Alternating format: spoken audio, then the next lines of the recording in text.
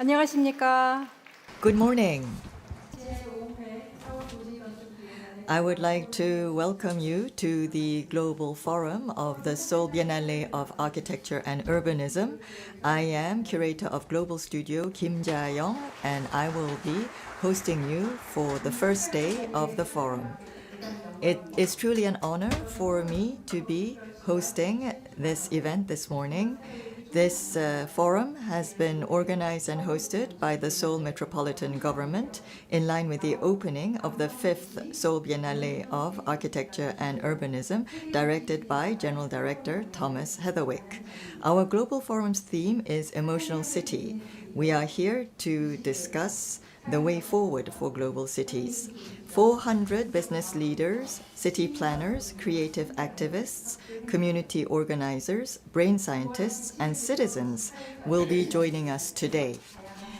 For 2 days, from September 27th until the 28th, we will hear different presentations from different professionals and also hear what the creative community projects have done, and we will also have many creative performances.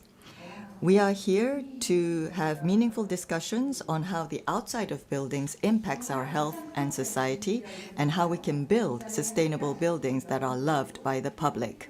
We have prepared an exciting program for all of you, so I hope you will enjoy the forum.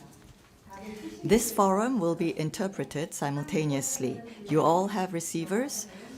Korean channel is channel 1, English channel is channel 2. Today's forum is also broadcasted live as we speak, in Korean on SMG's YouTube channel and in English on the SBAU channel. You can also watch it again and replay it after the forum. And please subscribe and post likes. I'd like to introduce the first session for this morning.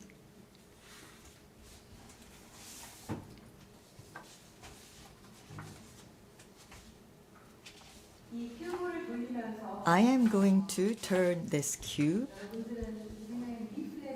and I think there's a hint in the leaflet that you got.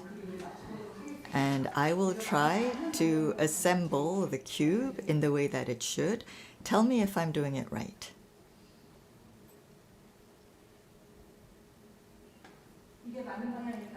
Am I doing it right? No? This is not what I should do?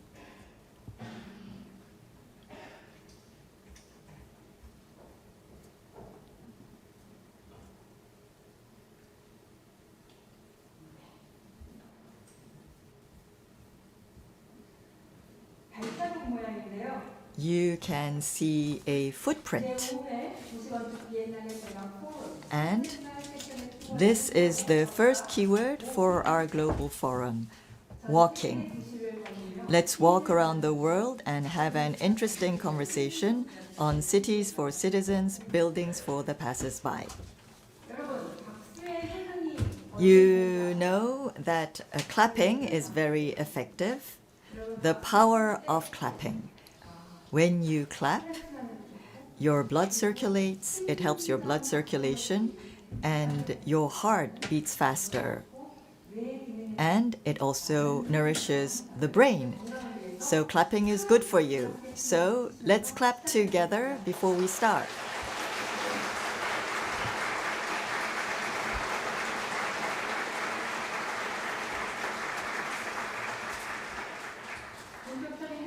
Before we start the forum, I would like to introduce some VIPs.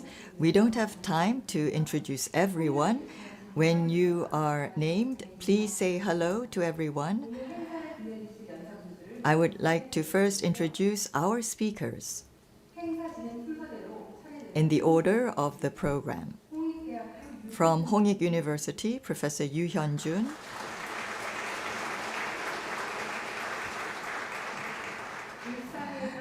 CEO Kim Do-ran from Yoap Architects, who has participated in the Walls of Public Life.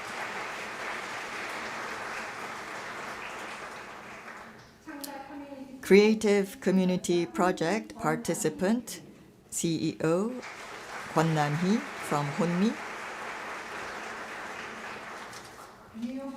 From University at Buffalo, Professor Song Jin-young. Professor Chun Ji-yong from Aju University.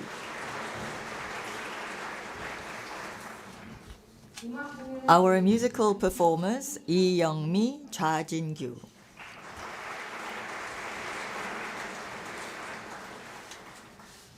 Director Upali Nanda from HKS Global Sector Innovation Director. Dr. Anna Kim, Senior Research Lead of Humanize.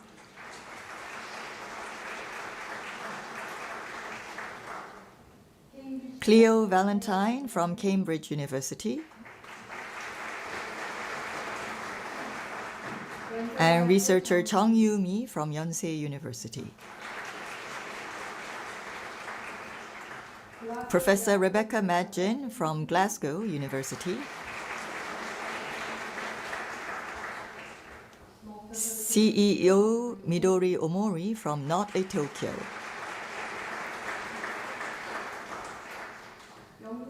Mr. Richard Upton, Commissioner of Historic England and Property Developer.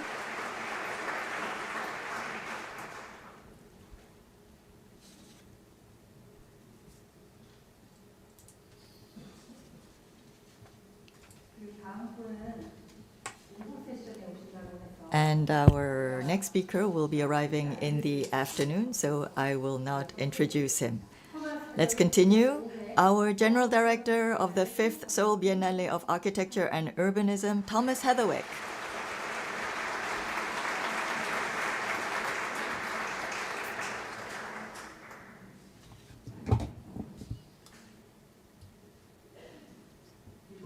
And finally, Oh Se-hun, Mayor of the Seoul Metropolitan Government.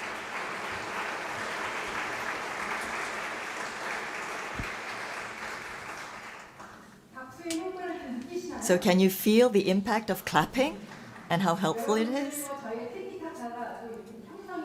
And I think I need to connect with you for me to successfully host, and I want you to feel the energy to be more engaged.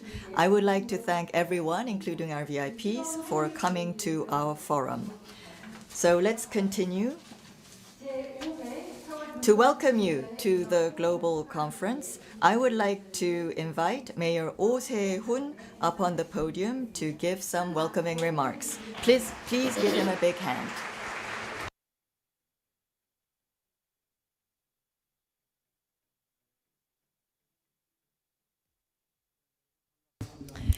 Good morning, everyone. It's a forum that's being opened on Saturday morning, so we don't have to rush to anything. We can really enjoy this gathering and really talk about the future of our cities.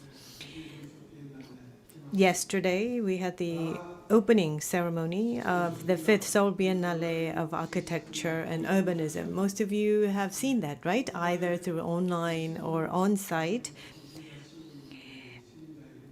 I asked my staff just this morning, asked him how many people actually logged on to the online streaming. He told me that 7,000 people have joined online, or actually 72 million people have joined online to witness the opening ceremony of the 5th Seoul Biennale. And I think that goes to show the immense amount of interest that people have.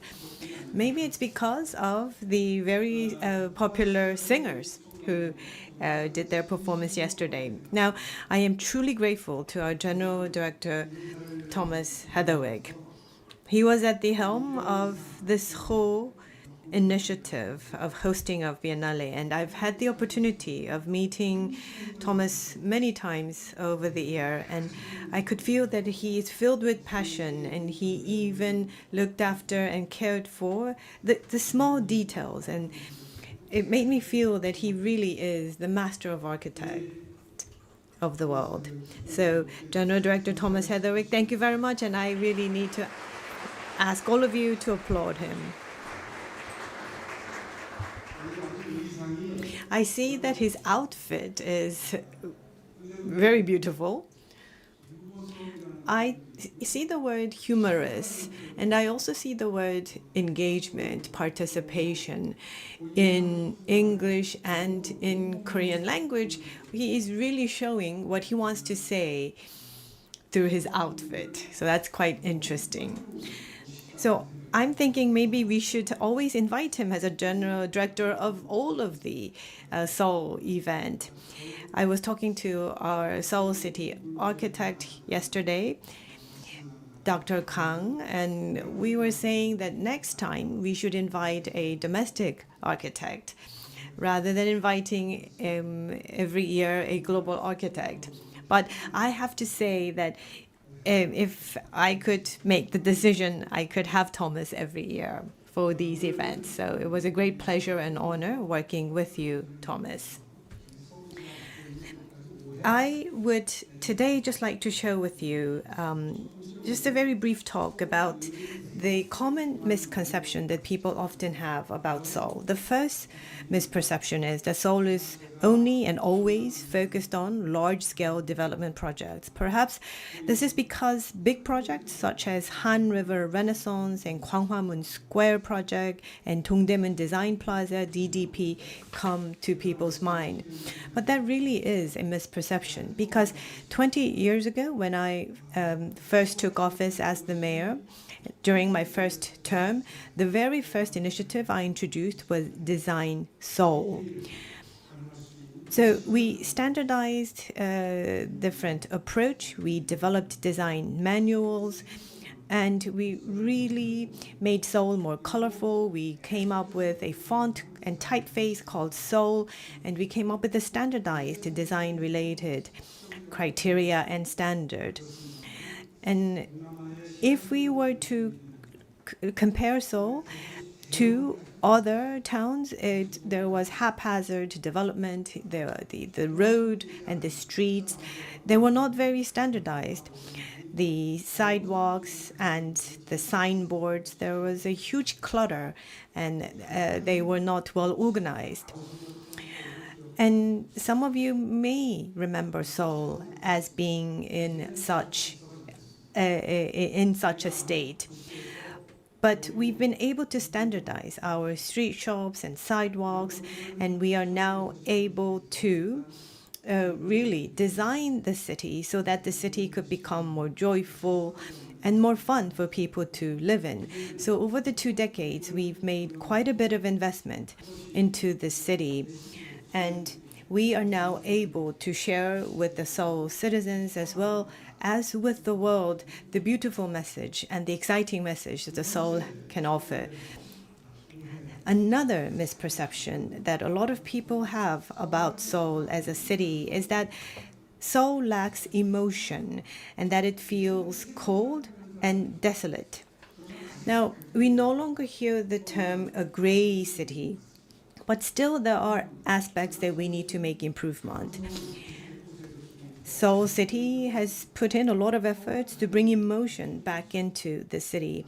And we have a good foundation. We have the Namsan, the mountain. We have the Han River, 330 kilometers in length. If we are able to leverage these natural environment, we can continuously come up with places that are filled with emotion.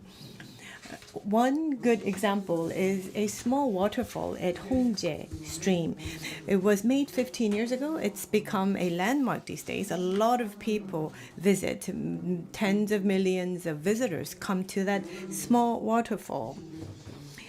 Now, in 25 districts, we have set up about 23 or so attractive destinations.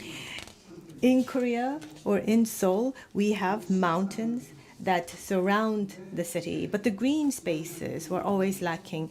But over the past 2 to 3 years, we've made a lot of planning, and even in small areas, we have created parks and green spaces.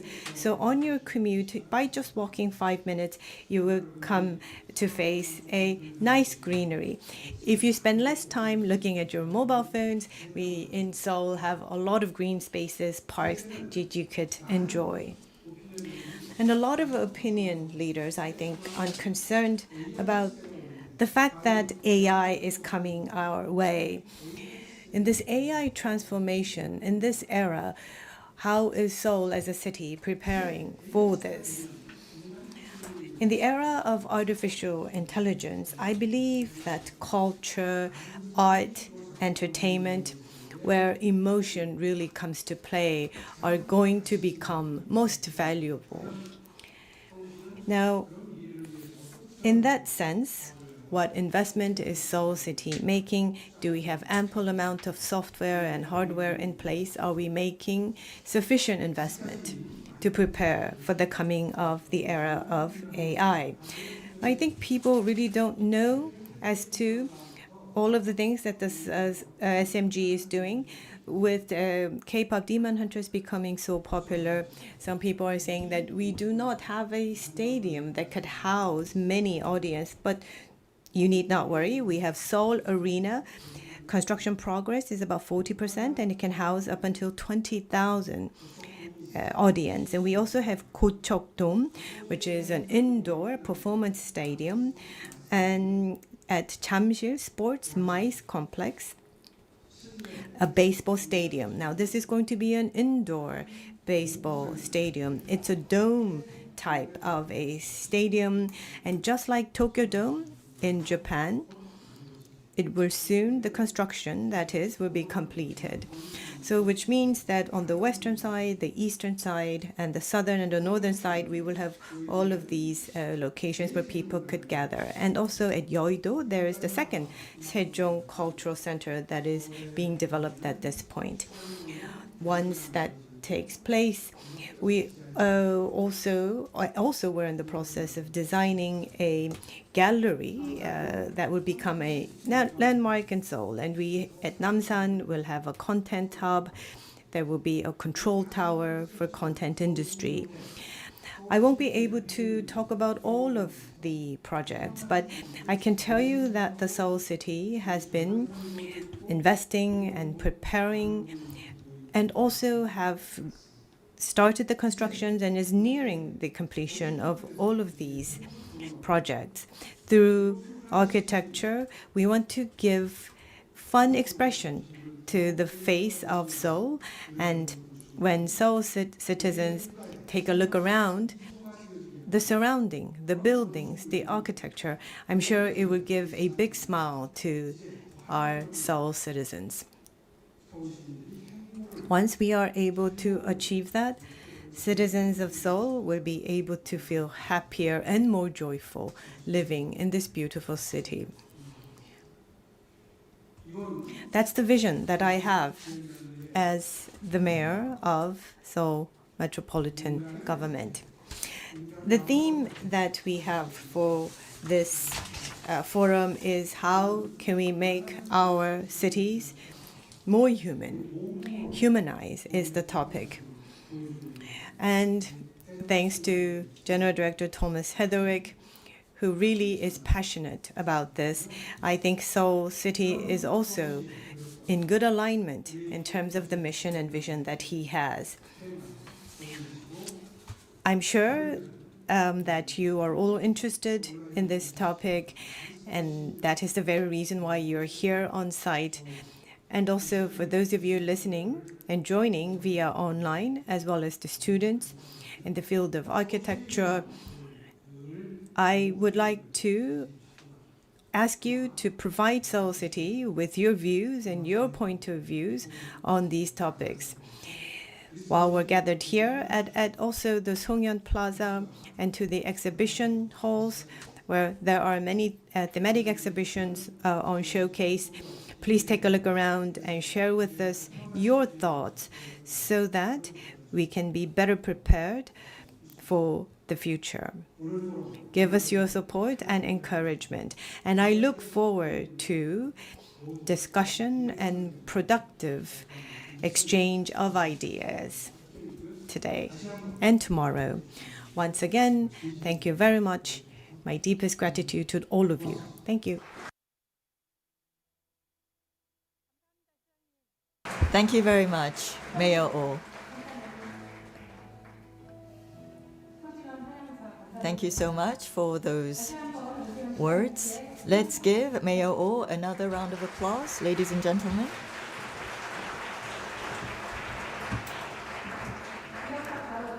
We will have a commemorative photo session now. I would like to invite all the speakers to come up on stage.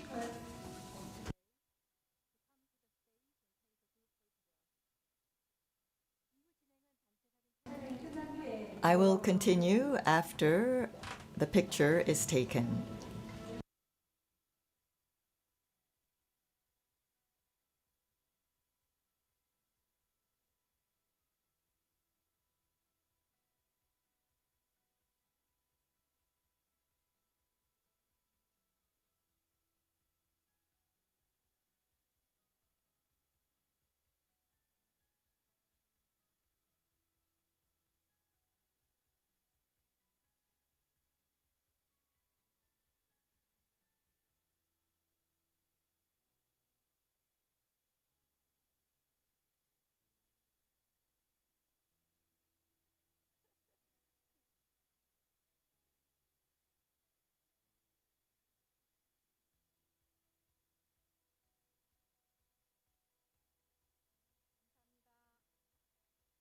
Thank you.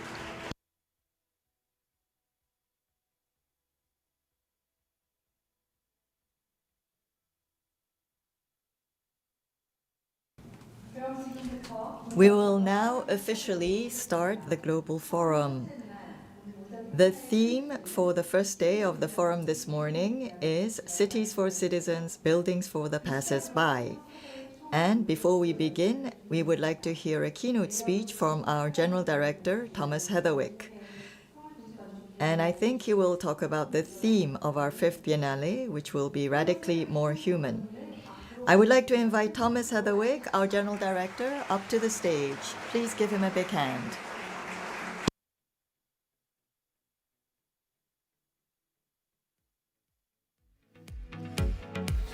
Hello, everybody. Welcome. I'm so excited that you're all here. For me, the Biennale is an extraordinary chance to build in a way on what you just saw. The clue for me in what we're going to be talking about today was in that photograph session. As a British man, being photographed in Korea is the most fun photographs in the world. I never hold hands with men normally. And we don't do fighting. And we do the heart and all of this. Like, even just being photographed, there is amazing joy. And I remember back 25 years ago, in London, there was an architectural organization that was having a private conversation, wondering about, and the subject was architecture exhibitions. And the head of that organization said, "We have a problem. The public don't find exhibitions about architecture interesting." And it was very powerful. They said that the problem was that architecture is a very difficult thing to communicate, and the public don't really enjoy looking at drawings and renders and complicated writing.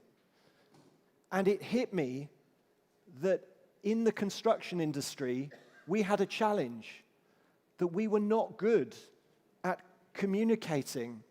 And there was an atmosphere of always very serious. We took ourselves incredibly seriously. And that seriousness was not engaging. for people. Do I have a button, by the way? So today I'm so excited that the mix here is unbelievable. I think this is one of the most unique mixes for an event because we have scientists, we have academics, we have property developers, we have architects, we have creatives, we have citizens of the city, all here to talk about that boring-seeming thing, which was the world around us. How can that be boring? So, with my own studio in the last 30 years, we've been working on projects all over the world, and that has led to some realizations, one of which was that our own projects by themselves doesn't change the world around us. How do you have the bigger conversation that will change things? And my admission to you is that I'm actually a partial introvert. And so I was worrying about having to stand here and talk to everybody, so I thought that's real change. And it all comes from the simple observation that increasingly the world around us has been becoming more and more similar, more characterless, more sterile. Every city you go to, the new bits are more and more like the new bits of every city. I believe we've had an epidemic of boringness, and we've all felt quite powerless. Even quite powerful people feel powerless. And so it has just kept happening and kept happening. So today isn't about opera houses, it isn't about art museums. This is about everyday buildings. And actually, this is about the outsides of buildings. And outsides of buildings, our industry is a bit uncomfortable talking about that because they feel, this is vanity. No, I'm serious, and this is all about functionality. But often we forget that the emotion is a function. But also, I feel that we have neglected the skins of buildings because in relative proportion, there are many, many, many times more people outside buildings than there are inside. But the people who pay the fees of designers and architects and creative people, their worry is most about the inside. But actually, we need the citizens to demand that the outsides are as good as the insides, and as generous and joyful and good for society. And I'm excited about this happening in Seoul for a few reasons. But first of all, that reason is because you are experts at skin. This is the epicenter of skin science. So why can't this be the epicenter of building skin science? You're mad about skin, and yet it's led by science as well. So there's a strange word, and that word, I've been teased by your mayor about this word, and it's a weird word. I'm not talking about beauty. I'm just talking about how do we make things engaging. And so the word boring came up as a simple word that actually so many people agree that places, we might disagree on which is more beautiful or less beautiful, but actually we've had this crisis of boringness at scale. So what is boring? Well, in the way we've been looking at it, and the different researchers are looking at it, we've found that there are common ingredients to boring places. They tend to be more flat, more shiny, more plain, more anonymous, more monotonous, and too serious. So how do we change that? And the reason this is so serious, and a friend of the studio wrote this book called The Lonely Century. And that title of that book breaks my heart when you think about what that means. Because the incredible technologies, those technologies that South Korea has been leading in the world, alongside the US and a number of other countries, the technologies that we're all so excited that we can not need to go outdoors to go to the shops. You can stay at home and do all your shopping. You can stay at home and watch things. You can stay at home and work. You can stay at home and study. Great. But what that's actually meant is that the internet that we thought was going to be the great democratizer that would make us see each other and understand each other better, actually, those algorithms have divided us and made people more lonely, made people more horrible to each other. And so suddenly, actually, in this world of the hyper-digital, the hyper-physical matters more than ever. Who would have thought that in the time of digital, physical matters so much? And this is borne out by the research that's coming through about public life. This is my friend who is the director of the Venice Biennale at the moment, and he's been writing about how we're spending less time outdoors together. We're more scared of each other. We're more on our devices, even when we're outdoors. This is dangerous for our cohesion. The mayor was talking about artificial intelligence. This physical proximity, our emotion, our love, our engagingness, togetherness, it depends on physically being together. That's what AI doesn't do. And this is your word. This is the incredible achievement, the economic miracle of South Korea has been driven by this ability to make it happen, which is your strength. And it's made so many amazing things happen in the last decades. But when it came to our buildings, the buildings that surround us everywhere, that focus on spatial efficiency, on cost minimization, has been too good. Because it was also forgetting that actually real success is, does society care? And all over the world, we've been making buildings where people just don't really care. In the UK, when you don't care, you say meh. There's this meh. And we've had meh architecture happening a lot. But the seriousness here is, at the moment, many people might be thinking, well, this is a conversation about nice and beauty and making things nice, and come on, we're in the real practical world. Well, in the real practical world, surprisingly, care does lead to real implications. And we have a dirty secret in our industry. And that dirty secret is the demolition. We demolish, in the US, 1 billion square foot of buildings every year. And they tend to be the ones society doesn't care about, the boring ones. And then we rebuild them with no less interesting buildings. In the UK, we demolish 50,000 buildings every year. And the average age of a commercial building is 40 years.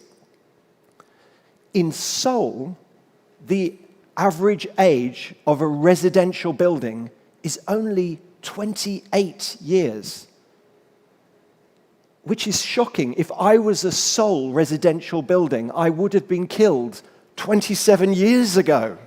I still think I'm young. So this is a double-page spread from a book that the studio wrote called Humanize, which I think many of you will have already.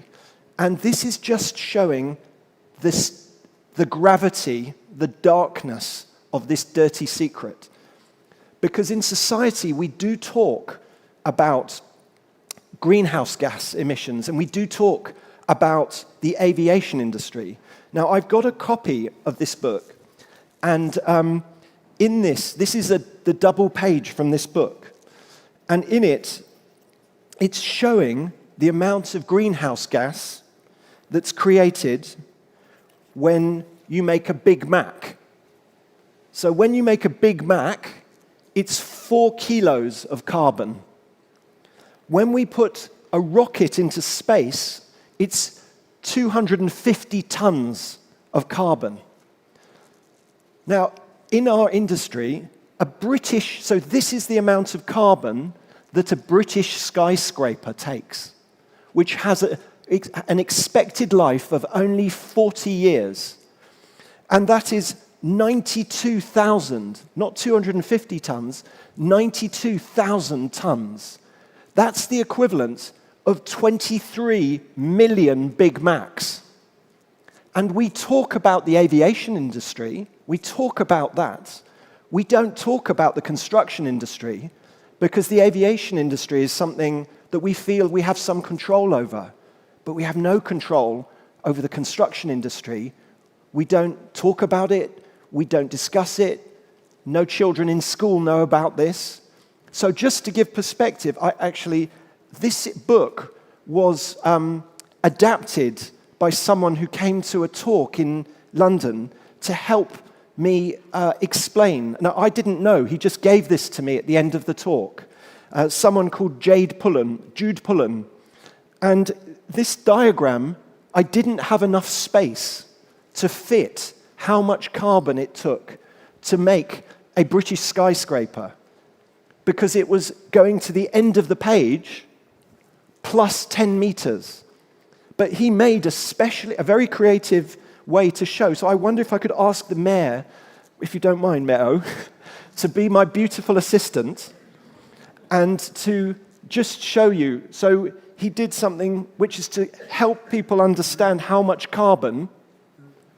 So you walk that way, please. Okay. He's not very obedient, is he? Could you walk in this? Oh, yeah, very good. Keep going. Keep going. Keep going.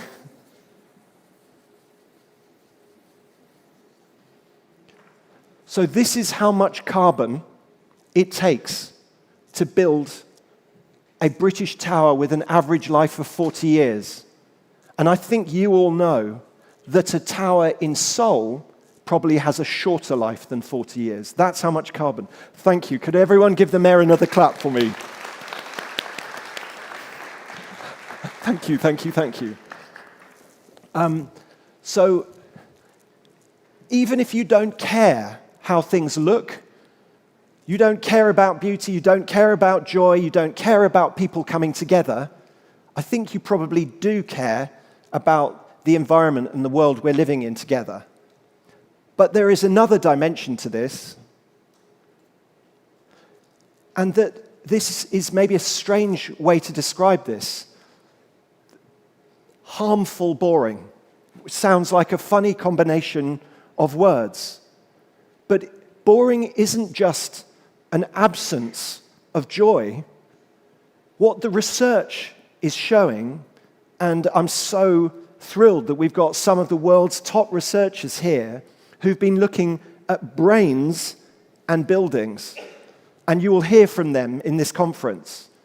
But when we look at how our brains respond, and we've been in a funny industry which for some reason has not taken seriously enough the impact on passers-by and science around. And so when we look, for example, this is one researcher who's been looking at buildings in Toronto, in New York, in London, and also in Seoul.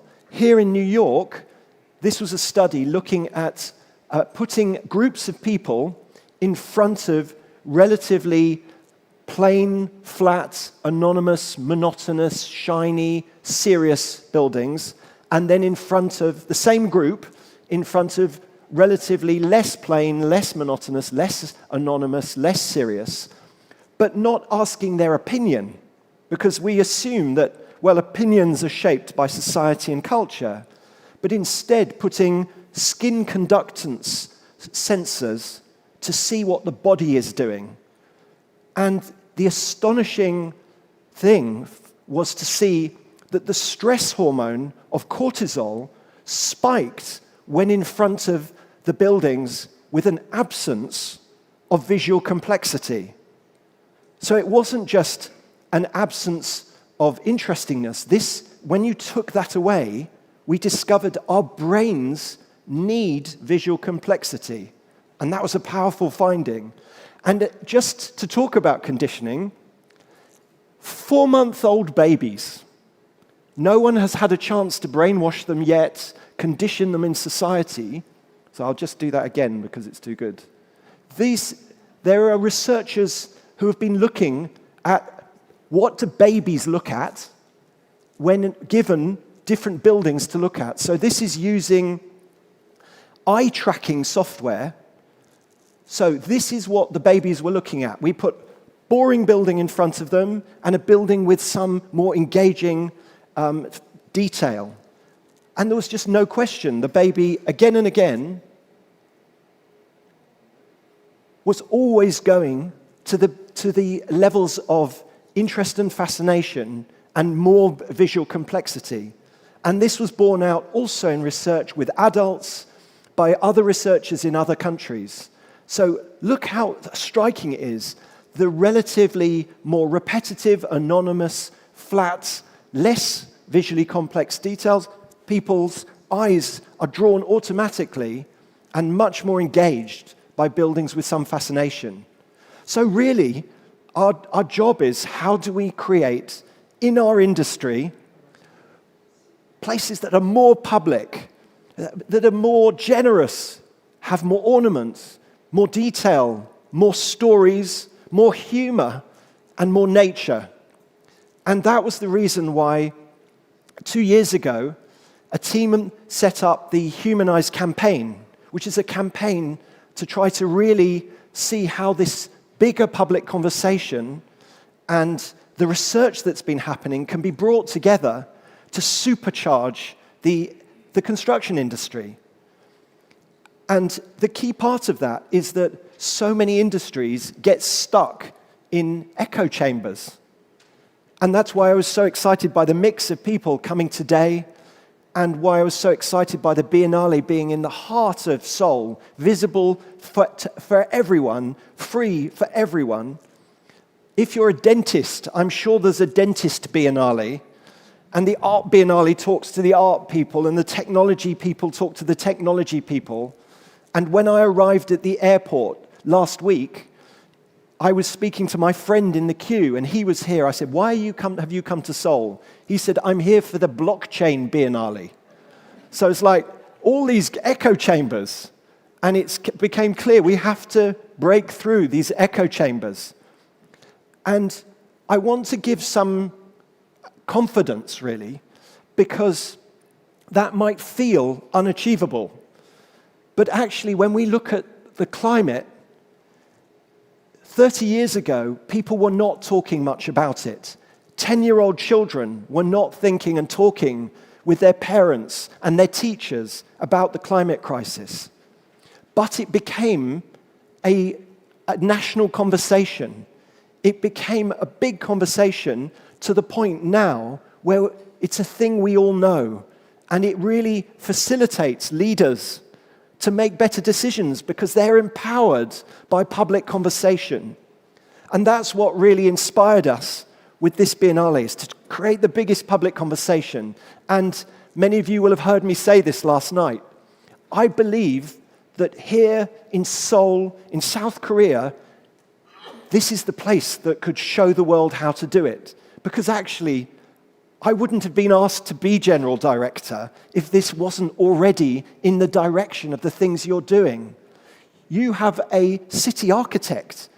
No other city that I know of has a city architect. You heard the mayor really talking about how we make things for everybody, not just for unique industries.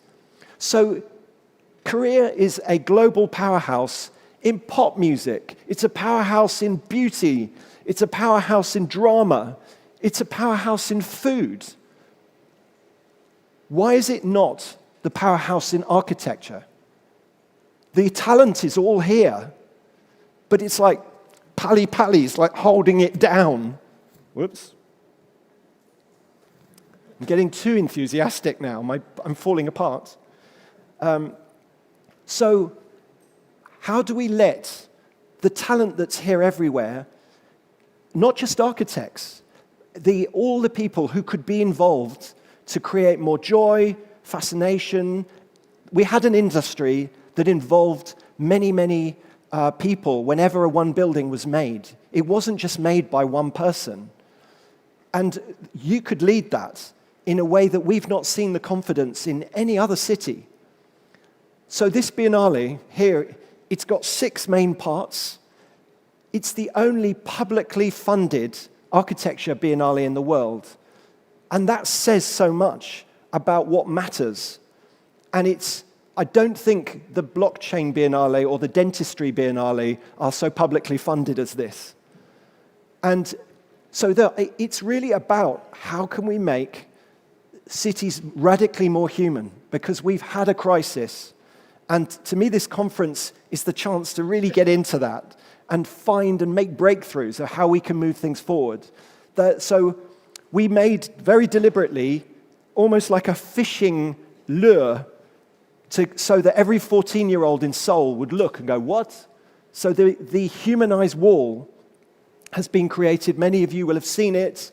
But this is, in a way, like a gigantic magazine that's deliberately an extraordinary shape so people's eyeballs will look and we can begin to get them excited and involved in a way that conversation 25 years ago in the UK about why do architecture exhibitions not connect with people. This is a big attempt to connect and invite. It's a big invitation. And one half of it has the research of the scientists and academics, but also the simple logics of ways we can look at buildings.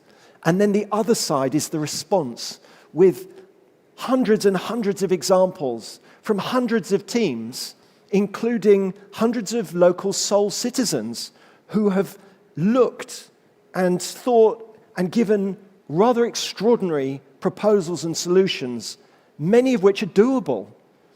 So there's these two sides. And in a way, this is like our bibimbap wall. It's like mixing together, which South Korea knows how to mix.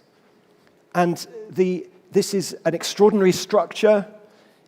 I didn't believe it would get finished, because it became a major thing, and this is where pally-pally's good.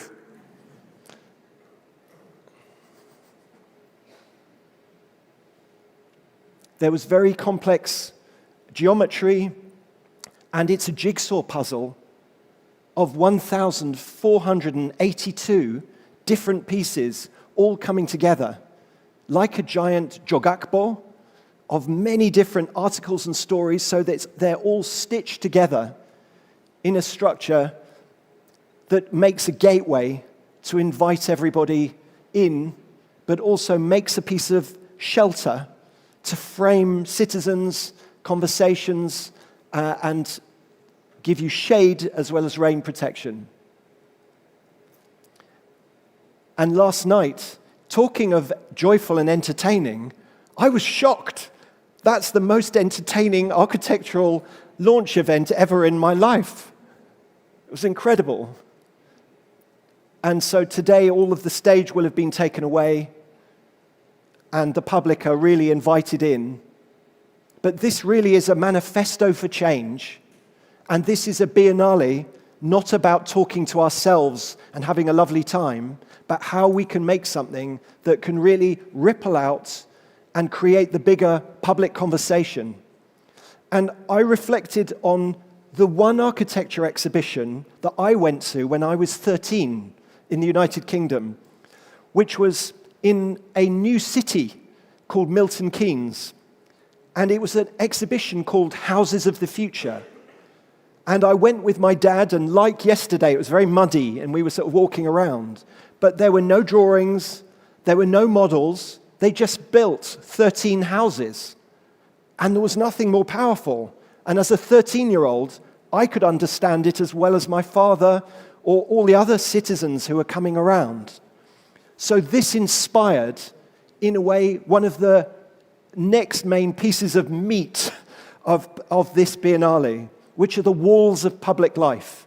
And that name is there deliberately because it feels like we have not created meaningful enough walls of public life for ourselves in society.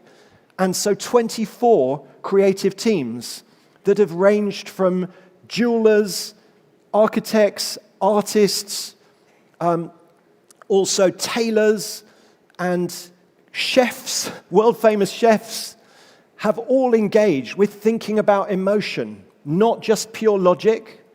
And every single one of these deal with issues to do with housing and how we can give something that those 4-month-old babies would look and prefer. And even including in traditional, indigenous ways of how we can humanize buildings. And these craftswomen from Burkina Faso have come and created live for people to see ways that give clues of how we could make new buildings with new technology that are affordable. Pali Pali can do this, where super graphics can be built in, and challenging the way we can live with the buildings that are around us. And I must say, I very deliberately have this particular man in all the photographs. It was his birthday yesterday, so I thought I'd try to embarrass him as much as possible by including him in every one of these pictures. But I hope you are all going to come and see these. But our goal is that we need the property developers of Seoul to come here, and these are pieces of future potential buildings. And we need property developers to go around and then say, why not commission this team to do the rest of this building, or this team, or this team, or this team? So I hope you will enjoy it. This came from remembering there's nothing like real to engage a 13-year-old or a 99-year-old and not get stuck in professionalized jargon. So everybody, I hope that you will come and sort of take seriously these full-size experiments, most of which could become real buildings. And there's no reason why we shouldn't be taking these amazing, sensitive things that show that this is not about taste. This is not a biennale about making buildings more organic or more square or more curved or more old-fashioned.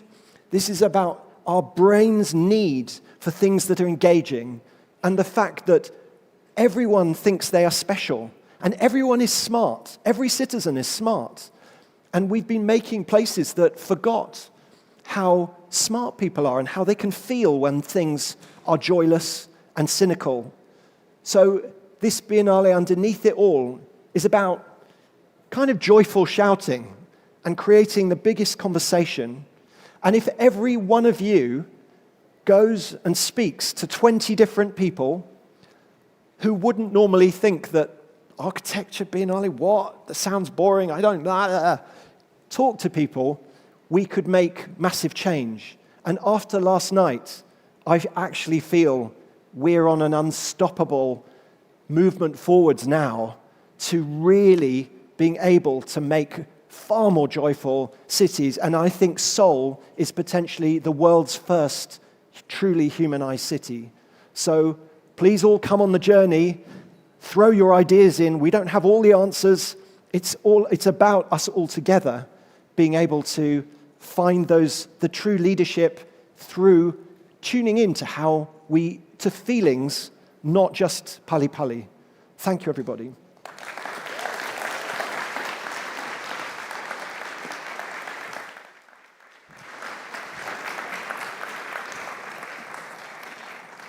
네, 오늘 이 자리의 의미를 다시금 분명히 Yes, thank you very much. That was a truly meaningful address, one that really reaffirmed the purpose of our gathering here today. Please join me once again in giving a big round of applause to our General Director, Thomas Heatherwick. Next, we will move on to the panel discussion on the theme of cities for citizens, building for the passersby. I will be inviting the moderator, Professor Yoo Hyun-jun of Hongik University, and we have Director Doran Kim of UAP Architect and CEO Kwon Nami of Honmi, and Professor Song Jin-young from the State University of New York and Chun Ji-young of IJ University. Together, they will share their diverse perspectives on what it means to create cities for citizens and what buildings for the passersby truly entail. Now, I too am very much looking forward to this discussion. So without further delay, let's invite our panelists onto the stage, please with a big round of applause.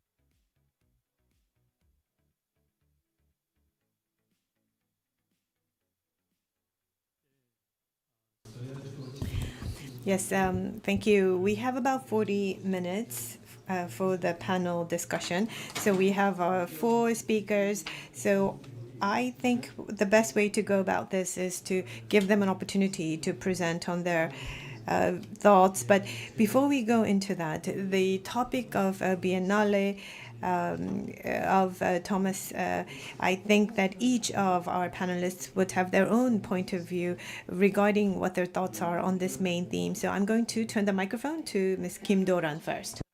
Hello, I'm from UAP Architects, and my name is Kim Do-ran. For us, the theme of this Biennale, radically more human, it was really a topic that was close to our hearts because we talked a lot about experiencing spaces, experiencing architecture, and as our general director said just before, there are many more people who are passers-by who are looking at the outside of buildings. And I think it's very interesting to discuss the outside of buildings at this moment in time. And our students, so it was a pleasure to participate in the Biennale. Yes, good morning. I am Kwon Nami from Honmi. The topic of the Biennale, the theme is radically humanize, and I am involved with the creative community project. And compared to other Biennale, I really see the difference this time around, because this Biennale is not just about us, the architects, but I see that the level of citizen participation and engagement is also very high. And this was an opportunity for me to really send out a message on behalf of the community that I work with. So in that sense, this was a great opportunity for me as well. Now, Professor Chun, yes, good morning. I am Chun Ji-young from Aju University. The theme of the Biennale is radically humanize. And if you really think about this, citizens, it's very difficult for them to contribute in making a society, in making a city. And the reason is because there is lack of methodology that helps us to gather the views and the contributions of the ordinary citizen. If we are able to come up with a methodology, I think we can make our cities much more human. I'm Song Jin-young from the University at Buffalo. And the question that Thomas is asking us about the human city, I think, is a universal question. Because when architecture is built by architects, we think that we know everything about the programming and the technology, but once it's built, people forget about some buildings, they are neglected, and they exist in Buffalo and in New York and everywhere. We need to answer this question, and we have to answer it in a specific, unique context. And in that sense, we have to think about the sensibility of Koreans and the sensibility of Seoul. And to answer this question in 2025, I think the fact that Seoul is answering this question is impressive. After listening to Thomas, what I felt was that, I'm wearing this dark colored suit, and Heatherwick Thomas is wearing this jacket with all the words and terminologies. But when I look at his outfit, all the information that is printed on his outfit is really what caught my appeal and my interest. Now, human beings have this urge to share information, to send out message. However, I think in modern cities and modern life, we had forgotten how important that is. And the way we are able to stimulate our emotions and to really embody that in our cities, I think and in the architecture is one of the key that we would need to pay attention to. Now, I'm going to invite our panelists to just share with us what their projects were. So, Ms. Kim first.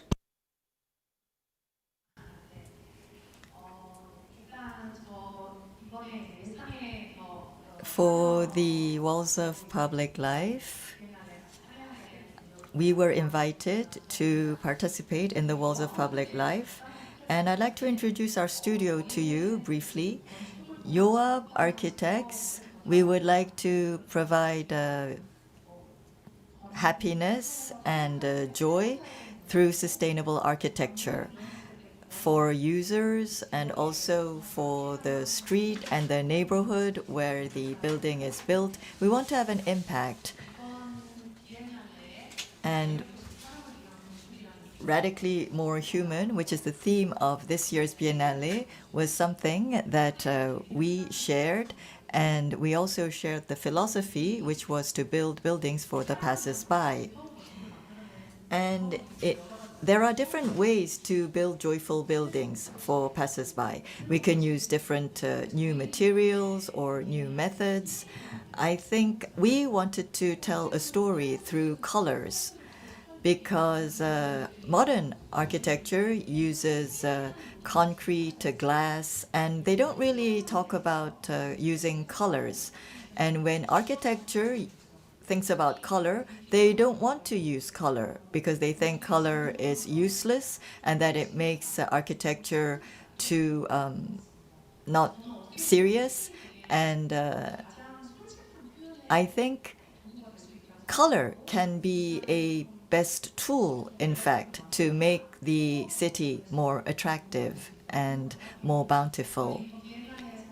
For this Biennale, we used plastic and concrete to express color, and we wanted to change the perception of plastic and concrete by using colors. Usually we think that concrete is gray and is not a pretty color, but we can express it in very different ways. We can use it in foam type houses, and in the case of plastic as a material, it's hard if we don't reprocess them, but we used plastic waste, recycled plastic, in order to express color. And plastic and concrete, you would think that they are not very traditional material, but we wanted to express the traditional Korean architecture with these materials.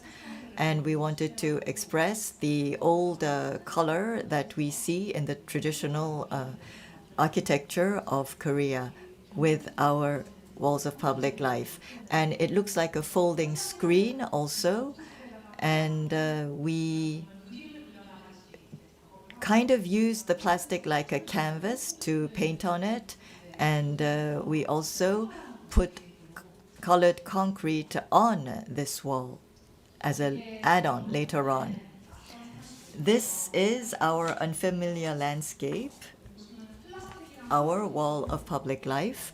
And we have used plastic and concrete, and we express land, sky, flowers, and we are saying that it's an unfamiliar landscape because it looks unfamiliar from afar, but when you look at it up close, because of the concrete that we used, it looks very massive from afar, but when we go closer, we can look at the details that are expressed by the plastic, and it's even humorous.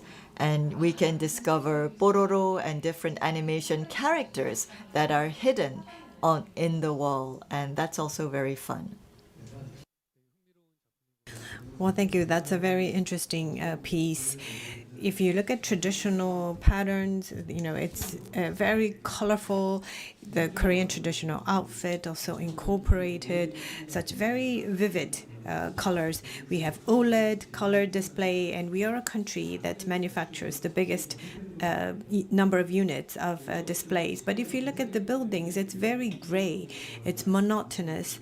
And so it's just one single gray, gloomy color.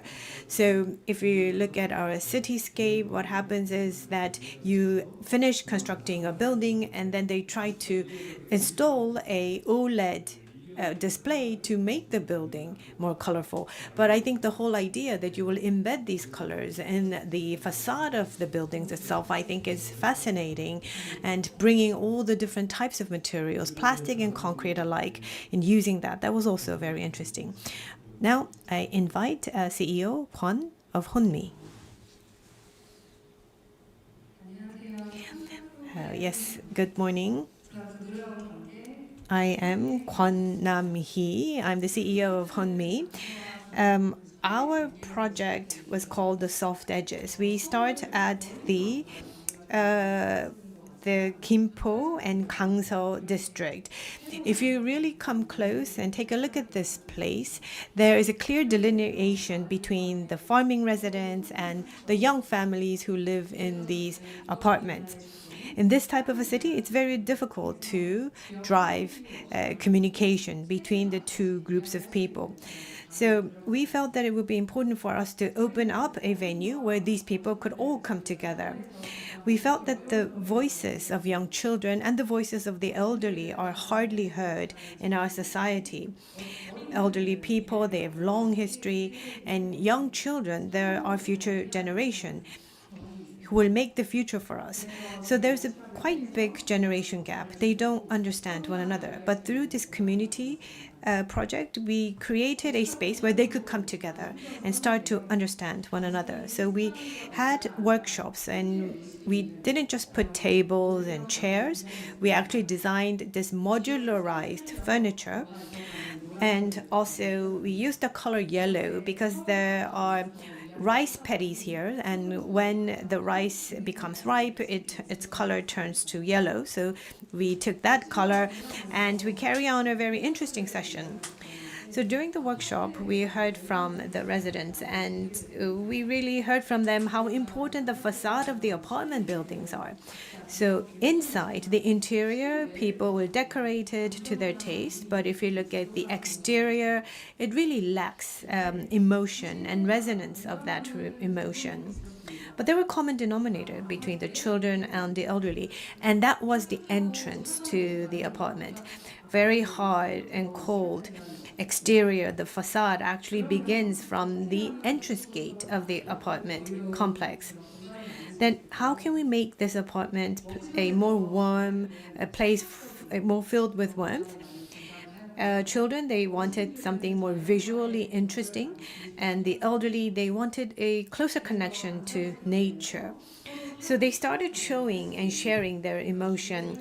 And so what we did was we designed a street where that could actually be realized. So this is a street and a walkway that you will take, and it will lead you to your home. But in this walkway, you can meet with the others and you can speak with them. And we felt that the face of the buildings, the facade, we felt that it has to look more dynamic and more interesting. So what we did was the pictures and the shapes that the residents actually painted and they drew were actually reflected and applied to these apartment facade. And with that, this apartment will have its own character. When designing the humanized wall, we were inspired by many sources. From Italy, the balconies of Italy was a stage for each of us during the COVID. And also in parks, there were different programs of other countries where they brought together the elderly with the children. So this project was not really creating something new, but was regenerating what existed in the past and just reconnecting the dots between the people.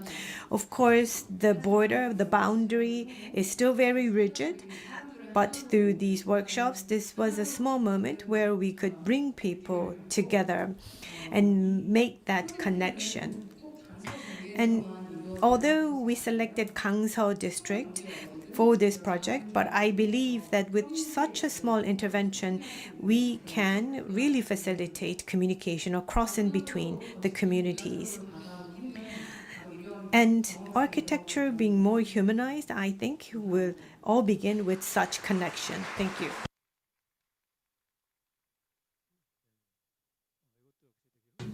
This is also a very interesting project, and after listening to you, I feel that organic things are not smooth. What we make artificially is smooth. If it was smooth, then nothing interesting would happen. But when I see your work, I am reminded of RNA, DNA when we do a gene duplication. And I've seen a film about how that happened. And we have something that protrudes, and we try to make a pattern, and we try to create new DNAs, which is RNA. And if we have different shapes that protrude on the surface, that can make it very interesting. Next, I would like to invite Professor Chon to present his project.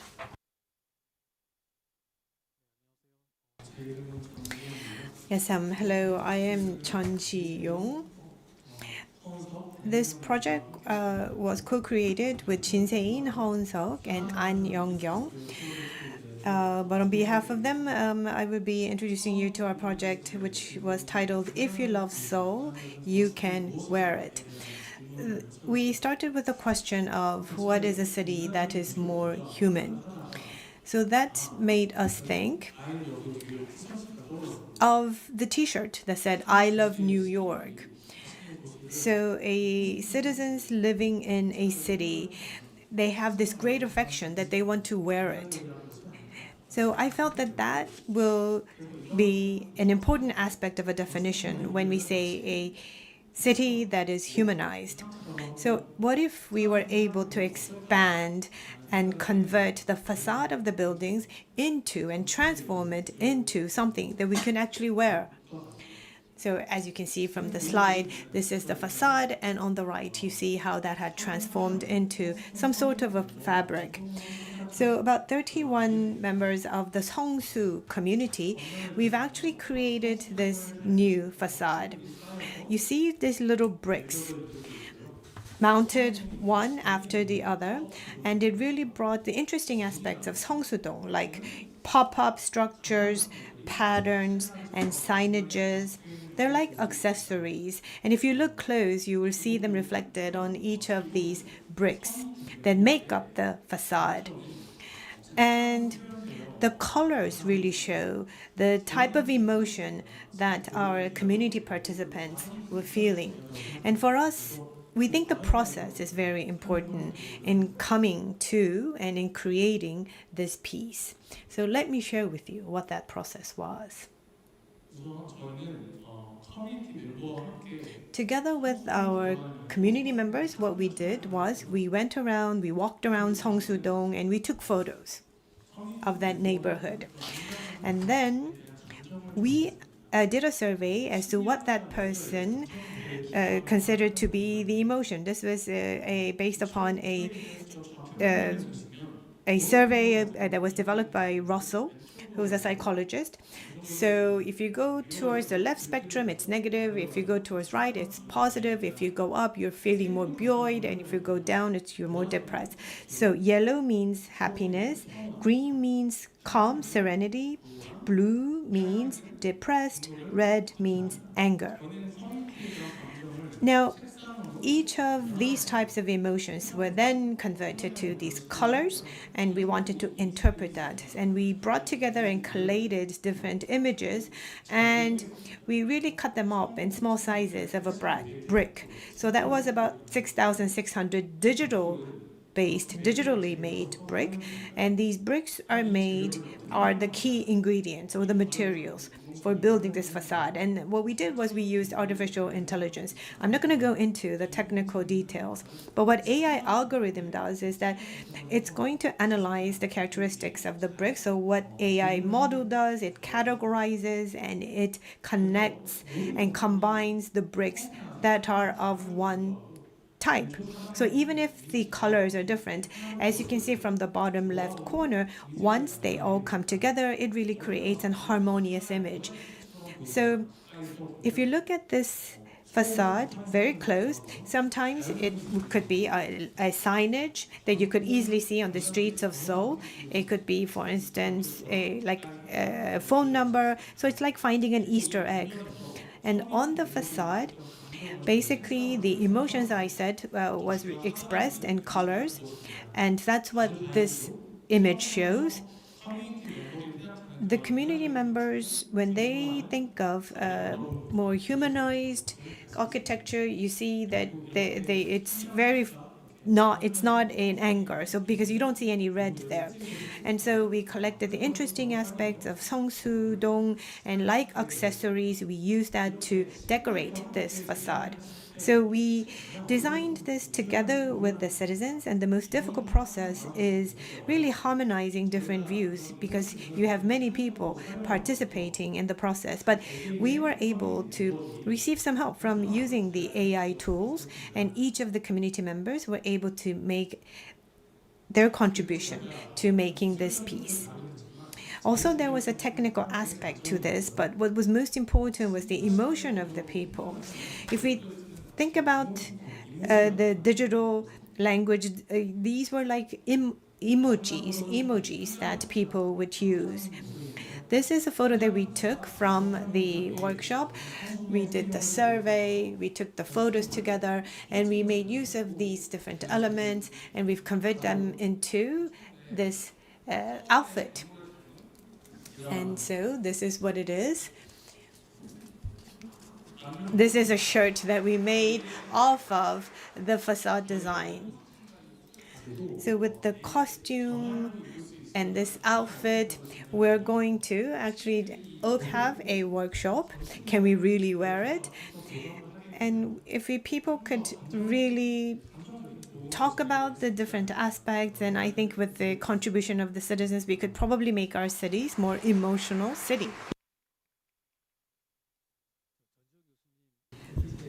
What's your MBTI, Professor John? It's IMTP.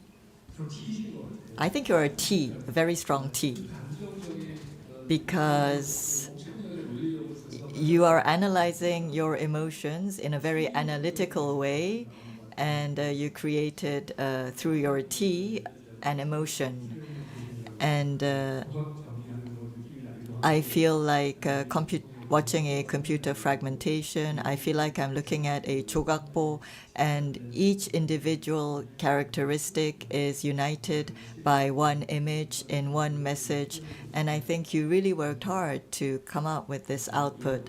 Thank you very much. Next, I'd like to invite Professor Song to introduce his project. Hello. Our 학원 project was very wide and encompassing, and many people collaborated.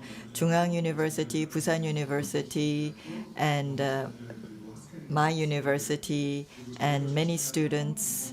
And we had many students that participated in our open call.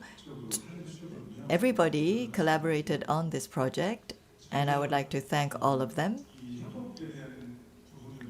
I am underlining the fact that there was a big collaboration, because when we are critical of our city, we often say that we want to make our cities more human through engagement and participation.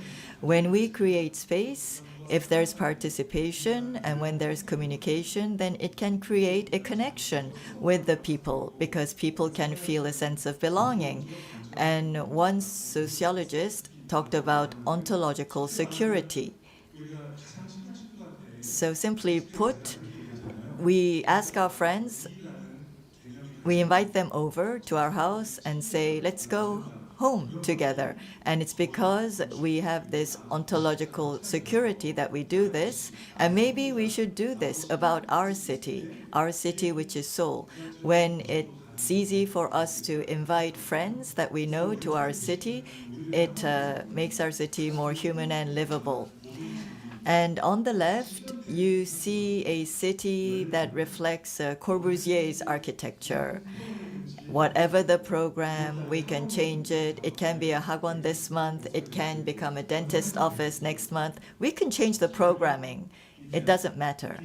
And if we look at the facade, whatever the design of the architect, we can put on different types of sheets and we can change it according to our needs.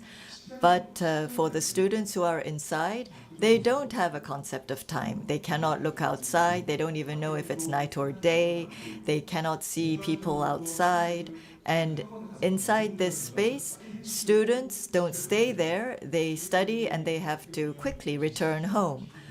So this non-space, non-time is where we put our children, students, and what remains from that, insecurity and anxiety.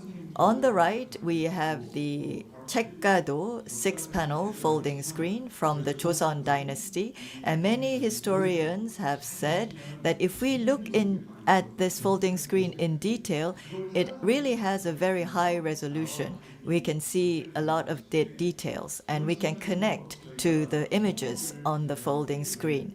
And so likewise, we divided the rooms into 25, and we told each student to design the room. You can create characters. The characters can be tragic. It doesn't matter. Show us what's happening inside these rooms. And that's what we told each of the students to do for these 25 spaces.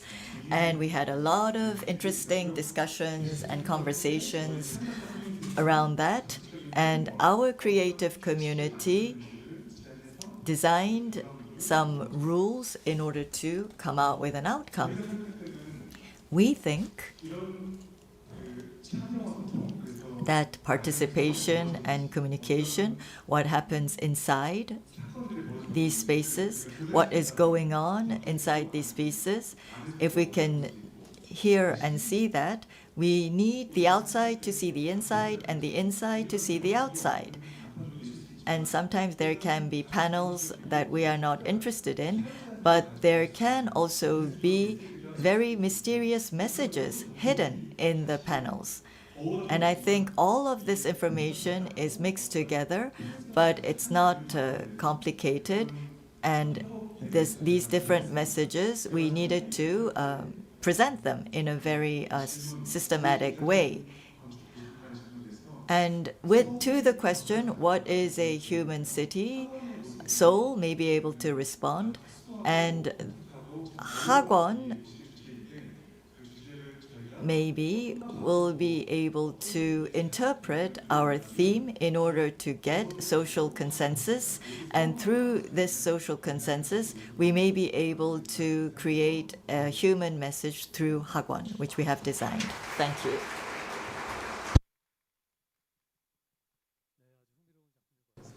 Well, thank you. That's such an interesting piece of work. That's a new point of view on Hagwon, the private institute. I think one of the laws that we need to abolish is the act on expansion of balconies. Now, basically, if what's happening inside the building and the way people interact inside the building and how that is portrayed and that can be seen from the outside will make our cities much more lively than having everything shut down behind closed windows and doors. So that was quite interesting. I'm an architect myself, and I think the difficult part is designing the facade of a building. And think about it, in the Western world, they used bricks and they used stones and they built 3 stories and 4-story buildings. So they had this concept of facade for the thousands of years. So if you think about the history, I think for them it would have been easier for them to design facade. But if you look at Oriental cultures, we have a lot of rain, and basic foundation, the Seoul foundation, is also very fragile, and they made the roof very big because of the rain. So half of this 1-story homes are roof. So when we say traditional building, then we're only used to 1 stories, and then you're suddenly tasked with designing this 3-story and 5-story buildings that needs to have nice looking facade. So that makes it a challenging work for us. So the younger generation have experimented and tested new approaches, but for all of this to be applied into our modern city and modern building, what could be the solution? What do you think should change going forward? What in your minds should change in our cities to make the city much more human? And what are some constraints that you're experiencing? Anyone? I think for a building to be built, there are many stakeholders and there are a lot of conflicting interests. Recently, this has become more serious because of social media. People want to look at what they want to see, and so there's a lot of conflict, and we meet people less and less. Having different opinions, of course, we cannot avoid that, but when people don't meet, this is a crisis of our times, because each person is creating their own individual society alone, in isolation. So I think architects should try to contribute into creating a communal space where people can participate, where people can interact and exchange ideas. In my view, now, I think Seoul is an attractive city. There's diversity, it has a lot of appeal, it has nice looking cafes and restaurants and shops everywhere around the city. But if we think about public buildings, of course there are good public architecture, but if you think about the smaller scale public buildings, it's very hard to find those public buildings and public spaces that are as attractive. And if you think about why that is the case, because we at our studio, we also participate in different open calls and bidding process. And I think when an assessment is made on these proposals, they rarely look at the facade of a building, because depending on one's preference and taste, the decision may be very different. So they don't really talk about the facade, and they don't really talk about the design of the building. They just look at the layout, the functional aspect, and whether it is within the budget or not. So from the screening process, the whole design and the facade of a building becomes very secondary in that process, the competition, the open call process.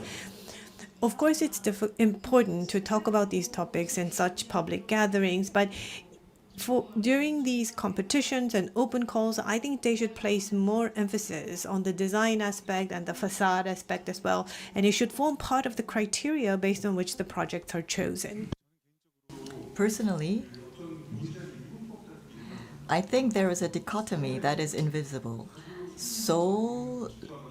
In Seoul, we have talented architects that have built wonderful buildings, museum buildings, and other outstanding buildings. But we have commercial buildings that we think are not very attractive. And we need to overcome this dualism. The buildings that we use every day, we need to see them from a different perspective, and we need to find a way to make them more attractive. We need to have some discussions on this, and biennales like this and forums like this can be the beginning. But I think more people should talk about the assets and advantages of the design in order to make this happen. I really agree with that proposition. In the United States, if you're designing for a big project, like when there's a big urbanization, then they first talk to the local community. That's what comes first. You meet with the local community many times over, talking about the design and the development going forward over an extended period of time, even if it may take 1 year, 2 years, and 3 years. This whole process of listening to the community is critical. Of course, all of the feedback cannot be incorporated into the project and design, but I think having ample amount of time, especially when there is a big project that is ongoing, and really listening to what the residents have to say, what the community has to say, is very important. I think we have been able to get the answers through what you have said, but let me add, I think if we have too many stakeholders, that will not help either. Because how can we satisfy everyone, all the citizens? Because if we do that, it becomes very filtered.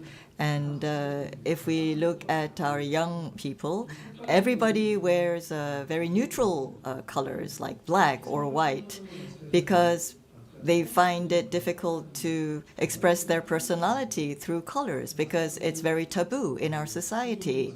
As was mentioned by Professor Song, 95% of cases, because of the budget, we are unable to do innovative things. And even if we want to express our creativity, people are critical.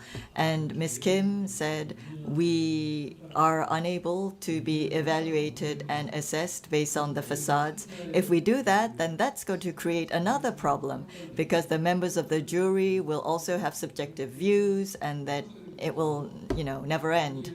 So I think that ultimately, whether it's citizens or the Korean people, they need to change their values for change to happen, I think. We only have 3 minutes and 3 seconds left for this panel, and I would like to invite the audience to ask questions to our panelists if you have any. Raise your hand if you have any questions.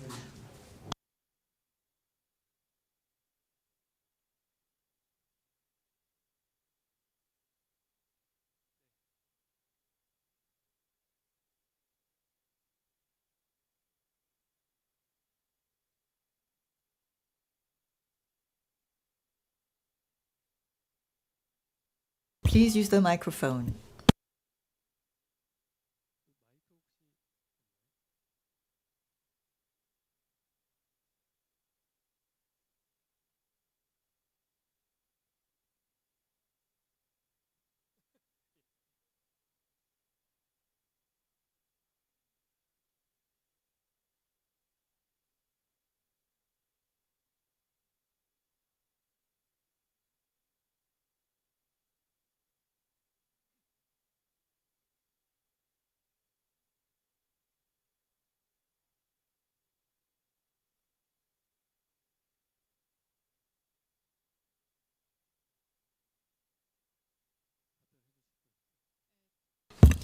Anyone with an answer to that question?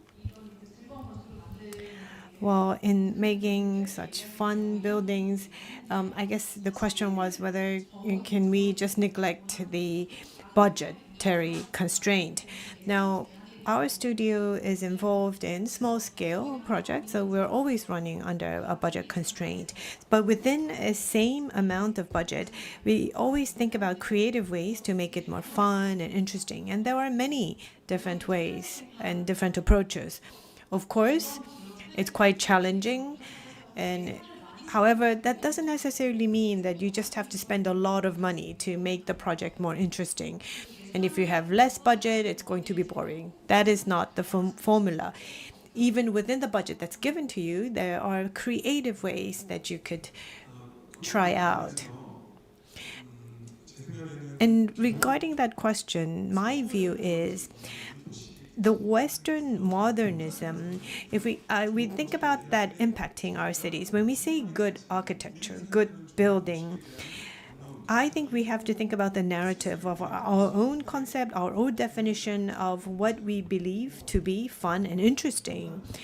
But what you see, the criteria, the screening criteria in an open call and competition, basically it's based off of a functional criteria, very much of a Western definition of modernity. So if we think about the process, so the whole becoming process, we have to think about architecture as a becoming process. I think that's we are more closer and we're more comfortable with that concept in our culture. And if we can come up with our standard and our priorities based upon that becoming aspect, I think it will be more appropriate for us. We have 8 seconds left, so I think I have to close this panel. The theme of this panel, I think, will have a big impact on our society, because when we think architecture, we think of property and we think of the economic implications. But Thomas Heatherwick is saying that Seoul and Korea from the outside is being seen differently, and we need to start the conversation in order to come out with an outcome. And I hope the Biennale will enable us to communicate this message. And I'd like to thank Thomas Heatherwick for allowing our debate to start. And I would like to thank you for coming out with this very creative Biennale, and I'm sure that thanks to this start, we will be able to have great outcomes in the future. And I'd also like to thank all of you for staying with us for this panel. Thank you. I will end my session now.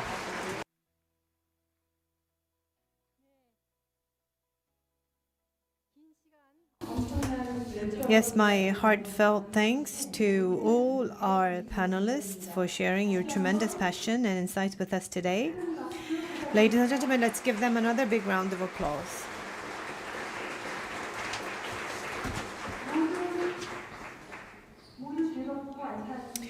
So, all of you are having an enjoyable and fulfilling time? I hope so. So, following the keynote speech, we've also experienced a panel discussion. Up next, we have a more exciting program for you, including special music performance titled Sound Skin, a duet of buildings and passersby, and special interview with our General Director Thomas Heatherwick, with an actor, a special guest. It's right now 11:38. We will have about we will have a break until 11:50. So I'll see you back here. Thank you.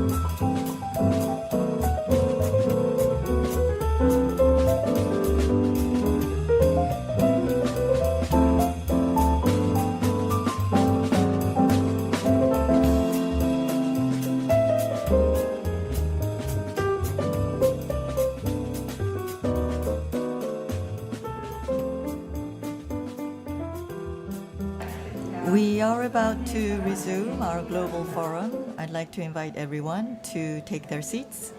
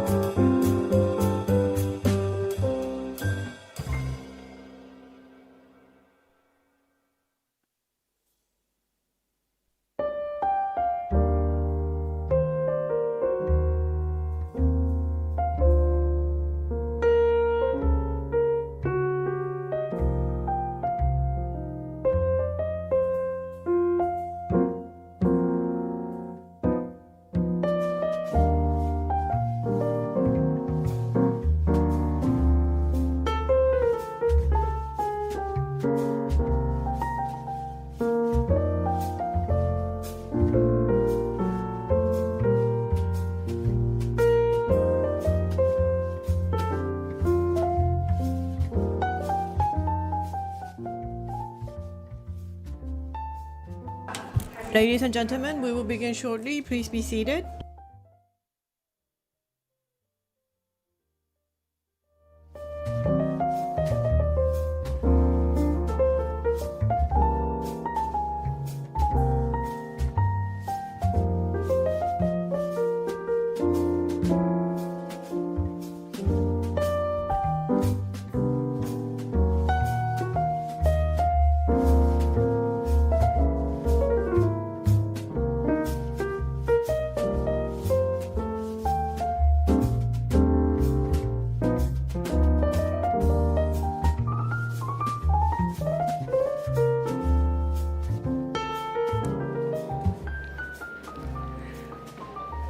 모두 잘 쉬셨을까요?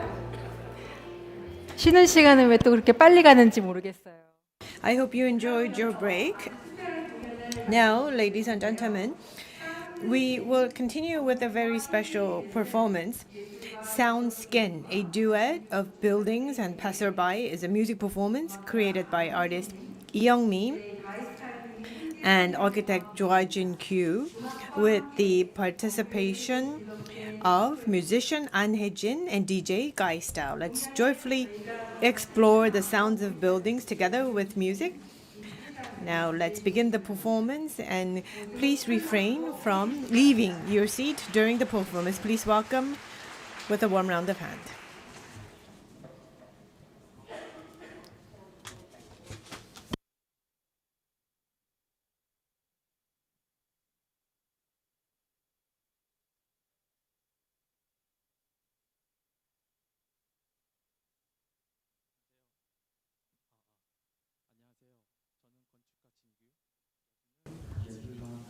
Hello, we are a team. We have a music composer, a DJ.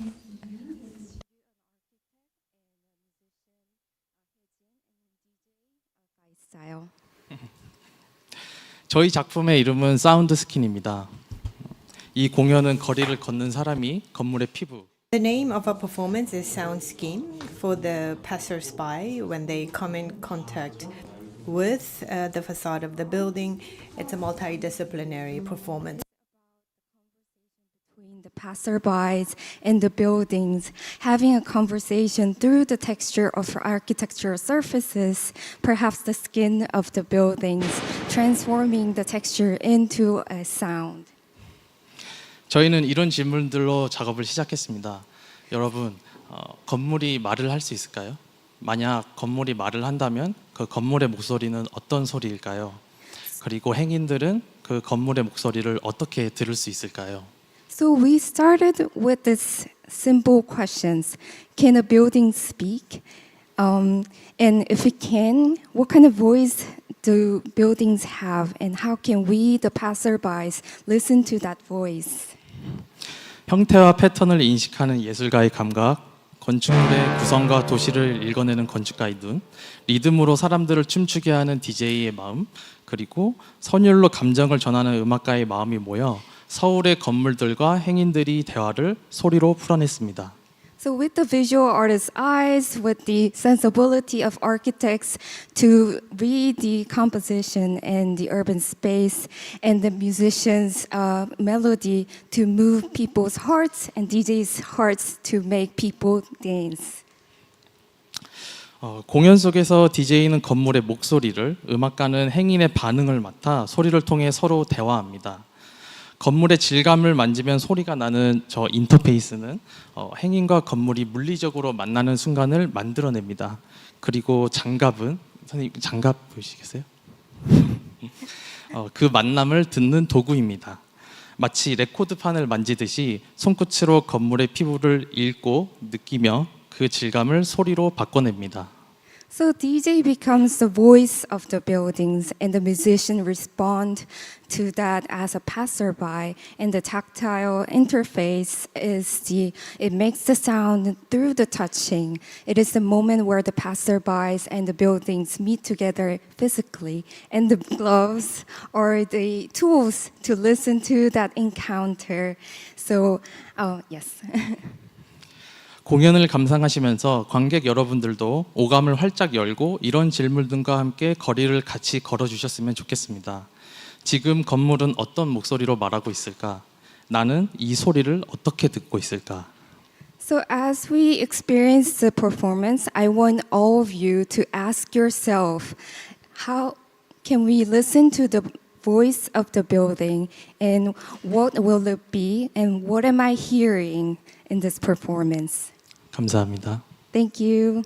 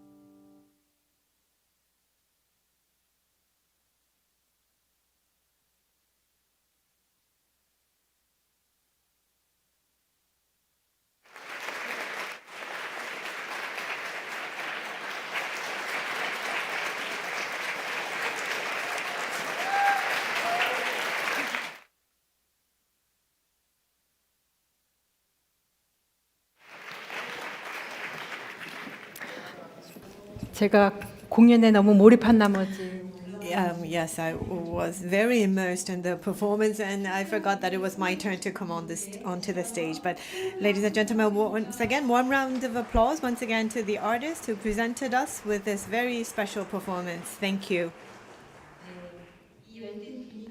Now, to carry on with this enthusiastic atmosphere, we will now move on to a special interview. This is a moment that many of you have been looking forward to. It's actually a conversation between our General Director, Thomas Heatherwick, with our special guest, actor Lee Jung-jae. We are all very excited to hear what kind of stories and insights will be shared today. First of all, please join me in welcoming General Director Thomas Heatherwick.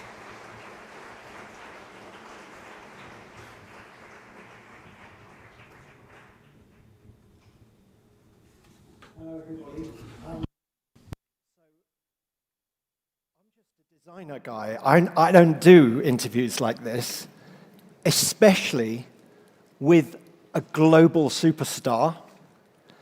And so we are incredibly lucky to have with us someone who is a Seoul citizen, who is both a global superstar as an actor, who is also a writer, a producer, a director, but also someone who has built buildings in Seoul and thought about the architecture as the backdrop to his life.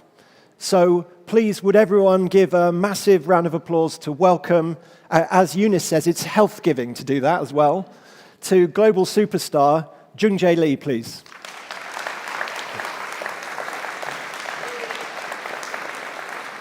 Fantastic. So, Jung-jae, I'm so happy you're here. This is absolutely brilliant.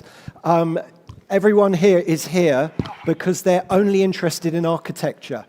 They're not here because they're interested in how amazingly famous and handsome you are. Now, you are someone who, is interesting because you have been in your career, you have been punched, you've been slapped many times, you've had things cut out of your neck. I think you have killed, on screen, your other personality, you've killed, ChatGPT says you've killed 20 people. I thought it was more people. And that you've been killed 5 times as well.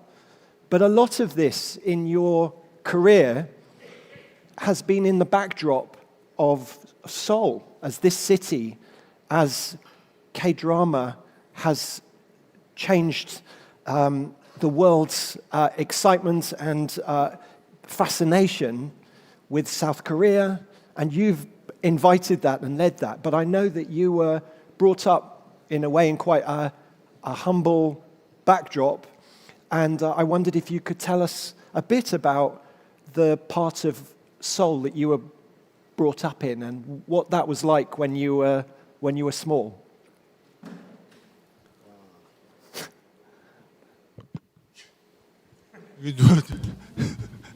통역해 주신 분이 안 계시네. Is there no interpretation?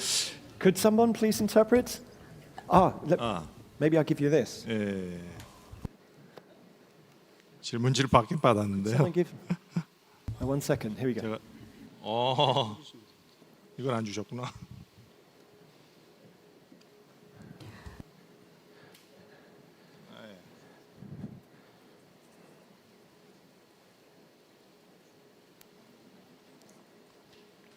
Talk amongst yourselves for just 1 minute, please. 제가 기억하는 가장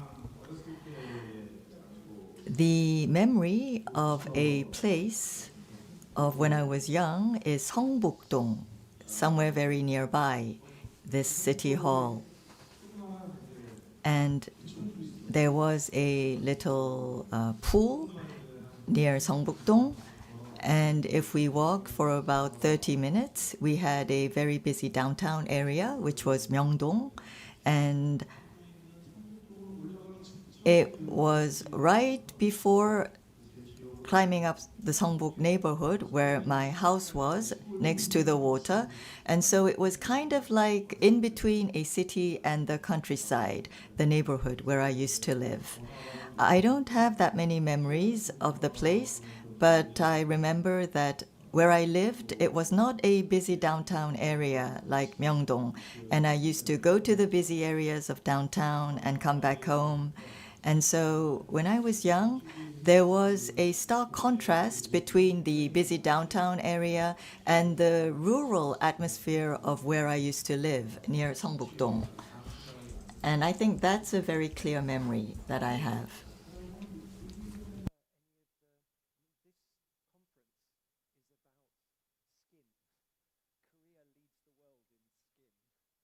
And we were interested in the skin of buildings, and I wondered what kinds of textures and skins of the buildings that surrounded you as a child. Was it modern buildings only, or were there also older buildings? And what were the textures and surfaces of those buildings? What were they made from?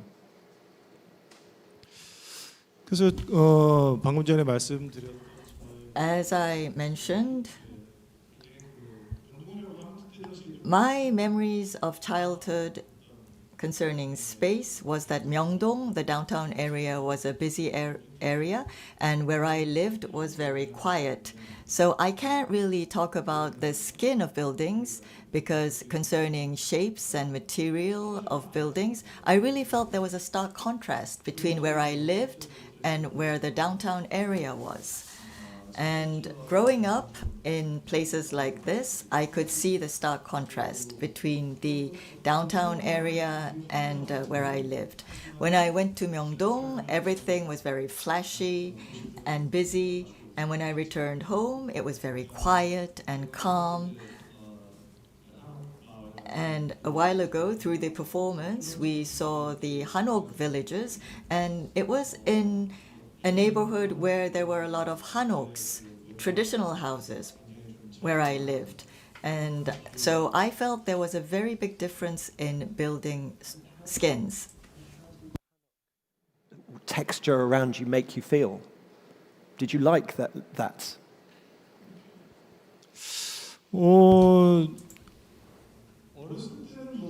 You know, when you're a kid, you don't really think about whether you like it or not, and you don't really compare. But now that I'm an adult, I sometimes feel I would like to live in a hanok, because hanok makes us feel warm, comfortable, and we feel that living in hanok will make us healthier. And as I age, I think these things are important. Who's been involved in commissioning and designing and building buildings, what would because the hanoks are so small, a city like Seoul needs taller buildings. How do you think we could make bigger buildings have some of the qualities of those smaller hanok buildings? And when you were thinking about buildings, and still do, I know we had a conversation about the outsides of buildings, and I wonder, what might you do, or what would your dream be to do with the outsides? Because that's our problem, is new things. 그렇게 맞습니다. 새로운 게 That's true. We need new things.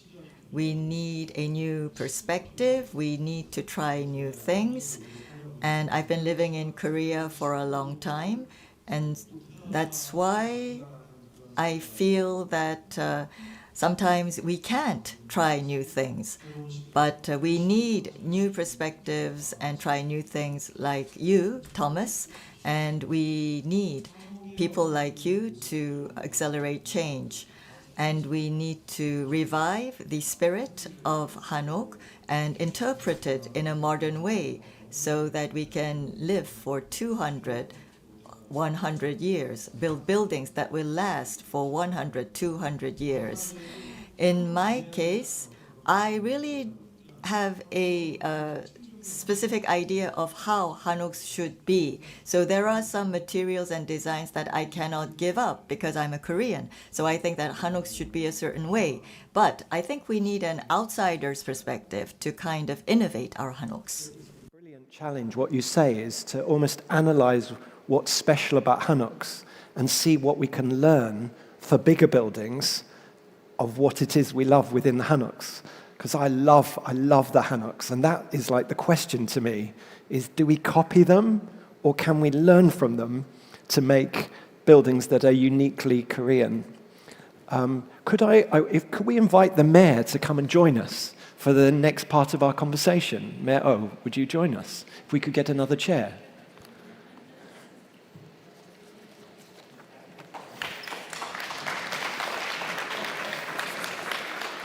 Fantastic. So I know that you're very passionate about improving people's quality of life, and that's something I notice and appreciate very much. And I don't think many mayors I've ever seen have the confidence to talk about physical city. They will talk about policy, but often not about the physical fabric. And that's something I particularly appreciate. How do you think the outsides of buildings could change people's lives? 건물의 외관이 Well, the outside of the building and the way it makes people feel, and that really is going to have a direct impact on the quality of life of people, their everyday life, because space dictates our lives depending on where you are, in which space you're in, and what is the emotion that you get from that space. It's going to impact how you feel. You may gain new insight, and your imagination could be sparked. So in that aspect, the exterior of a building is important. And also in front of the building, there are certain art pieces and sculptures that are also installed. So compared to the past, In the past, it was just mandatory, so people just set up anything and everything. But I think the building owners, they've opened up their minds and they're very actively invested in having a interesting piece of sculpture in front of the building. Although you asked me a question about the skin of a building, if you look at the citizens, they look at the entire cityscape. And that cityscape really impacts how that person feels and really impacts their quality of life.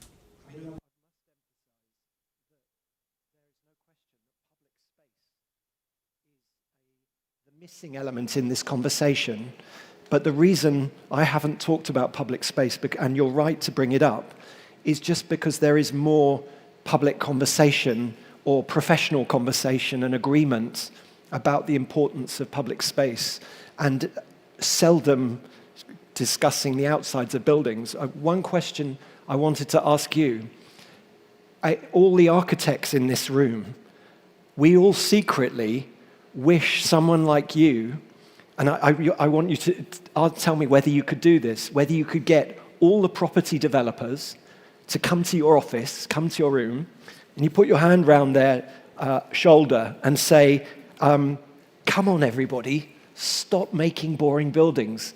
Why don't you let your architects fly? Could you do that? Are you allowed to do that? 예, Yes, with my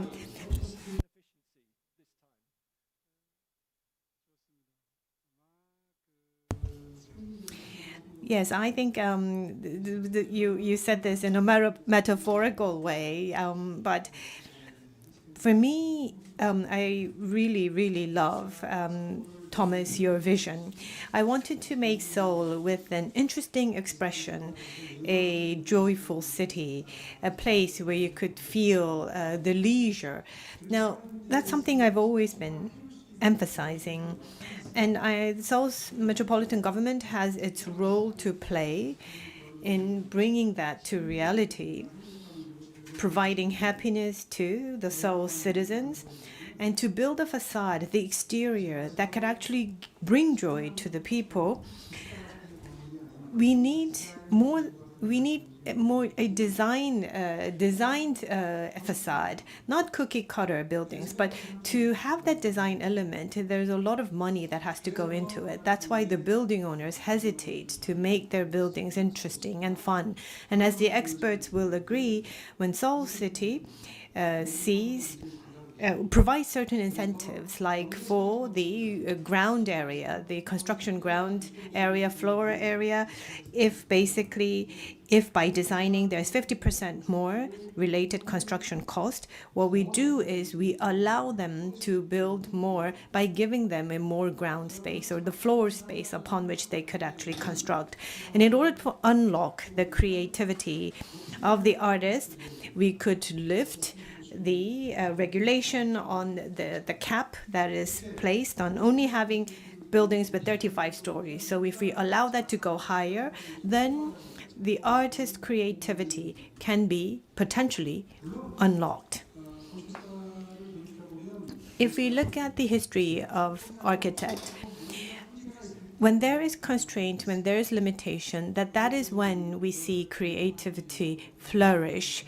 And in order to break through that constraint and limitation, we come up with an imagination that had never existed before and that brought to life a spectacular piece of work. But in many cases, if you lift that limitation on the height of the building, and if you remove the FAR, the floor area requirement, now Seoul Metropolitan Government adopted beyond zoning. We gave the floor area ratio related deliberations.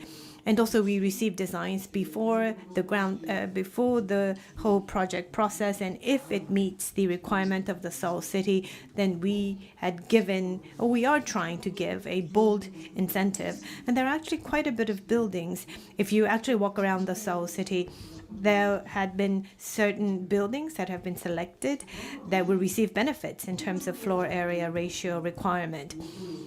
Now, different elements and at different points, you know, of acupuncture, right? If you hit the right mark, then the positive impact will spread.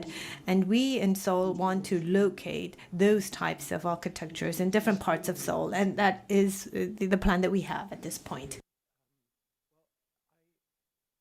Really particularly appreciate that, I mean, a key part of this Biennale is public conversation. And to have JJ with us, not scared of talking about architecture, and being part of helping the public conversation really grow is something I really appreciate. And also, what I really appreciate is that you didn't ask for my questions in advance. And he didn't say, don't ask me that, or do ask me that. And I've just realized the thing I should ask him. So I don't know, maybe this is going to seem shameless, so I'm sorry, everybody. But often it's amazing how influential films are. And sometimes our vision of the future is shaped by the films that we watch. Whether that's Star Wars or Dr. No, whether it's a James Bond film or whatever that is. And I suddenly thought, as a producer and as a director, could I pitch to you that we do some kind of film set in the future of Seoul, where we work with all the amazing architects of Seoul to show what the future of Seoul could really be. So it's so manipulative, by the way. He can't say no, can he now? But you know, in a way, what they often say is you can't be what you can't see. And so maybe the image of future joy, public space, there's a way we can show that. You have to say yes. But I wondered what your thoughts were, and when you are working on films that are set in the future, the possibility for the set designers and film designers to create futures. 네, 요즘 이제 You know that AI is creating the future images of future cities, and we have a lot of AI images of the future that are circulating on many different channels around us. Some of them are very innovative and creative, and we have great expectations for some of them. And personally, I have read a script. I am writing a script, and the background is Seoul 50 years in the future, 40 years in the future. So it's a TV show.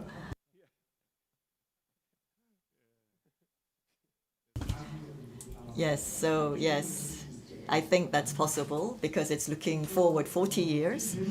Anyway, there are many exciting things that we can imagine about Seoul in 50 years, 40 years, and what kind of jobs Seoul citizens will have then, what type of culture they will enjoy, and what kind of daily life they will be living 50 years from now, 40 years from now. I'm writing the script right now, and it's a lot of fun. And I also think it will be interesting to discuss what the architecture and buildings of 50 years, 40 years in the future will be. And Thomas, you need to help me. It's an honor if you help us and give us some tips on this. So I am writing a scenario and script on this. And my final question to you, Meo, is really, how can we really grow the public conversation? That's what's hit me most, is this is not about us in the building design industry. We can talk as much as we like together, but that doesn't really make the change. It's only with the public conversation. How can we create the biggest public conversation? And I know that, I think that the Venice Biennale, in 6 months, the record number is 2.8 million people. Our Biennale is 1/3 of that. So if we could get 1 million people to come to the Biennale, we would have the world record for the most people at an architecture Biennale. But still 1 million people, it's a start. How can we create the biggest public conversation?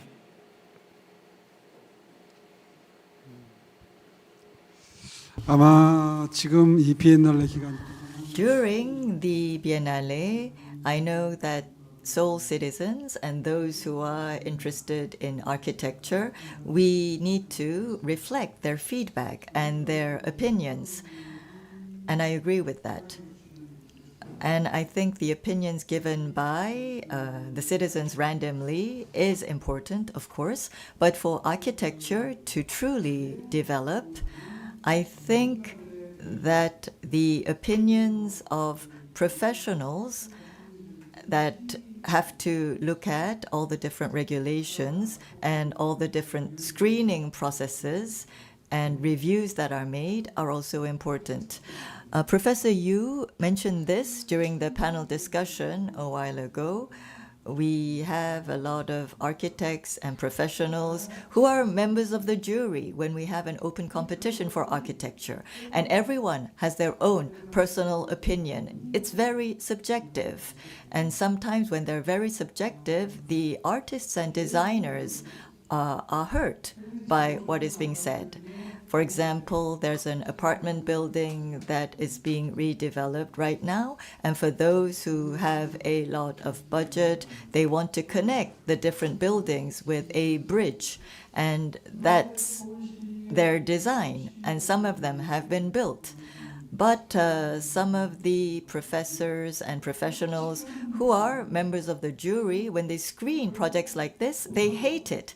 So they don't want the bridges to be built. And because it takes time to persuade them, people give up. And so it's not happening.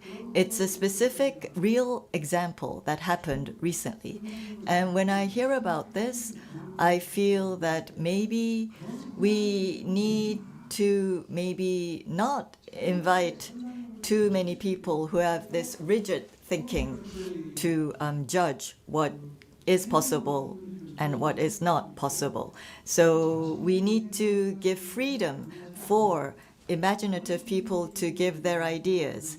And we need to invite members of the jury who screen to accept creative ideas. Citizens' opinion, it's not easy to collect their opinions. Each time a building goes up, we cannot go around asking each citizen what they think. And even if we accept what they are saying, it's really difficult for us to really get a general idea of what they want. And it's difficult to really communicate their ideas to the decision makers. But what I think is needed is when something imaginative and creative is proposed in the architectural process, we should let this imagination bloom and flower. And maybe that's the way to satisfy the citizens. One thing that I think is important to talk about from an outsider perspective to Seoul is that Seoul, I think, has one great benefit and strength compared to almost every other city I know, which is that you have a city architect. And it's interesting when we talk about the democracy and then the idea that there isn't good leadership. And I know that I think no film would be good if everyone has to decide how it's going to be good. Someone needs to lead the film and say, well, let's make it like this. And be given the benefit of the doubt to do that. And I think it's an interesting role. We have Professor Kang here. We don't have a lead architect. Professor Kang is head architect for Seoul. And I think it's very interesting to see the leadership that encompasses policy, all the things you have to encompass in policy, at the same time as having someone who has that dedication and focus on the physical.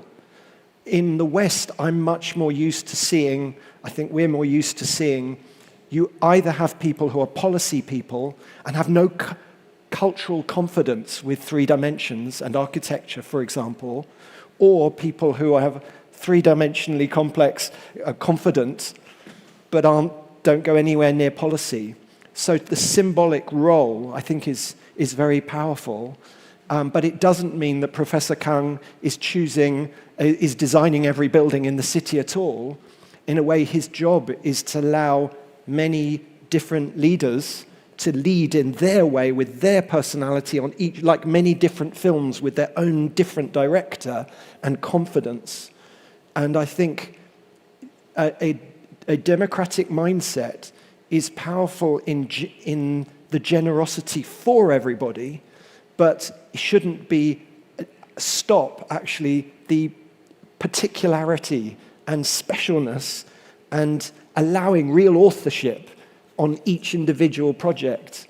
And I think you have a system that is more conducive to that than I've seen anywhere else. And I wondered how it's possible. What tips do you have? Or is he terrible behind the picture, in the background? What tips do you have for other cities?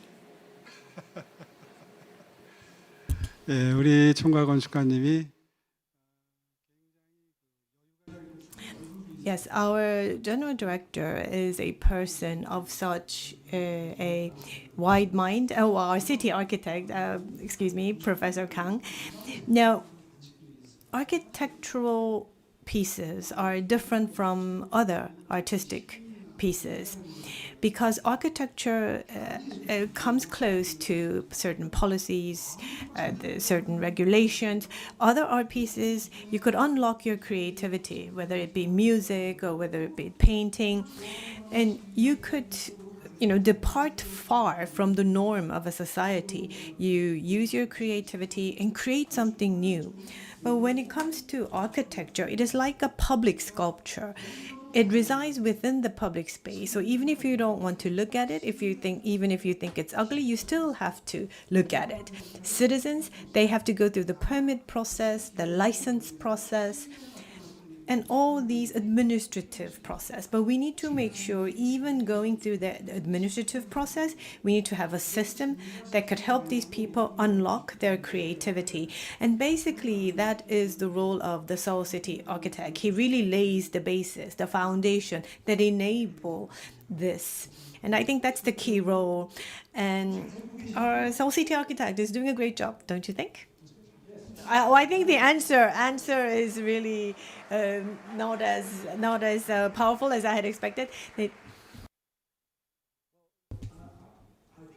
up this session, but I think we're all now really curious and excited to see your 50 years ahead of the city, and there's lots of decisions there to make, about how optimistic to be, and I think we'll all be so.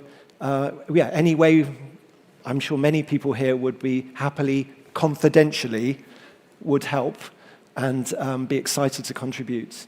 And I also particularly notice and appreciate your willingness to discuss the physical environment. I don't know many politicians who are willing to actually discuss it and feel confident enough to try to inspire other people about that. British politicians get totally scared of this conversation. So thank you both. Will you give everyone a healthy round of applause? Thank you. Thank you.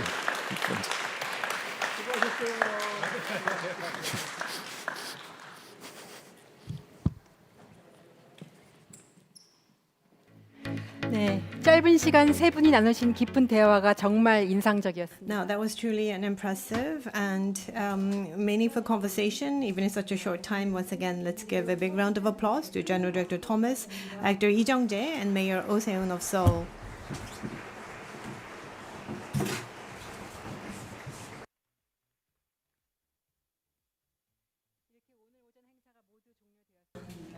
Now that brings us to the end of the morning session. We have more program for you in the afternoon, so please join us. After lunch, we will have lunch break until 2 p.m.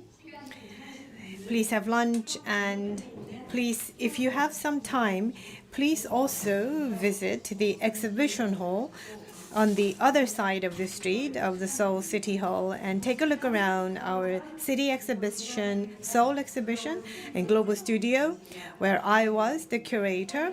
So please take time to look around the exhibition hall. I strongly recommend it. Please enjoy lunch, and I'll see you back here after lunch. Thank you.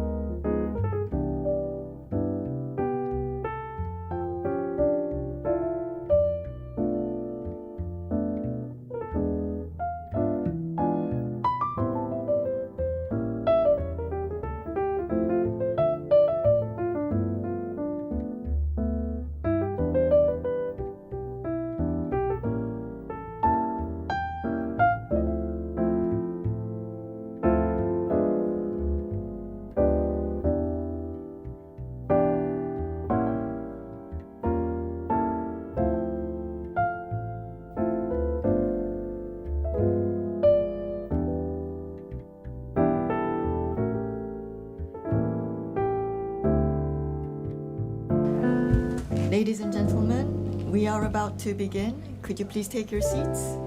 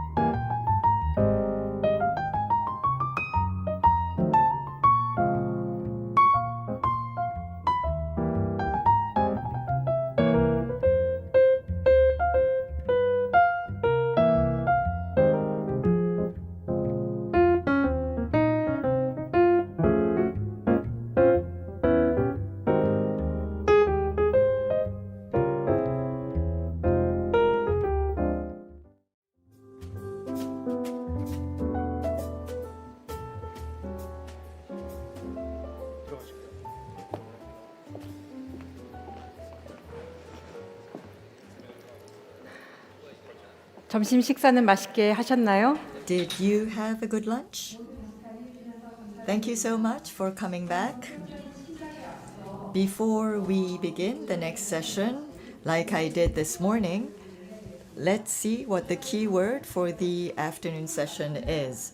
Like I did in the morning, I'm going to assemble the cube and then we will see a picture and we will know what the keyword is.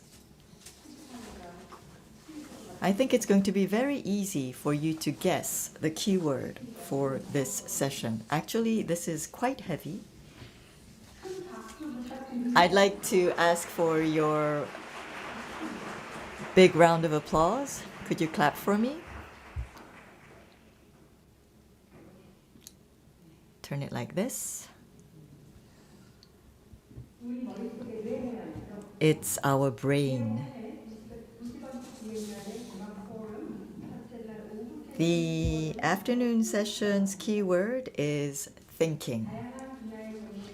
We have invited several experts and professionals to look at the visual complexity and the people of Seoul, and we will also hear the outcome of some research results. Could we also start this session with some clapping?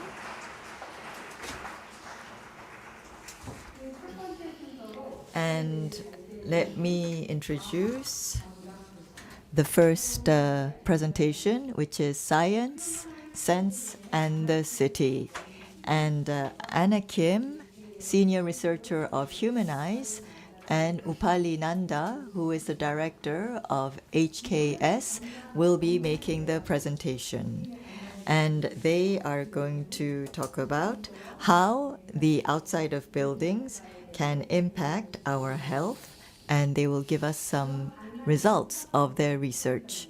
I'd like to invite our two speakers up on the stage. Let's give them a big hand.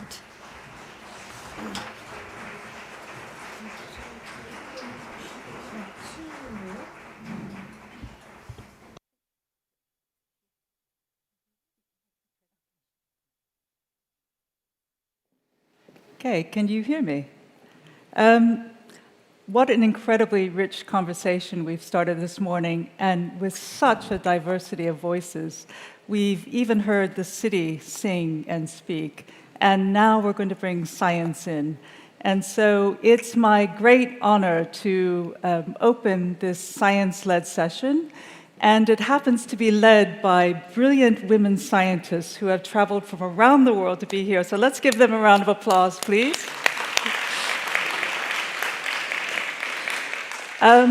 This is my first time in Seoul, and it's very emotional, not just because the star of Squid Game is here, but because, in a real sense, I owe my very existence to the generosity of this city. Let's see, is this working? My father, as a young man, escaped Pyongyang to come to Seoul, a city which gave him sanctuary and an education and safe passage to the United States, where he went on to study science at MIT and realized his true Korean identity as a massive overachiever. And speaking of overachievement, Seoul's own reinvention from the destruction of war to a global powerhouse is truly remarkable. But we're here because, like many global cities, Seoul faces a new set of challenges. I think about the phrase from the philosopher Byung-Chul Han, the burnout society. And Seoul also has an historic opportunity to lead a new urban agenda, to design not only for growth, but with an architectural generosity that truly supports the human needs of its citizens. We're in a historic inflection point where more of our world is migrating to cities than any other time in history. And therefore, understanding the health impacts of the built environment is a public concern. It's a critical, urgent collective concern for us all, not just architects and designers. And science is confirming what we know intuitively to be true, that these walls of public life that we all share aren't just a backdrop. They're an active force shaping how we feel, function, and connect, or feel disconnected, in fact. And so today, we at Humanize are launching a new report.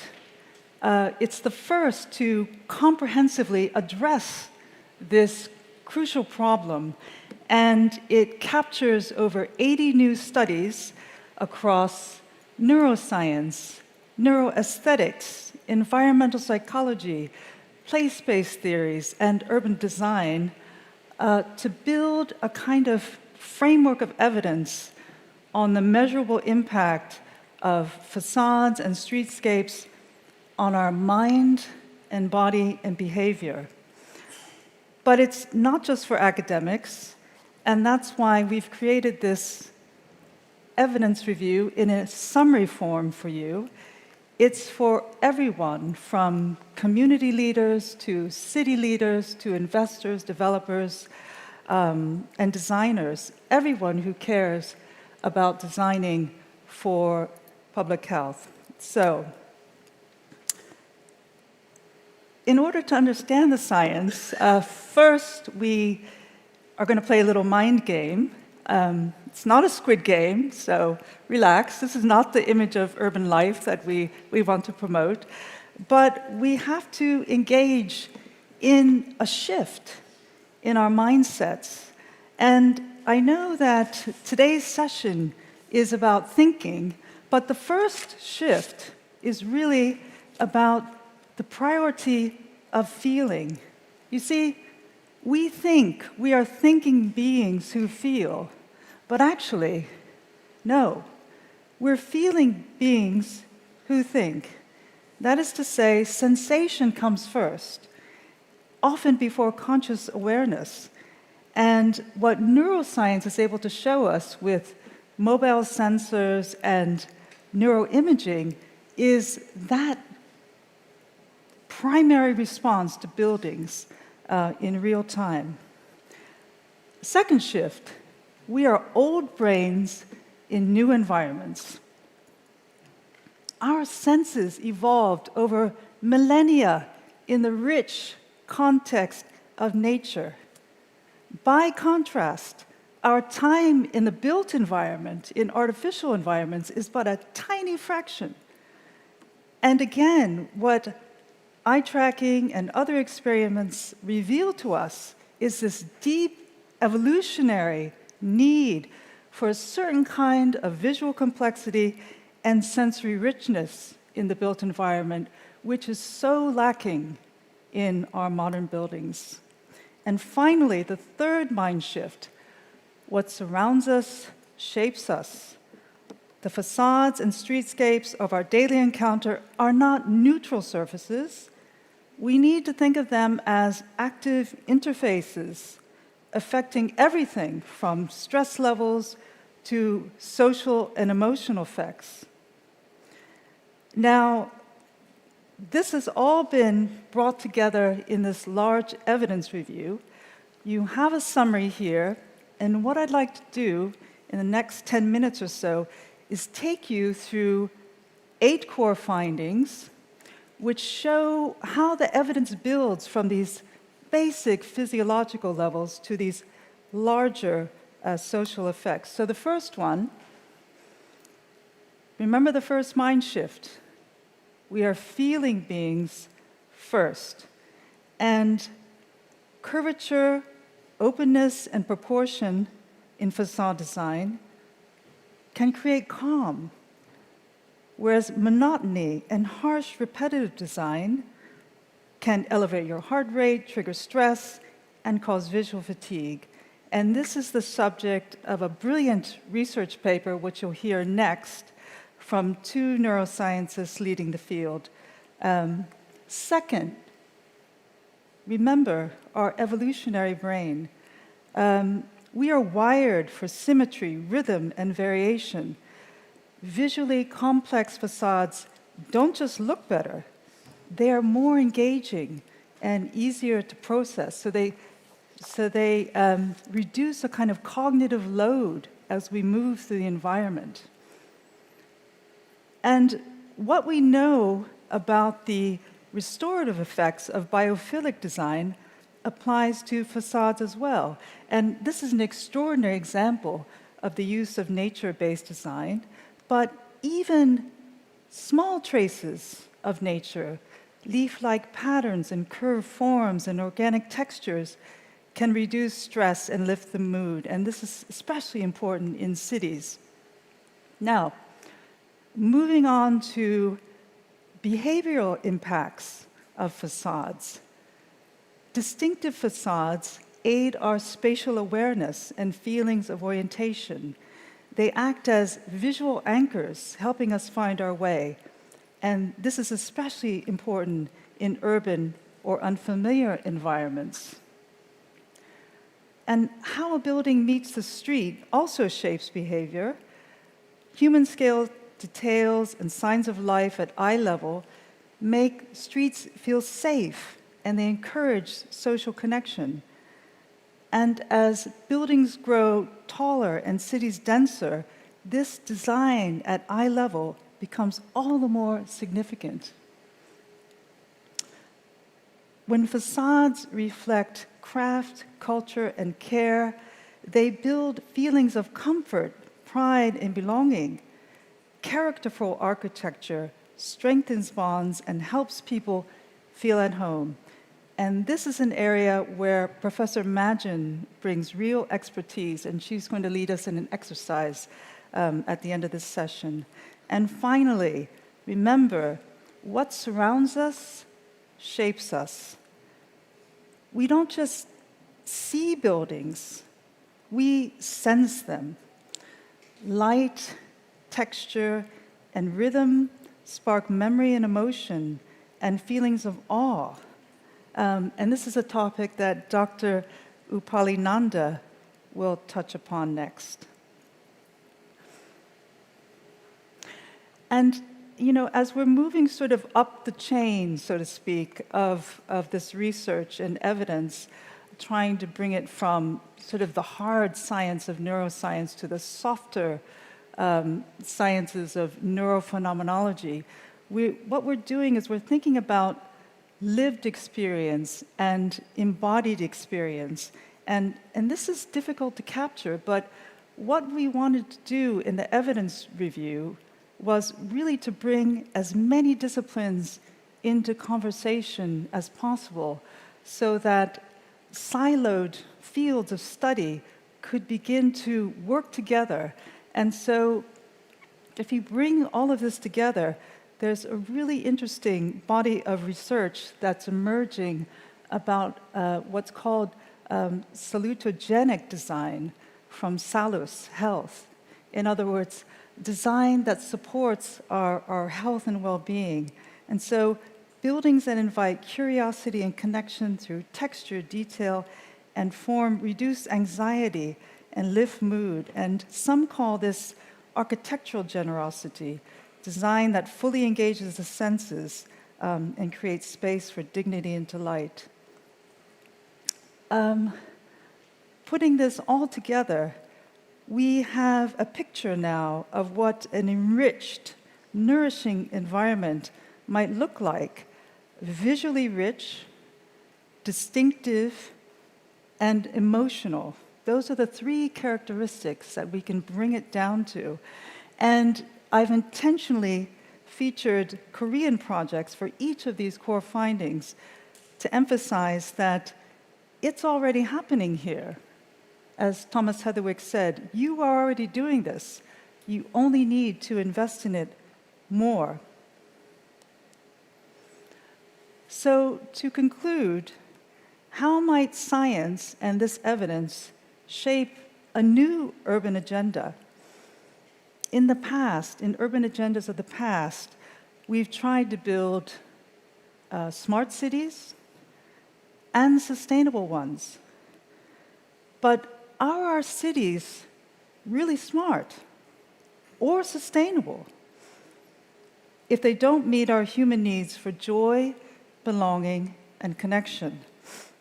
Perhaps a wise city will embed emotional intelligence in design and an ethics of care in how we build now and for future generations to support both human and environmental sustainability. And this is the topic for tomorrow. We're standing at a new frontier where emerging science and design can help create more radically human buildings. But we can't do it alone. It's only possible in collaboration and in conversations like this one as part of a global movement. So I invite you to join us, read and share this report. Please get in touch and carry this conversation forward. And now it's my great pleasure to invite Dr. Upali Nanda to the stage. Welcome, welcome Upali.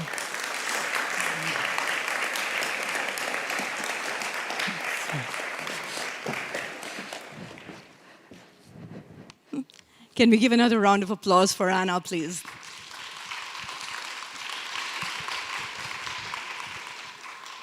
Everything she said is so elegantly simple. Then why is it so hard to do? If what we are hearing resonates, why is it so hard to do? I'm representing practice today. I'm a researcher in practice. I've been in practice for 2 decades. I've held a strange bridge professional role. I'm a pracademic. I moonlight in academia. I teach, I research, I practice. I speak to developers. I have to talk profit and bottom line every day. And for 2 decades, my work has been in the intersection of human perception and design. Because in the end, 2 things always will hold true.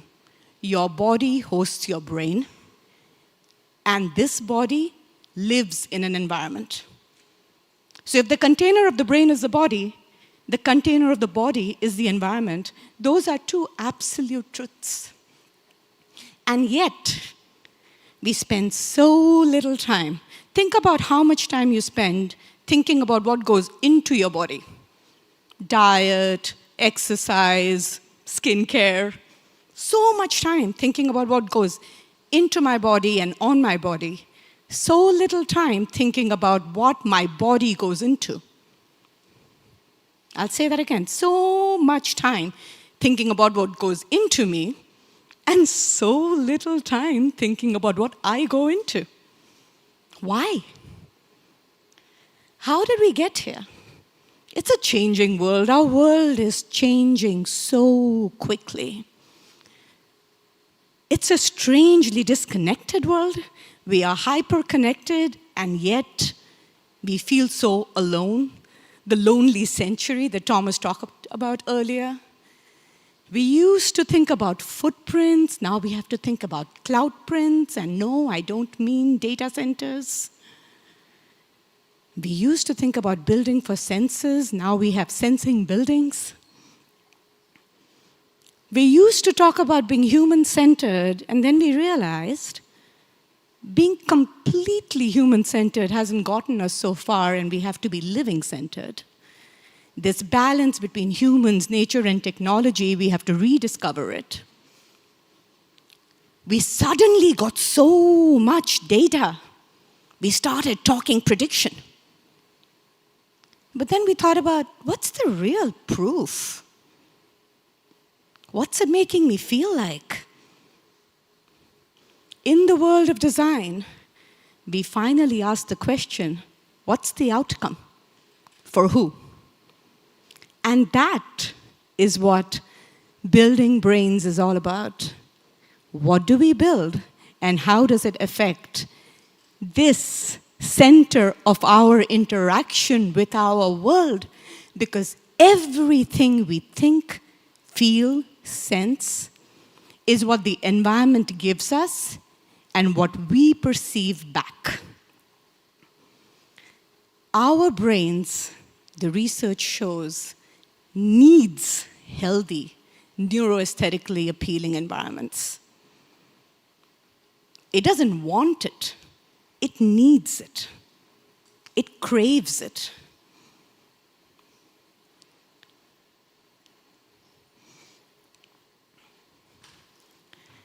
In the research you're about to see from Umi and Cleo, you will see the proof at a neurological level. Something as simple as the complexity of the facade can light up regions of my brain in provable ways. It can make a difference in a precise way that I can measure and tell you. But the real question for many of us here is, fantastic, is that an academic endeavor? Can we do this in practice? Is it possible to do this in practice? What does it do to my bottom line? You can. It's not easy. But it will be easy if the movement that has just taken off becomes mainstream. Here's a tiny little example. We did a neighborhood in UC San Diego. And instead of calling it a live-learn neighborhood, we called it a live-learn lab. And it had a very simple premise. What if the places we live in become our laboratories? What happens then? If I don't pretend that the building, my project is over when the doors open, but rather I say my project begins when the doors open. In this project, the client said that I want you to do it in design, bid, build. A design build project, which means strict schedule, strict budget, cannot be changed. But I'll give you an extra year to measure outcomes from it. And the client said that, right? Because it was a university, and they said, could we learn from what we create? And so we measured impact, and things like energy use was pretty easy to measure, and we exceeded those impacts. But what was fascinating is, for the first time, the client said, can you measure human experience? Can you talk to the students? Can we find out? And so the entire research was done for a year with students on the campus measuring their lived experience off the campus. Not too complicated. And yet the findings were fascinating. What we found was not only was there an increase with student satisfaction, but there was an 8.2% reduction in student-reported depression. New campus, on budget, on time, and an 8.2% reduction in student-reported depression. And students would say that just walking around the campus promotes well-being. What was different about the facade or the outside of the buildings? The scale. They had moved from two-story apartments into this large, multi-story campus, and the entire thing was designed in sections, so the facade was broken up. Happened because we started with human experience, and because we knew we had to measure human experience. And that project was not more expensive, it was more intentional. Because emotions matter. And when we design for emotions, business follows. Because we make emotional decisions 5 times faster than we make rational decisions. And good design inspires emotions. Good design makes you feel something that then you rationalize with a lot of business decisions. And every designer in the room knows it. And yet, we don't give enough time to it. We're going to talk about the emotion of awe, because honestly, I have become fascinated by the topic. That's the reason. Let's talk about the anatomy of something like awe. Feelings of awe create little earthquakes in the mind. It's why we go on vacations. Somehow we have decided that awe is not available to me in my daily life, and I have to go somewhere to find it. But here is what awe does. Just experiencing awe activates parts of your brain which are related to executive function, emotional regulation, pleasure, reward, and my favorite, when you experience awe, you reduce your sense, your focus on yourself. When we experience awe, we stop being obsessed with ourselves. What does that do? Scientists will argue that awe plays an important role in happiness, health, and social interactions. And in fact, it may have played a role in how humans got along because they experienced awe together and they felt small together and they realized that to be something bigger, we have to do it together. What if I said that if you want to solve for loneliness and mental health issues and all of this disconnection we are feeling, get more awe. What you experienced yesterday in the opening ceremony, that was awe. And that feeling of connection for everyone who shared that moment will pay off dividends for years and years and years together. And awe has a formula. Scientists say that awe is an emotion when two criteria are met. One, it has to feel vast, not be vast. It has to feel vast. And second, it has to surprise you. It has to update your mental schema, just a little bit of surprise, something unexpected. It's vastness and surprise. And if you take it as a design challenge, it's not impossible to achieve. And yet, why do we give so little attention to designing for emotions like awe? Why do we measure function but take emotion for granted?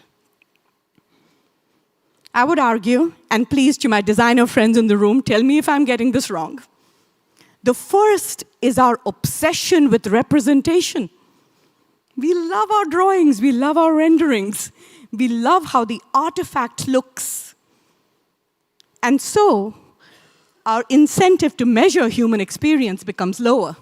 We have very little measure of, what's my incentive? I gave you the drawings, you will go and build the building. Why am I measuring? Only when you have a client that says, hey, I'm not going to give you all of the fee until you tell me a year later how somebody living there felt. That's incentive. The third challenge is disciplinary arrogance. And I think Thomas talked about this a little bit. We love our little silos. We love talking to each other. We feel so good. We talk to each other. Nobody else understands us. But that's hard because when that happens, public awareness goes down. And to me, this movement is so powerful because it's about public awareness. Everything changes when the public is aware and demands it. How many times have I been the only architect in the room who's saying, why are you talking about heart health, but you don't have an architect in the room? Why are we talking about public health and there isn't a designer in the room? Everyone is spending their lives in some place, but the designers of that place are not in the critical conversations. Why? Because the public hasn't made this statement saying where I live matters, where I work matters, and I want someone to change that. Because once you've built something, it takes 40 years even for the most ugliest wrong building to be taken down. You are stuck with your mistakes. So please, for the public to stand up and say, we demand more, is vital. Immersing ourselves in the experience of what it means to feel a place, to spend time thinking about it, is vital. I would argue that every design decision is only a hypothesis. We're only thinking that this is what's going to happen. Lived experience is the outcome. And if it is, then how do we get there? How do we get to the outcomes that change cities, that change societies? First, I think we make practice a creative lab. which is anchored on this art and science of being human, not human-centered, but being human. What if every project is a lab for being human? What if we constantly ask this question, why? Why am I feeling a certain way? For those of you who are right now in this moment feeling that boredom, why? Is it me? Is it what I'm saying? Is it the fact that you just had your lunch? Is it the fact that the room is dark? Is it the fact that you know that I have the power because I have the light and you are sitting out there in the dark? Anytime you feel something, ask why. And then ask, what is the role of the environment in it? That's the project we're starting right now. Asking this question about why do some places inspire awe? Why do they make us feel connected? Why do they shape us? And why can't we explain it? And this is a crowdsourced project. We're building an entire image bank for this. So if you take a picture of this QR code, which will come up, please take a picture of the code, share an image of why places matter, and please give it to your daughter, your brother, your friend, someone who is not in the design industry, to get an image bank of why places matter. Let's do it together. We have a coalition that's building with the Humanized movement to get policymakers, developers, and everyone who does not believe in the movement and very much focused on practice to say this is not going to affect your bottom line other than making it better, because design matters. And guess what?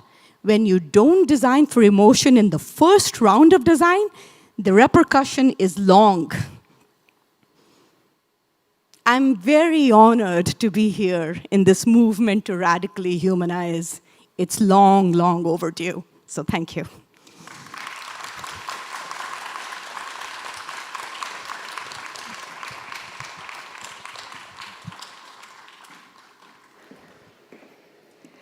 네, 두 분께 Thank you very much. I am going to sit down and host the Q&A session.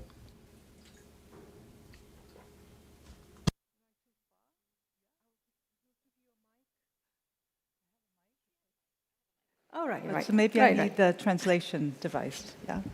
Okay. I'll be asking you in English, Anna. Oh, okay. Okay. Okay. Okay. Yeah. Okay. All right. So I have a couple of questions prepared. What do you feel needs to change in the practice of architecture to achieve more humanistic design? I think if we did everything we talked about today, it changes, but maybe three things. Clients ask for outcomes in terms of lived experience.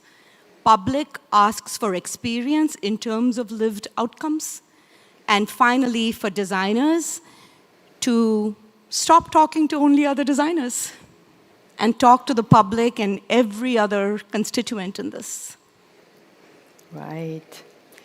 And I think the second question follows the first one. Why does your firm HKS invest in research? Because I made them.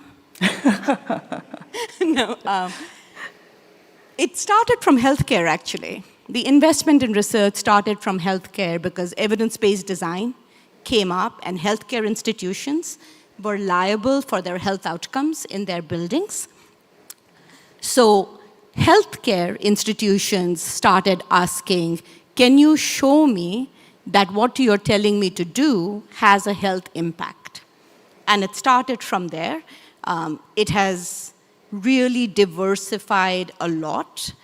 But it has changed because for some typologies, we were asking for outcomes, and we did not have a way of measuring. I will say that even though we have invested, and many firms, like Heatherwick does, many firms now invest in research, what we really need to make the switch is to change the way we do investment and what we ask from our designs for that research to be truly useful.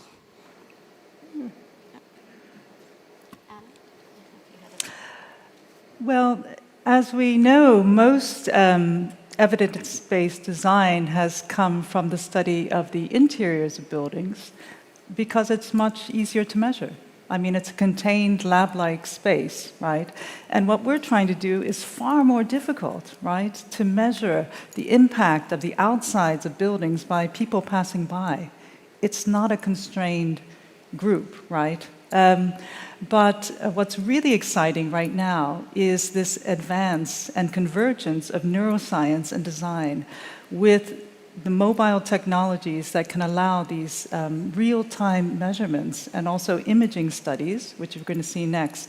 And so, you know, I think that we're and as I said, we're kind of on a frontier of a new possibility to finally get a handle, at least a beginning of an answer to this question. So I think it's a moment that we really have to capitalize on. Right, right. Yeah. One little caveat I would also add to that is we realize that sometimes it's very hard to do to unpack the impact of design when you're responding to a brief, a design brief that doesn't ask for more, right? That's a big problem. So part of investing in research is to go upstream in the conversation and to educate policymakers, C-suite members, city leadership, to say ask more, because if you ask more of design upstream, then design will do more. And sometimes we're asking very little. Right, right. You talked about who the designers should speak to. So not just among designers, but the public and also someone up higher. At your personal level, how do you make a business out of your research? I will say I found it very surprising that in this world, you pay a lot more money to people who tell you what to do and a lot less to people who do it. It's strange. But we have actually found that being on the upstream level of design advisory, to be able to say, this is how you want to set up your portfolios, this is what you want to prioritize, setting up strategy for design before you do the building for design, can actually be compensated for. So 20 years ago or 10 years ago, I would have said there is no monetary value. But that is because as architects, we are not taught how to value things. We undervalue our creative potential more than any other industry I know. So I do believe that there is a lot of value, not just in integrating it into design, but doing more upstream work that tells you about how to frame design. And we have been successful. It's still starting, but I think we're going to see a lot more of it. Especially in a world, and I'll go back to something Thomas said, in this day and time with AI, with the digital revolution, with this strange world we have, the digital-physical convergence and the relevance of the physical environment has never been more critical. So your spatial intelligence, the ability to physically realize something, is a superpower. And we really should lean into this time.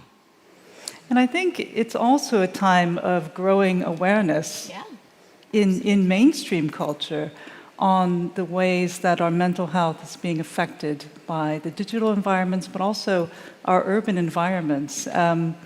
So I think, you know, it's also something that taps into a larger consciousness now of how important our nervous system is. You know, almost everyone knows now that we're overstimulated, we're stressed, and so it's the perfect time for architecture and design to talk about this shared environment that we live in.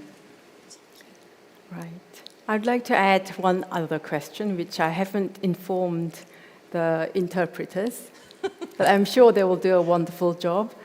I would like you both to answer the last question.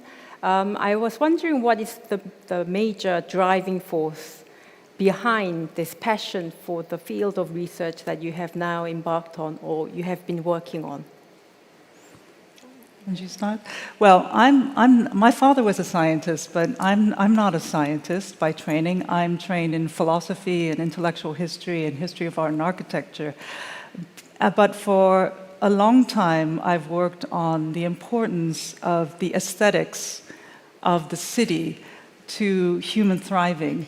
And so when Human Eyes launched their campaign and Thomas wrote his book, it was something that resonated deeply for work that I had done for over 15 years on what constitutes a thriving city, one that really nourishes and supports human capabilities to the fullest level, and to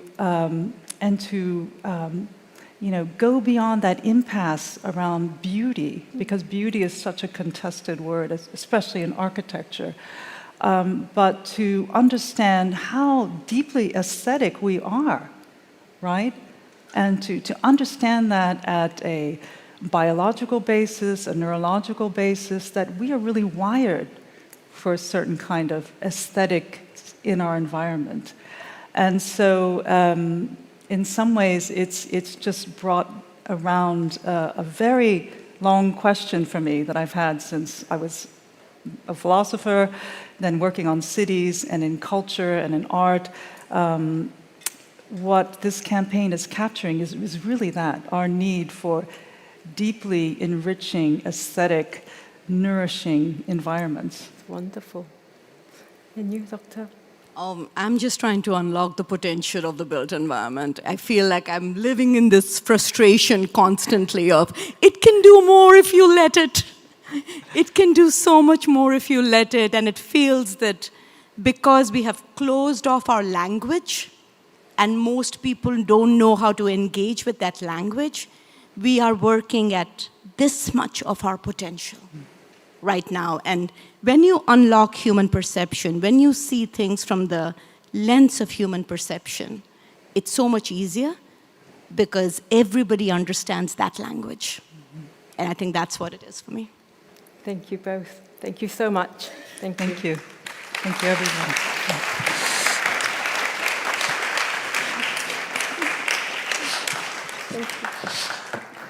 네, 오늘 두 분 덕분에 Thanks to our two speakers, we were able to look at the relationship between healthy citizens and a healthy city. Let's give our two speakers a warm round of applause once again to thank them.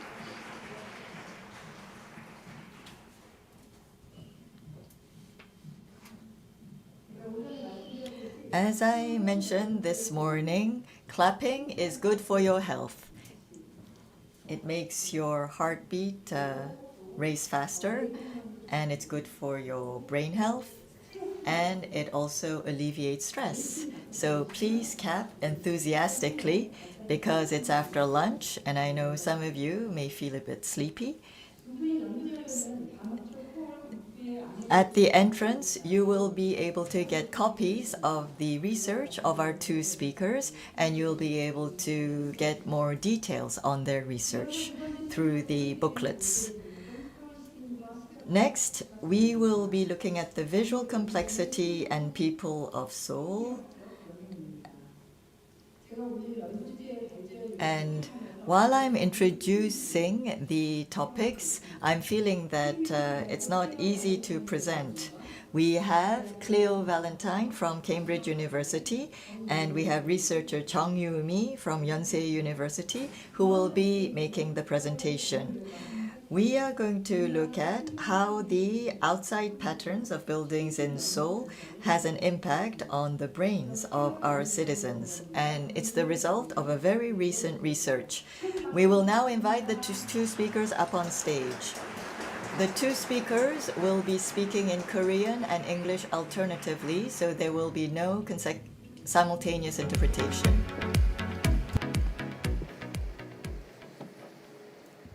Good afternoon. We're good? Started. Good afternoon. Thank you so much for having us here today. We are incredibly excited to share our new research. And also, we're so deeply honored to be able to share this work with you and share this event with you. So my name's Cleo Valentine, and together with my colleague Umi and our wonderful collaborators, we've been exploring how buildings affect the brain and our well-being more generally. So at its heart, really, our work asks a very simple question. It asks what kinds of environments create stress in the brain and in the body. And this matters because stress isn't simply an emotional response. It's actually a profound driver of human health and wellness, and potentially disease. 네, 안녕하세요. 오늘 발표를 맡은 정유미입니다. 우선 오늘 이렇게 초대해 주셔서 감사드립니다. 이번 연구는 이제 저의 연구자인 클레오 발렌타인과 함께 우리가 살아가는 이 시대에서 건축 디자인이 우리의 뇌와 웰빙에 어떤 영향을 주는지에 대한 주제로 이야기를 나눠보고자 합니다. 저희 연구는 아주 단순하지만 중요한 질문에서 시작을 했습니다. 바로 어떤 환경이 우리에게 스트레스를 주는가였습니다. 스트레스는 단순한 감정에서 끝나는 게 아니라 만성 질환까지 유발할 수 있다는 이 점이 저희 연구의 출발점이 되었습니다. So before we dive in, we got two clickers. Before we dive in, I do want to put a quick note of caution. So some of the slides do include stripe-based images, so they're called high contrast, regular, repetitive patterns. And these may actually cause visual stress for those with visual sensitivity, including those with epilepsy. So if this does apply to you, I would suggest averting your gaze for the next 2 minutes. 네, 본 발표에서는 이런 시각적 스트레스를 유발할 수 있는 이미지가 포함되어 있습니다. 이에 민감하신 분들께서는 시각적 스트레스를 유발할 수 있어서 이와 관련된 증상이 있으신 분들은 시청을 피해 주시기 바랍니다. So something that this event really emphasizes is that architecture does a lot more than shape appearances. It really shapes our experience. And research from the field of neuroarchitecture, which is the field that we work in, which really examines the relationship between the built environment and the nervous system, it highlights that design features such as light, spatial frequency, patterns, and scale actually have a profound impact on our health. So spaces can help to support calm and focus, but they can also elicit feelings of strain and stress within the body. And in dense urban settings like Seoul, where people are exposed to facades and streetscapes for hours at a time, for days after days, weeks after weeks, for years, these impacts can actually accumulate within the body. And what might seem like a visual detail can potentially, over time, if you're exposed to it for long enough, become a public health concern. This links design choices to fatigue, discomfort, and even chronic illness. And this is very much the focus of our work today. 네, 그래서 여러분 건축은 단순히 멋진 건물을 지어야 하는 게 맞다고 생각하십니까? 건축은 우리가 매일 어떤 기분을 느끼고 어떤 경험을 하는지가 결정짓는 중요한 요소라고 판단을 했습니다. 예를 들어 창이 크고 자연이 보이는 카페에서 있으면 마음이 편해지고는 하죠. 하지만 창문이 없거나 좁은 통로, 이런 복도의 경우에는 저희는 답답하고 긴장한 기분을 들기도 하죠. 특히 이렇게 서울처럼 복잡한 도시에서 사람들이 하루에도 몇 시간씩 건물과 거리에 마주하게 됩니다. 그래서 이런 작은 디자인의 차이가 쌓이면 결국은 우리 건강과 웰빙에 큰 영향을 줄 수 있을 것으로 판단했습니다. So as part of this work, we began looking at the presence of something called regular, repetitive, high contrast visual patterns in the built environment. And we did this actually because research from the field of visual sciences suggests that visual exposure to these patterns can actually create a stress response in the brain. And this can, in turn, actually lead to visual discomfort, impaired task performance like reading rates, and in extreme cases, it can actually trigger migraine headaches and seizures in susceptible individuals. 네, 여러분, 지금 앞에 보이시는 이 그림을 지속적으로 봐주세요. 혹시 이 그림을 보시다가 어지럽거나 울렁거리는 기분이 들기도 하시나요? 실제 연구에 따르면 시각적으로 불편함을 일으키는 이런 패턴에 반복적으로 노출이 되면 우리의 뇌에서는 스트레스 반응이 일어날 수 있습니다. 이게 심해지면 편두통이나 발작까지 유발할 수 있는 아주 위험성이 있기도 하는 거죠. So while the presence of these patterns may seem inconsequential, they actually become really hard to ignore once you notice them. And I've actually spoken with several people who report being unable to enter certain environments because the visual exposure to these patterns can trigger headaches and migraines. And additionally, when showing this research to architecture and engineering firms that will remain unnamed, designers have actually told me that they've had clients come back to them and tell them that their occupants have complained so significantly that they've had to actually alter these environments retroactively after their completion. So one specific example was a library where students complained that the acoustic panels were actually triggering migraine seizures. 네, 그래서 앞에 보이시는 이런 패턴들은 처음에는 저희가 별거 아닌 것처럼 보일 수 있습니다. 그러나 한번 눈에 들어오기 시작하면 쉽게 무시하기가 어려워지죠. 실제로 몇몇 분들은 이런 시각적 패턴에 두통을 유발했던 사례도 있어서 이런 특정한 환경에서는 들어가지 못하는 경우도 존재하기도 합니다. 또한 저희 연구를 건축가나 엔지니어들에게 보여줬을 때 한 가지 사례에 대해서 이야기를 해주었습니다. 어떤 클라이언트들은 정말 디자인이 우리에게 너무 영향을 많이 준다고 불편을 호소했던 점도 있었고 결국 완공이 된 뒤에 다시 공간을 고쳐야 하기도 했었죠. 그리고 더 한 가지 구체적인 사례로는 이제 어떤 도서관에서 학생들이 음향 패널 때문에 편두통이 생긴다라고 불평을 해서 문제가 된 적도 있었고요. So it's always important for us to consider why, as researchers. Why might these patterns actually elicit this feeling of visual discomfort? And of interest, one theory actually suggests that our visual system evolved to process images that are commonly found in natural environments, the environments that we evolved within. And natural images, although you can see here, they're very distinctive and diverse in their content, they actually share similar statistical features in their composition. And visual processing within the brain actually is most effective when images have spatial characteristics that are found in these organic forms and environments. 네, 여러분, 그런데 왜 이러한 패턴들은 우리에게 이런 불편함을 유발할까요? 재밌는 사실을 하나 말씀드리자면 우리의 이런 눈과 뇌는 자연에서 흔히 보는 것들을 가장 잘 이해하도록 발달해 왔습니다. 예를 들어 지금 사진에 보이시는 것처럼 나뭇가지가 뻗어나가는 모습이나 바다의 파도를 볼 때 마음이 편해지기도 하죠. 하지만 앞선 그런 격자의 패턴과 같이 줄무늬들이 이어지는 것을 오래 보게 되면 눈이 쉽게 피로해질 수도 있습니다. 즉 우리의 시각체계는 아주 유기적이고 자연스러운 모양을 좋아하고 그런 이미지를 볼 때 가장 편안하게 반응한다는 것입니다. However, departures from these natural image properties, many of which are now more frequently encountered in contemporary urban environments, they actually have the potential to induce this feeling of visual discomfort. And the unnatural image properties causing this discomfort include things like these high contrast, regular repetitive patterns that we've been talking about, things like a strong luminance contrast, and also high degrees of light flicker, which we commonly encounter in contemporary spaces.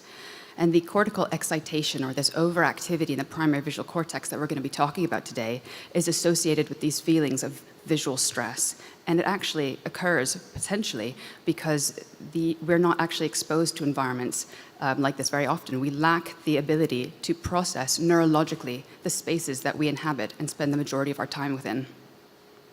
네, 지금 앞에 보이시는 것처럼 문제는 우리가 살아가는 현대 도시는 이런 자연스러운 모양과는 거리가 멉니다. 직선이 반복되고 강한 대비가 이어지는 패턴들을 매일 마주하게 되죠. 이런 패턴들은 우리의 눈과 뇌를 피곤하게 만들고 때로는 불편함까지 느껴지곤 합니다.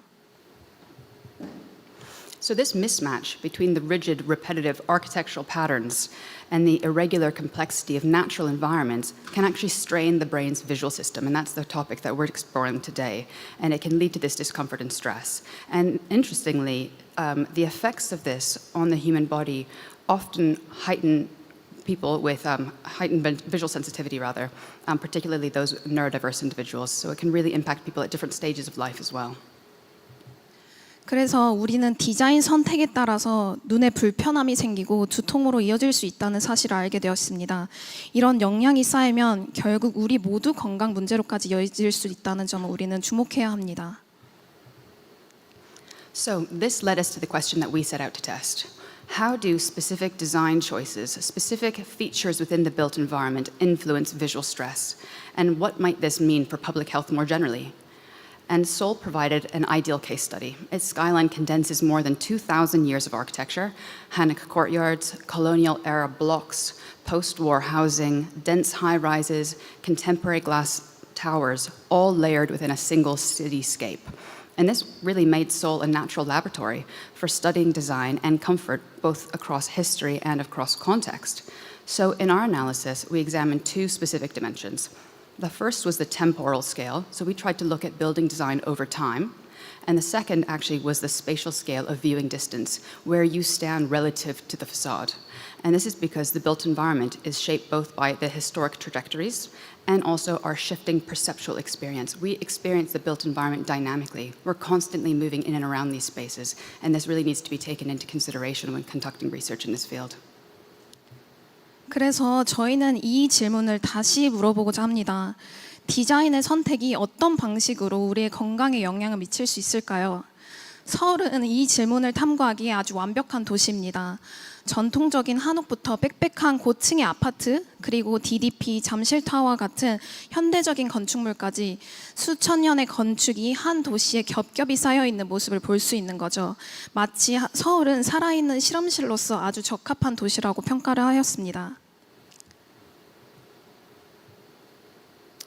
So we then used geospatial information systems to actually identify buildings within Seoul spanning 5 historical periods: the late Joseon Dynasty, the Japanese colonial modernization era, the post-war reconstruction years, the high-density expansion period, and the digital transition era. And so in total, we photographed 120 buildings, but identified 78 specific facades that were then suitable for a computational analysis. 네, 서울은 그래서 건축물이 우리에게 미치는 영향을 살펴보기 위해 저희는 조선시대부터 현대에 이르는 5가지 시대적인 배경을 구분하였습니다. 각 시기를 대표하는 건축물을 선정하였고요. 이 과정에서 건축물의 연도 정보를 시각적으로 구분할 수 있는 GIS라는 툴을 활용하여 시대적 구분을 진행하였습니다. 1차적으로 저희는 총 120개의 건물 인면을 선정하여 촬영을 진행하였고, 이 중 분석에 적합한 78개를 최종적으로 선정하였습니다. And interestingly, each period exhibited distinct architectural characteristics, ranging from irregular textures and courtyard layouts to rigid grid systems and systemic fenestration. So more specifically, the late Joseon Dynasty was characterized by traditional construction techniques, which you'll see more of in a moment. The modernization period induced a wide diversity of architectural styles. The post-war reconstruction period was dominated by these concrete, brick-based design systems. The high-density urban expansion period was strongly influenced by linear patterns and prefabricated techniques. And lastly, the digital transition period really saw the proliferation of high-contrast, regularly repetitive patterns, which was really interesting for us. 네, 이런 시대적 구분은 전통적 기법이 포함된 전통 한옥 양식부터 구 대법원 청사나 배제학당 역사 박물관과 같은 양식이 다양해지는 시기를 거쳐서 한국전쟁 이후 빠른 속도의 산업화가 이루어지면서 세운 산과 같은 콘크리트나 철근 기반의 건물들, 그리고 이로 인한 도시화가 아파트 주거단지들이 많이 건설되기 시작했죠. 마지막으로는 이제 잠실 롯데타워나 IFC 몰과 같은 높은 대비가 있는 현대 건축물까지 어우르고 있는 서울을 대상으로 건축물을 선정하여 연구를 진행하였습니다. So we then photographed every facade under consistent conditions of lighting, time of day, and weather, and we analyzed them from 3 specific viewing distances. The close distance, so about 10 to 15 meters, mid-distance, about 20 to 30 meters, and the far being about 40 to 60 meters. And this approach really was necessary because viewing distance fundamentally alters the visual composition of facade pattern and design. So for example, a highly ornate column is perceived very, very differently at a close viewing distance where the details are visible. Think of a Corinthian column where you can actually see the leaves. But from a greater viewing distance, actually, those details merge into a broader form. So we really needed to capture this dynamic experience of the built environment. 네, 지금 앞에 보이시는 사진처럼 시대별로 건축물을 선정하여 그 건축물을 기준으로 이미지 분석에 필요한 현장 답사를 진행하였습니다. 기준은 동일한 날씨와 시간대를 기준으로 모든 건축물 인면의 이미지를 수집하였고, 각 건축물마다 근경, 중경, 원경을 기준으로 촬영을 진행하였습니다. 이렇게 3가지 거리를 선정한 이유는 관찰의 거리마다 건축물이 전혀 다르게 보인다는 점이기 때문입니다. 가까이서는 기둥의 작은 장식 하나하나가 정말 눈에 다 들어오지만 멀리서 보면 그 세부적인 디테일은 하나로 합쳐져서 하나의 큰 형태로 인식되기도 합니다. 이에 대해 데이터를 수집하기 위해 파사드 선정과 촬영을 위해 헌신해 주신 저희 연세대학교 손동욱 교수님을 포함한 최규진, 이다니엘, 오경호, 김서영 연구원에게도 감사의 인사를 드리겠습니다. I also want to take a moment to just say a huge thank you to the PhD students from Yonsei University who tirelessly took all of these photos. And Umi doesn't know I was going to say this, but I want to say a huge thank you to Umi for actually facilitating all of this. Anyone who's conducted research knows that it is very much the product of collaboration, and none of this would have been possible without them. So I'm incredibly grateful. Thank you. Yeah, thank you. There we go.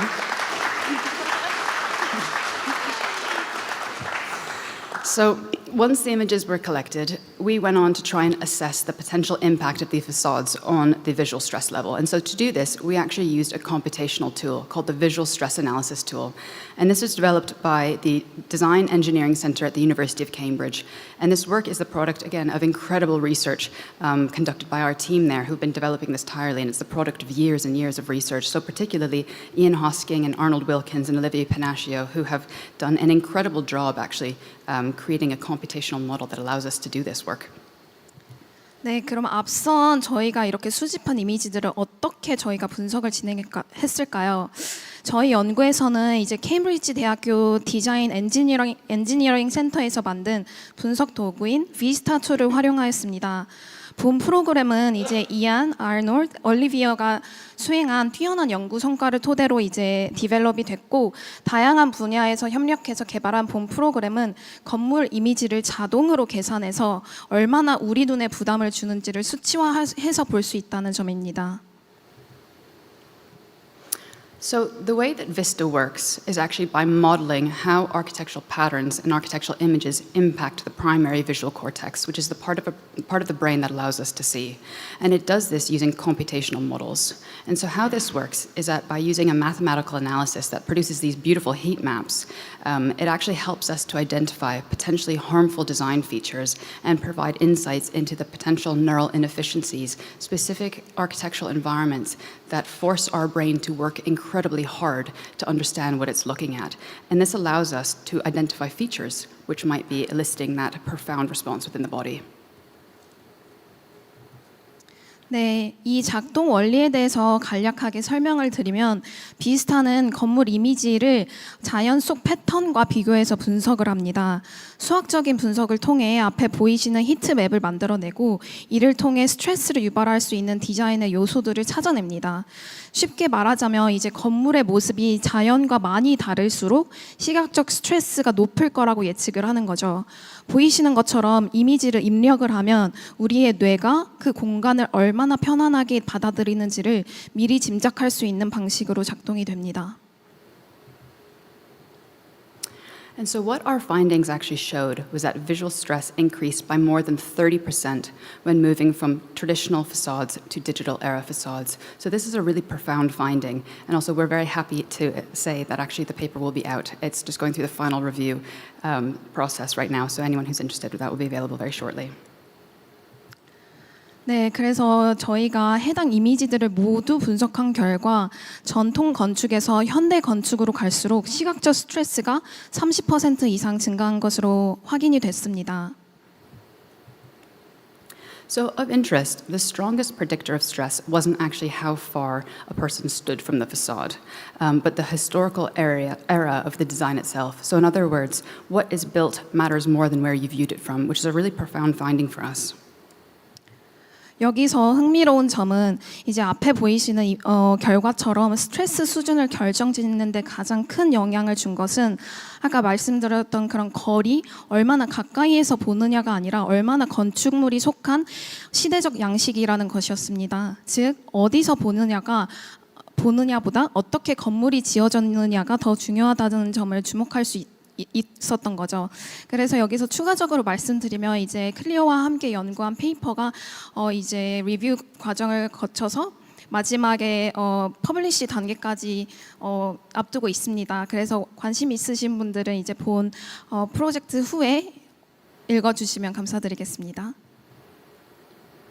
And so these are some of the outputs from the computational analysis. And the yellow here identifies areas which are potentially most visually stressful.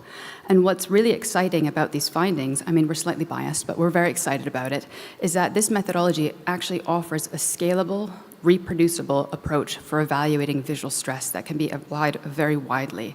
So rather than designing buildings and hoping that they don't cause discomfort and impact people's neurophysiology negatively, we can actually now proactively work to address the health impacts of the built environment actively during the design process. 네, 그래서 앞서 말씀드린 대로 비스타라는 툴을 활용해서 분석한 결과는 앞에 보이시는 것처럼 확인하실 수 있습니다. 노란색 하이라이트가 가장 시각적 불편함이 높은 곳이라고 확인할 수 있는데요. 이제 본 이미지를 통해서 한옥 건축물과 현대 건축물의 차이를 시각적으로 뚜렷하게 볼 수 있다는 점을 저희는 주목할 수 있습니다. 이제는 건물을 다 짓고 나서 불편하지 않기를 바라는 게 아니라 설계 단계에서부터 사람들의 건강을 어떻게 이런 영향을 줄지 미리 생각하고 반영할 수 있게 되는 것이죠. So the traditional facades consistently showed lower levels of visual stress. But the question for us really remained why, and this was actually the heart of the discussion here. 네, 분석 결과를 통해 이제 왼쪽 근정정 및 경근당 같은 한옥의 재료는 돌, 기와, 처마와 같은 재료가 편안함을 주고 스트레스를 낮춘다는 것을 알 수 있었죠. 그리고 오른쪽에 반복적인 패턴과 같은 고밀도로 인해 휴먼 스케일을 넘는 대규모의 건물들이 우리를 압박하고 있다는 것도 알 수 있었죠. 우리는 너무 이러한 건물들을 당연하게 여기면서 인식하지 못한 채 살아가고 있지는 않을까요? And this is an incredibly complex question, and one that we're still really trying to investigate. Within each architectural era, certain features did stand out, though. So traditional designs, for example, incorporate irregular textures, varied materials, and rhythms at the human scale, and this seemed to make a profound difference. So elements that echo natural environments and are aligned rather with how our brains actually are wired to process the world seem to significantly reduce this neurophysiological stress response. 정확한 답을 내리기에는 쉽지 않고 앞으로 더 많은 연구들이 필요할 것으로 판단을 합니다.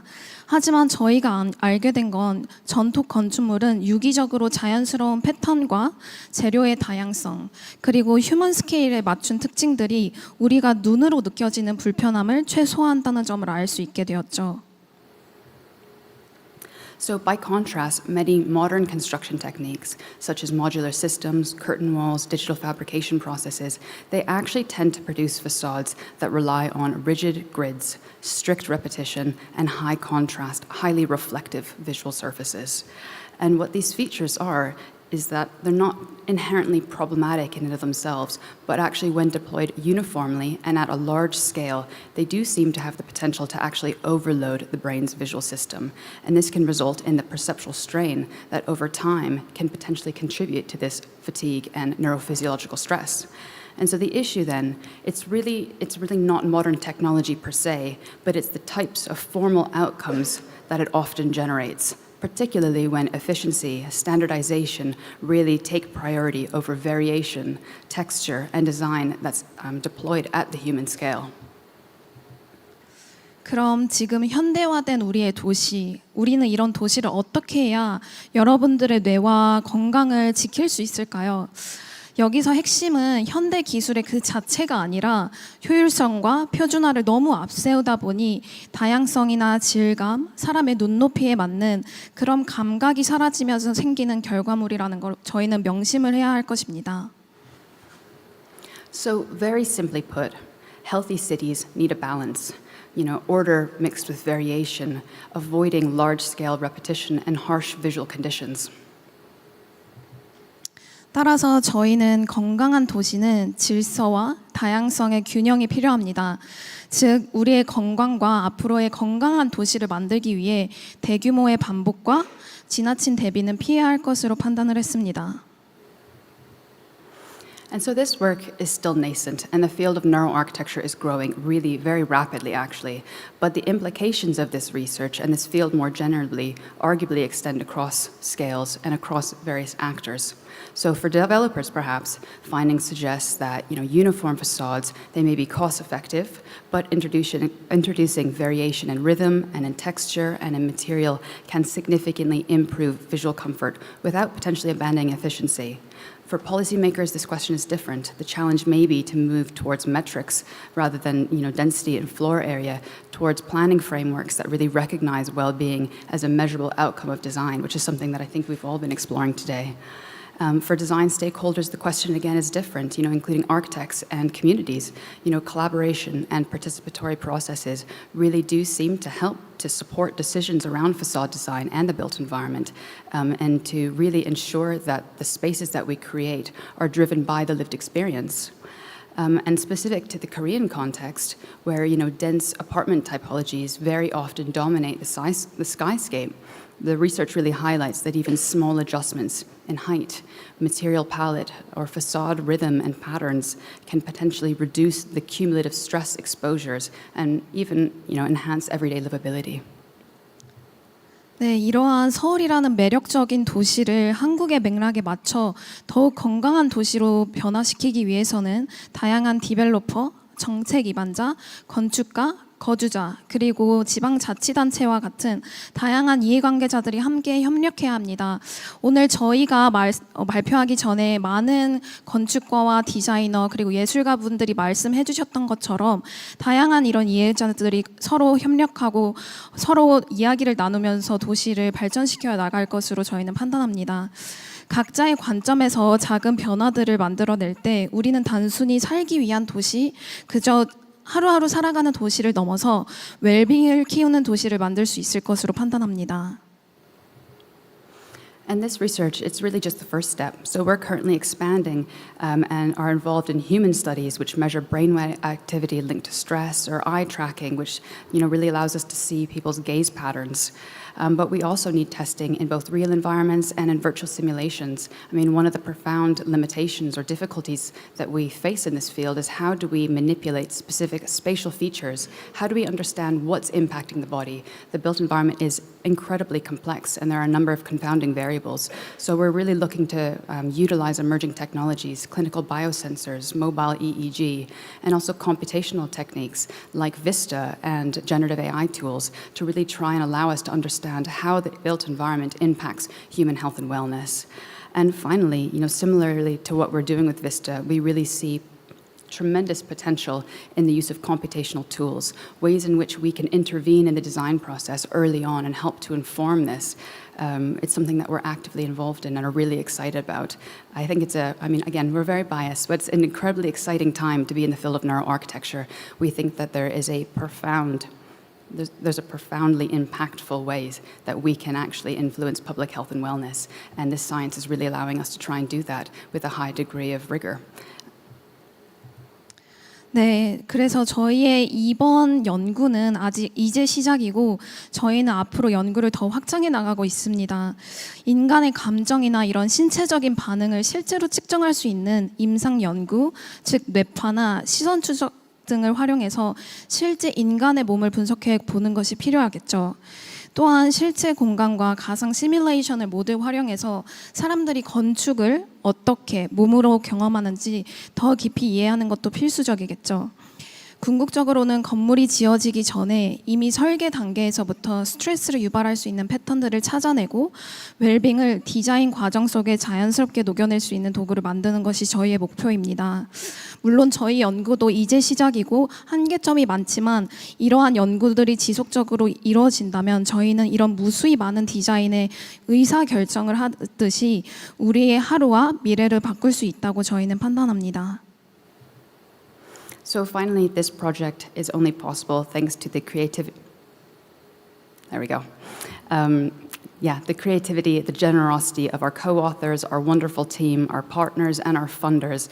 I want to thank Thomas personally and the Humanized team for supporting this research, for really kind of catalyzing this movement and providing us with this incredible opportunity to help improve public health and engage in what we think are really meaningful questions that can make a profound difference.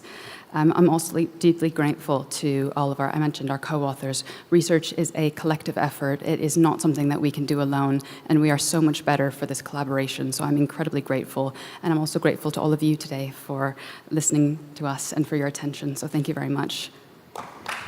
Oh wait, we got one more. Sorry. 네, 그래서 이제 본 발표를 마치면서 마지막으로 이 프로젝트를 함께 할 수 있게 해준 클리어 발렌타인에게도 너무 고맙다는 네, 말을 전하고요. 그리고 이제 이 프로젝트를 함께 해주신 많은 공동 저자분들이 있습니다. 저희 연구실을 포함해서 많은 교수님과 파트너들, 그리고 후원자분들, 그리고 이제 이런 다양한 아이디어와 아낌없는 지원 덕분에 본 연구가 가능했던 것 같고요. 또한 이번 연구를 지원해주고 이제 건축 환경이 인간의 건강과 웰빙에 어떤 영향을 미치는지 깊이 탐구할 수 있도록 소중한 기회를 만들어주신 토마스 헤더위크와 휴머나이즈 팀에게도 깊은 감사를 드립니다. 그리고 이제 많이 피곤하실 텐데 끝까지 저희와 자리해주신 여러분들께도 아주 깊은 감사의 말씀을 드리면서 네, 저희는 발표를 마치겠습니다. 감사합니다. Thank you very much.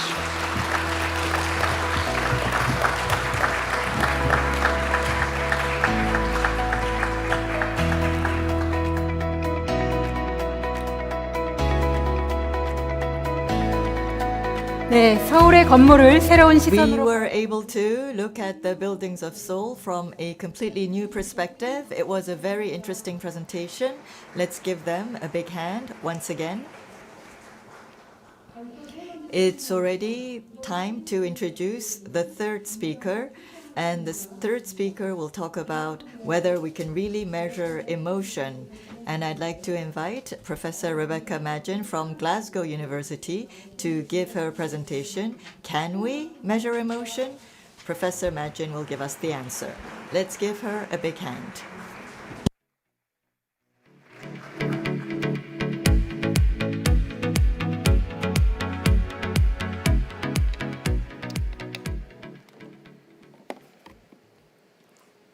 Thank you very much for the invitation to be here today. It's a real pleasure and privilege to be listening to, learning from, and taking part in this really exciting global conversation. So thank you to everybody that's made this event happen. I'd like to share one key message with you today in my talk. And that key message comes with some hope and some realism. Emotion can be measured by using a scientific framework that validates the lived and the felt experiences of the places where we work, live, and play. We can measure what emotion is, the intensity of our emotional relationships with our places, and we can also measure the socioeconomic outcomes that are associated with these relationships. Furthermore, as Thomas and the Humanized team have shown us, we can also use this information to inform design decisions, which in turn, if we're able to put emotional intelligence in a way that nourishes our environment, can improve the lives and livelihoods of people in place.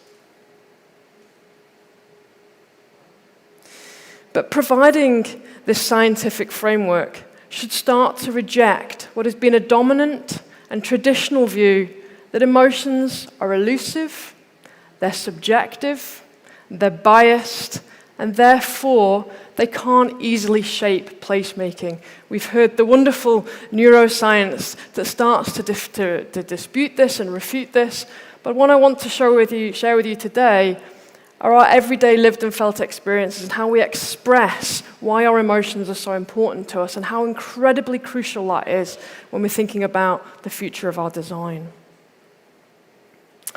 And perhaps we don't really fully understand why emotions are so powerful because we haven't had that comprehensive multidisciplinary scientific framework that allows us to robustly interrogate how we feel in and about place.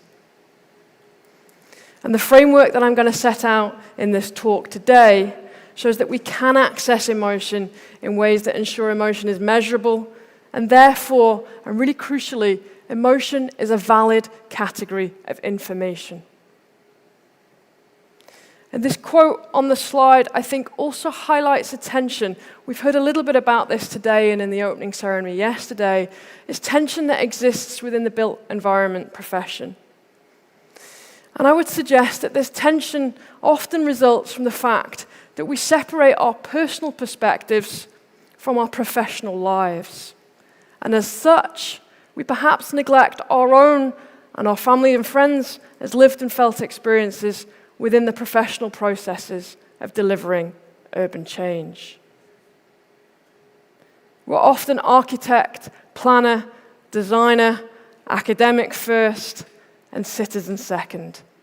Let's see if we can bring them together to think about how the personal and the professional can come together to really help us think about better places in the future. So what if, by tuning in to our everyday experiences and validating those felt experiences of ourselves and others around us, we can supercharge the ways in which we can humanize our cities? I'd suggest, and I hope that you might agree with me, that the framework that I'll present here today liberates us from that traditional and dominant way of doing and thinking. And it does so because it asks us very directly to bring the personal and embodied experiences of our places into closer dialogue with the professional decisions that we're privileged to be able to make. So my talk will outline a new scientific process that shows how we can do this, and therefore how we can start to measure emotion and incorporate it within design decision-making.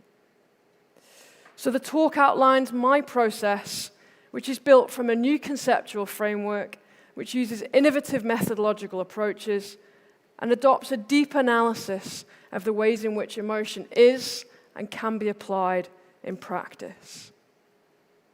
This process has been a very long journey. It's almost 2 decades worth of research, which I now realize makes me feel quite old.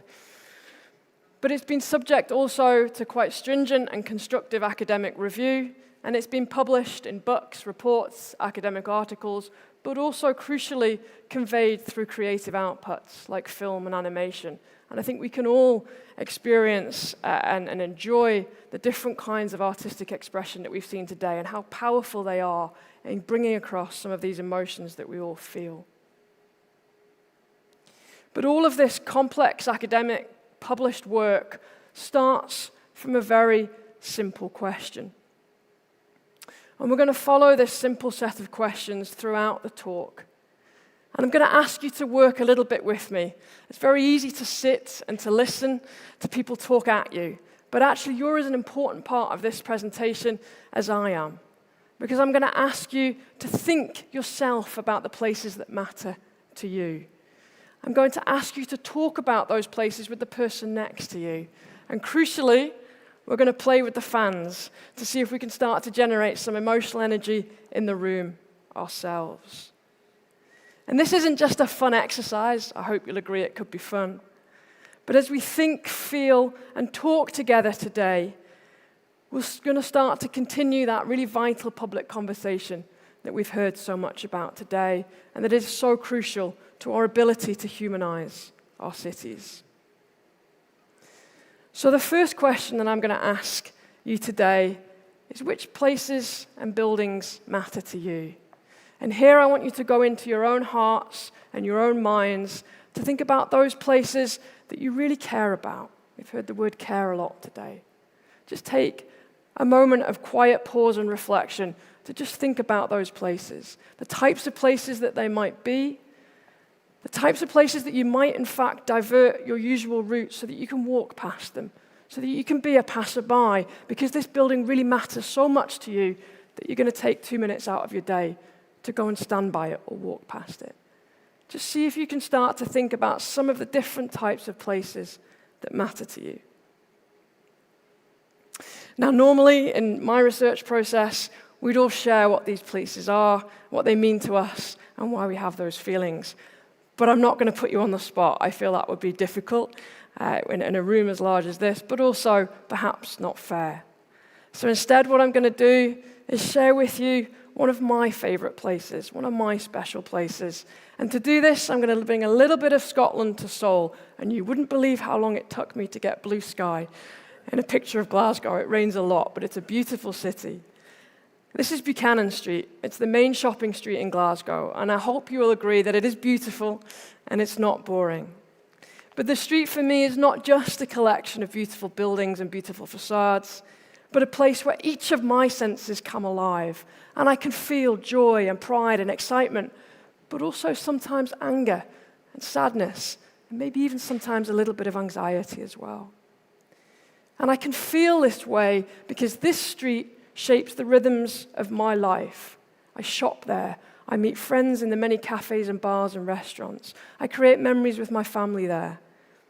But crucially, and I think aligned with the principles of the Humanize campaign, I'm going to admit this on stage now and recorded for perpetuity, I've probably only been inside about 15 to 20% of these buildings. Because it's the outside that attracts me. It's the feel of this street that makes me want to walk down it. And so most often I go there without purpose. I go there just to be, to exist, and to be in time and place. And the French, I think, have a beautiful word that really encapsulates what this process is. It's called to be a flaneur, a person who strolls, observes, feels, and thinks in urban space almost without agenda. But ironically, some of my best academic ideas have happened on the street when I haven't been thinking. It stimulates something creative in my brain that I'm sure the clever neuroscientists will tell me how and why. So it's also a really productive place for me individually. And from all of these experiences, it tells me that Glasgow is a special place for me. And so any attempt to change this street, to demolish a building, to change the facade, and it has happened in the past, unlocks in me a frustration, a sadness, a disappointment, and crucially a desire to protect not just the physical landscape, but also the emotional landscape of this street. So it matters to me, but I also know it matters to a whole host of Glaswegians and people who visit this street. And I know this because on this street, you'll find people singing and dancing and playing the bagpipes. They're shopping, they're congregating, they're rushing for the train and the bus. The stations sit at either end of the street. Or they just linger and soak up the surroundings. And they do so because the streetscape is generous. It invites you in, it allows you to pause, it enables you to play, and as such, it fizzes with emotional energy. It's a street to savor. So professionally, this has probably everything, hopefully Thomas will agree, that reflects the humanized principles. It has the door distances, it has the visual complexity, and it has buildings that last, hopefully for many, many years to come. And it's also therefore no surprise to me that this street in the west of Scotland, west central of Scotland, also had the highest retail rates outside of London. So emotional value therefore stimulates economic value. There's a real tight correlation between them. But back in my day job where I teach and research urban design, development, and placemaking, I realized that I didn't have a vocabulary. I hadn't been trained to be able to process what I was feeling. In fact, I realized that across all of my degrees, all three of them, I'd never really remembered seeing the word emotion in any of those textbooks. And so as a professional, I didn't know how to process it. But as a person, I knew that this was really important to me. I may not have been able to read about emotion in books, but I could sure see it on the streetscapes wherever I traveled in the world. And so those places that I hope you're holding in your hearts and your minds, the places that matter to you, may reflect an intensely personal experience, but it's also probably an experience that you're sharing with people sat next to you here today in the room, or with people in Sydney or Shanghai, and also those people out singing and dancing on Buchanan Street in Glasgow. So please hold your places in your mind and in your heart as we go through those talk, as I go through my talk, because my talk couldn't exist without your feelings about your places. This world doesn't exist without emotion. However, we do need to be able to make sense of all of these feelings, of all of us, to understand why we feel these ways and what kinds of places are special to us. Without this, we cannot hope to move a public conversation into a prerogative to design better and to develop policies that enable us to be able to do that. So, we can measure emotion. And we can measure emotion by breaking it down into component parts.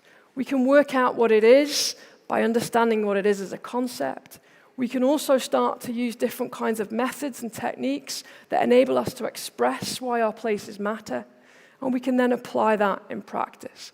And together, this all helps us to understand how we can measure emotion. So the science helps us. We can build, and indeed I have, built a conceptual framework. And this conceptual framework was started by asking, what is emotion? Okay, it's a big word. And I suggest that this broad category of emotion is comprised of 3 connected areas. We've heard a lot about responses today. They're a crucial component of this, but they're just one. Emotional attachments, and also emotional communities. And this gives me that vocabulary that I was searching for.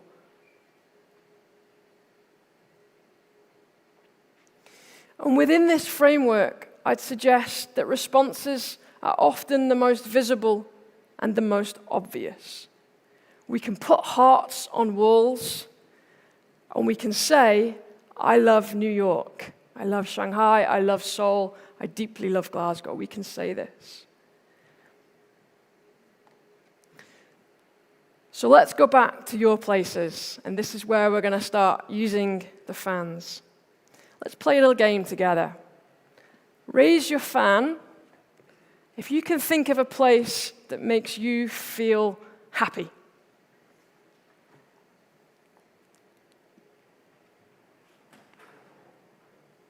Well, that is a very pleasing sight.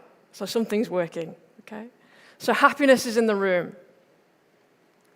Raise your fan if you can think of a place that makes you feel sad.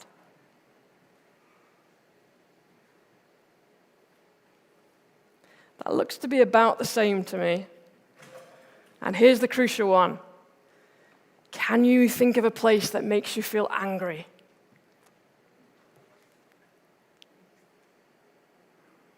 So take all of those emotions and put them together and fuel them within this public conversation that we're starting, to try and see if we can take that anger and use it in a productive way to make us feel happy in the places that we want to be in, the places that we care about. But these are just 3 emotions: happiness, sadness, and anger. And all of the very clever neuroscientists will tell you that there's at least 27 emotions, and every time I read a new paper, there's another 1 or another 2 that they find. There are lots and lots of different emotions and different emotion words. And on the screen, you can see just some of the very many emotion words that people directly told me when I asked them a similar question. How does your building, how does the place you care about make you feel? They said sad, they said angry, they said happy. Going back to an earlier talk, they also talked about awe and pride and enjoyment and wow. And so we have from this a really rich emotional register of why our places matter to us. And we can express this verbally. So in thinking about what these emotional responses are, we can start to measure the frequency, the recurrence, and the type of emotional responses. And we can then start to compare them across different people and places. We could then go one step further and start to test design options, to change the texture, the color, or the style of a facade, and see if that changes the complexity and the interactions of these responses on the slide. But I'd suggest that responses not just are visible and are obvious, but they can also change, and we need to be attuned to how they change over time. If I asked you in a week or a month or a year or 5 years' time, those places that made you happy might now make you feel sad. On Buchanan Street, I can feel happy and sad in the same day, depending on whether it's sunny or it's raining. And so I guess what I'm saying here is that responses can only be part of the conversation. And in fact, what stays the same is our attachment to that place. Buchanan Street makes me cross, makes me sad, makes me happy, but what never changes is the fact that it's my special place and I love it. And I hope and I invite you all to come to Glasgow and experience it with me and hopefully by yourself as well. We'll try and get some blue sky for those days. And the fact that this place matters to me has a scientific name. It's called place attachment. Essentially, all that means is that it's the emotional bonds that go beyond a response, that are deeper than that. In fact, we know, the evidence suggests, that an attachment is an existential need. It's an essential part of what it means to be human. And I'd suggest also that this is the most crucial aspect of emotion, because evidence also suggests it affects our sense of self, our health, our ability to belong, and there's also evidence to suggest it influences GDP, economic growth, and productivity. In lots of ways, it truly is an emotional and economic superhero, but only if we understand it and only if we mobilize it properly. But because it sits, emotion and attachment, so deep in the human condition, it is harder to measure than that visible response that we just all expressed in the room now. But it is possible. We can create place attachment indexes that measure the intensity of our attachments, and we can also measure the reasons that contribute to this. So think for a moment about why you chose those places a few minutes ago, about why they make you happy or sad or angry, about why you care about them, about why they matter so much to you. And see if any of your reasons agree with the reasons that I found in my research. I'm going to show you, if the technology works, just a very short animation that helps to explain how and why we form emotional attachments. We all have historic places that we love. It's usually somewhere that feels just right, a place we enjoy visiting, looking at, or going into. Or perhaps it's a place we miss now that it's gone. We feel like this because we develop emotional attachments to places. But what exactly causes an attachment? Is it the physical fabric of a building or place? Is it memories, stories, history, current uses, future potential? The answer is that it's all of these things and more, and that they combine in a variety of ways to produce the unique personalities of historic places. This is why they are special to people. Understanding these personalities can help us acknowledge and nurture emotional attachments as historic places change. So, here's a question. How might such an understanding help with managing change in the historic urban environment? And I should say here that, again, as Cleo said, research is collective and collaborative, so I thank all of my project partners and the Arts and Humanities Research Council who funded a lot of this research. And hopefully you'll have seen that the facades are important to us in our decisions about what matters to us. And they matter not just because of the way they look or they feel, but also because they narrate the stories and the rhythms of our lives. Every time we pass by a facade, it gives us a different memory, a different meaning, and a different story. And so all of this together moves us into happiness or sadness or anger, but it moves us into this deep emotional bond that means that we want to go there, we want to revisit, we want to replay. And so the third and final aspect of the framework moves us beyond our individual responses and attachments, because we need to design for every one of us, but we also need to design for us collectively. And it's the collective good that I want to move on to in the third part of the framework. So here, I'm going to ask you to just talk to the person next to you, to just start that public conversation that Thomas and the team have been encouraging us to do. And I want you to turn to the person next to you or behind you or in front of you. You make the decision. And I want you to share with that person one reason why you care about that place that hopefully you're still holding in your heart and in your mind. I'm just going to leave you a minute or so just to talk to one another. So this is a bit where you don't have to listen to me, you can talk to each other. Stop the clock on me talking. Over to you. You're part of the presentation now.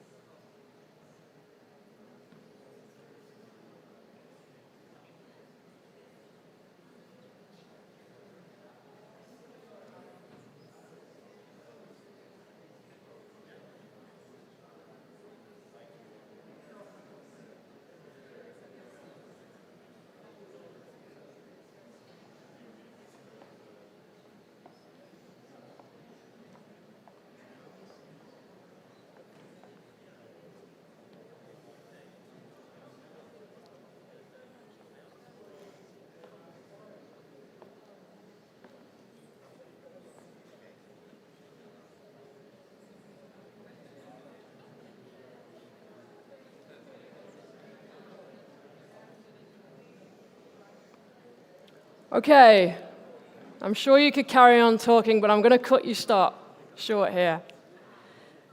And I'm going to cut you short because I want to leave you wanting more. I want to leave you wanting to talk to the person next to you, the person behind you, a person in front of you, over coffee, in the square, with your families, with your friends. I love that you're still talking. I have no authority. But I love it because this is the most important aspect of the talk today, that you all talk to one another and think about how enjoyable it is to talk to each other about the places that matter to you. Let's keep doing that because think about how it makes us feel, okay? So hold that. And I couldn't hear because I'm all the way up here, but I bet you any money that those reasons that you each shared with each other can be repeated across the room. Because wherever I go in the world to do this kind of exercise, similar patterns, similar ideas come forward, similar reasons. We have a lot in common about the way that we think about our buildings. We also have some differences, and they're crucial to be able to hold in the design process too. We won't all agree, but we can deal with that when we're thinking about how we validate different opinions. So my research showed that you're all part of lots of different emotional communities. When I take it back to my special place, Buchanan Street in Glasgow, I'm probably a member of maybe 3 of these different emotional communities. One of place, it's where I live and I work. One of profession, I work in the built environment. But also, and here's my nerd fact, I'm a historian and I love historic buildings. So I'm probably also a part of an emotional community of interest. And often when we think about community in the English language, we define it as being of geography or of interest. And in doing so, we strip away the very foundation and fabric of what it means to be in place together. And that is to share the kinds of emotional responses and attachments that hopefully you've all generated in the room and spoken about with each other. So I hope you can see that this framework, this concept, allows us to measure different types of emotion, communities, attachments, and responses. And it takes this big, complex category of emotion and breaks it down into chunks. But how do we get hold of this information? What kinds of techniques? We have the neuroscience, but we also have something that, again, is foundational to our sense of who we are, and that's the ability to tell stories, which you've all just done.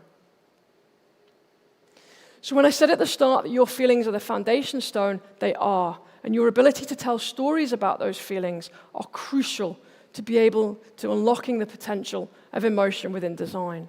And we can tell stories through a range of different formats. Just on the board are some of the methods that I've tried over the years. And the one that stayed with me the most is emojis. And I didn't build this from any textbook again. But again, I started to think about what was happening in my everyday life. I walked through Edinburgh Airport and I saw people pressing buttons, emoji buttons, to say, how was your experience today? And I thought, hang on a minute, people are doing this. I then looked at my WhatsApps and saw the hundreds of emojis that came through every day. I'm sure you're all in the same position. And I also started to see it in the urban environment, in posters and on pavements and on walls. And it showed me that people were comfortable with expressing their feelings through emojis. But I felt quite vulnerable about this. I wondered if academics might laugh at me. Maybe it wasn't scientific enough. But then I thought, no, because you know what? The best science comes from the people that are living that science. And so we have to, as professionals, not impose a clever technique on somebody, but instead work from the bottom to be able to work with people and how they feel comfortable in expressing what matters to them. But I also knew that I needed more than emojis. I needed to know how they could be used to tell stories and to structure conversations so that I could both count the different types of emotions and responses that were coming through, but also I could understand the reasons why. So here I developed a scale which comes out of a whole range of different emotions research from neuroscience and psychology around the number and intensity of emotions. So by combining everyday experience and scientific knowledge, I was able to create a rigorous method that allows us to measure the range and depth of feeling. And through using emojis to tell stories, I received hundreds of thousands of words that I could analyze to see the patterns, to see the reasons why your places matter to you.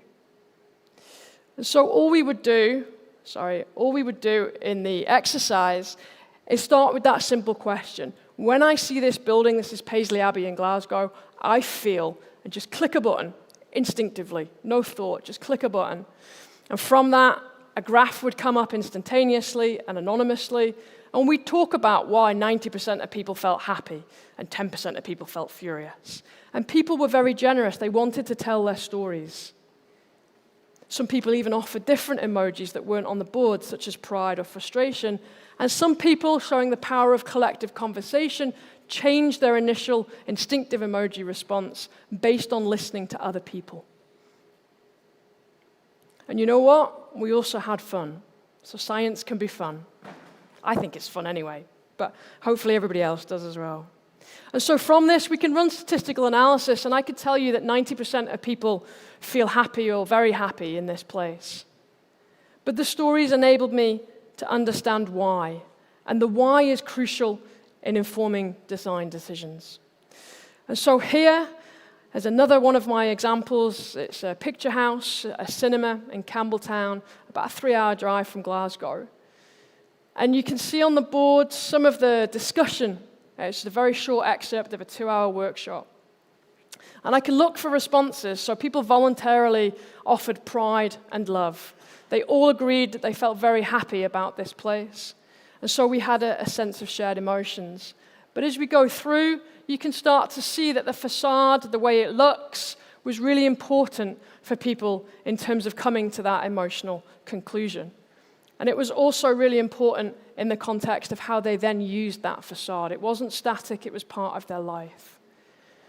So a simple linguistic and thematic analysis gives us an evidence to show that we can measure the type, nature, and intensity of responses and attachments of communities. On a place attachment index, this would probably be 100 out of 100. And I'd suggest that the next stage, and what I'm going to leave you on with this talk today, is how we translate all of this information, a simple emoji and a complex process of linguistic and thematic analysis across hundreds of thousands of words, and take all of that and help us make different decisions across the urban development cycle. How can we, for example, design for attachment? How can we understand the components of joy and build that into a client brief? So now, hopefully, maybe you agree with me, that we can measure emotion. But we need to know when and where this emotion can be most useful to us in the practice of placemaking. And my research has shown that there are key points across the urban development cycle where we can both locate and work productively with emotional responses, attachments, and communities. And on the slide, you can see 6 key stages where emotion is already being expressed. Just through that storytelling, we're already able to see it. From working on site and feeling the buildings, the craftspeople who are working with the texture and the materiality, they're expressing their emotional connections to these places all of the time. Through thinking about community engagement, through thinking about who's going to buy these buildings once they've been retrofitted and done up and sold on. We're trying to elicit a positive emotional response and a nascent attachment when we market these places to future people. And we also see it very clearly when we start to debate why our places matter to us. That's where the happiness and the sadness, the anger comes through. So hopefully what you can see from these 6 stages is that we can do differently based on our ability to measure emotion. We don't just have to think about the emotion at the start of the process through a traditional engagement exercise or at the end through post-occupancy surveys. But instead, we can infuse emotion throughout the process to ensure that we each as citizens and professionals, not first and second, but together, can co-create places that will matter to us.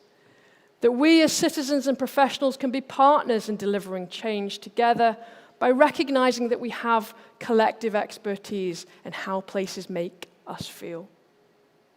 In this way, I'd suggest we can humanize our cities, not just in the products and the outputs, the new buildings, the places, or the public realm, but also by adopting people-centered approaches infused with, as Thomas said, and I showed on my second slide today, emotional intelligence. Let's put the science and the emotional intelligence and the design together and help us create those places that we will care about. And this isn't just a nice, fun thing to have, but my research also shows there are over 30 evidenced social and economic outcomes that are associated with nurturing emotion throughout that cycle, from well-being, community cohesion, increased inward investment, and higher GDP. Your generous participation in the various exercises during the talk today, and I thank you from the bottom of my heart. I was very nervous about it, so thank you very much for participating. Show that it is possible when we come together and we talk and we understand each other's emotions. So I encourage you to continue thinking and feeling and talking about your places, and think about how you could share this with your neighbor, your friend, your family member, a designer, a developer, in ways that ensure that you can continue to nurture your attachments to your places and nourish your soul through doing so. And what hopefully you've also realized today is that you can measure your own emotions yourself. You can decide which places you care about and which make you happy and sad. In essence, you've measured emotion today. Not just me with a scientific framework, you've done it. But hopefully that scientific framework can take us one step on to use that information to guide the decisions that we might make. So I'd like to end with an emotional response. Hope. A hope that each of us in this room today will leave with a belief that we can not only measure our own emotional relationships with our places, but that we can apply this skill to inform our collective conversations and design decisions about our places. In so doing, my hope is that we can design places that bring us more happiness than sadness or anger, to ensure that we can develop those deep existential attachments to our places, and above all, that we can share these feelings with others in ways that support our sense of self, nourish our communities, and develop our economies. It's been a real honor to share some of my research with you today, and I thank you very much for your time and attention and participation in this talk today. If anybody would like to know more, then here are a series of books and reports and practical toolkits that I hope can be of use in ensuring that this scientific evidence base that's based on emotional. 특별한 경험을 만들어주신 Rebecca Madgen 교수님께 Thank you 다시 very much, Professor Rebecca Madgen.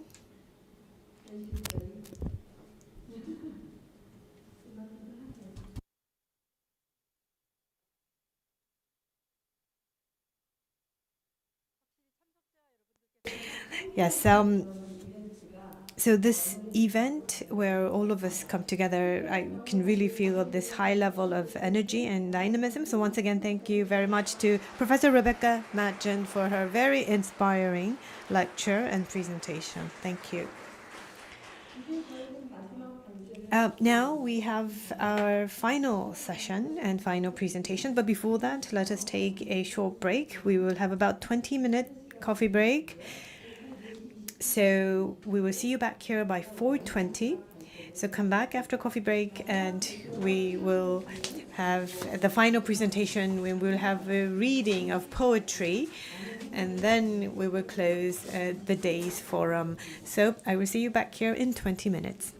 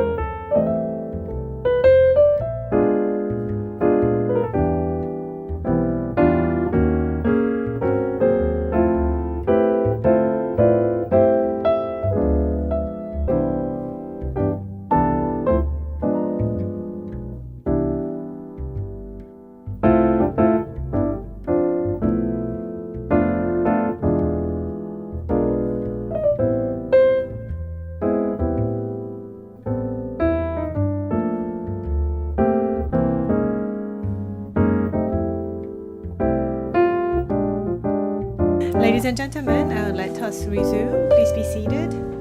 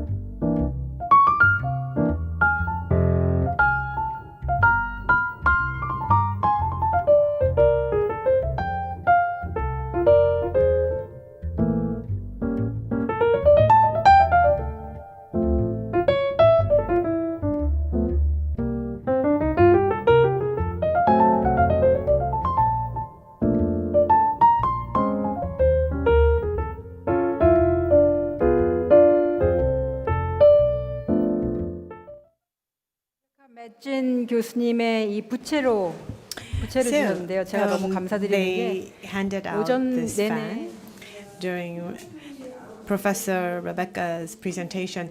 In the morning, when I saw Thomas's outfit, I got very jealous. But now I have a fan, so I'm okay. So we now move on to the last presentation topic, the business of radically more human buildings, a property developer's perspective. I'm going to invite Midori Omori, CEO and Creative Director of Not a Tokyo Inc. And also we've invited from UK, Richard Upton, who's a property developer and Commissioner of Historic England.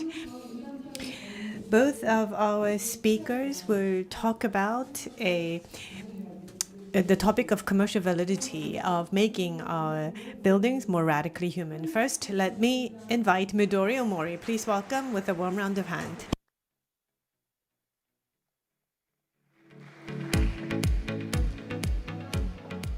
今回はこのソウルビエンナーレでお話をする機会を It's an honor for me to be a speaker at the 5th Seoul Biennale of Urbanism and Architecture. And I've been working with the General Director, Thomas Heatherwick, for 10 years. And we've been working together for the Azabudai Hills project. And we are going to talk about how to create an emotional city. And today, I would like to talk about how we can create value out of designing cities commercially and how we should approach this as a business.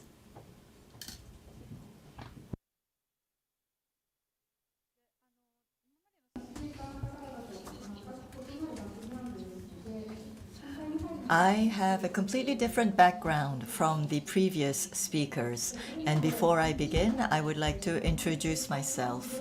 For 40 years, I've been working for the Mori Development Group, and I'm in charge of the Hills Series project.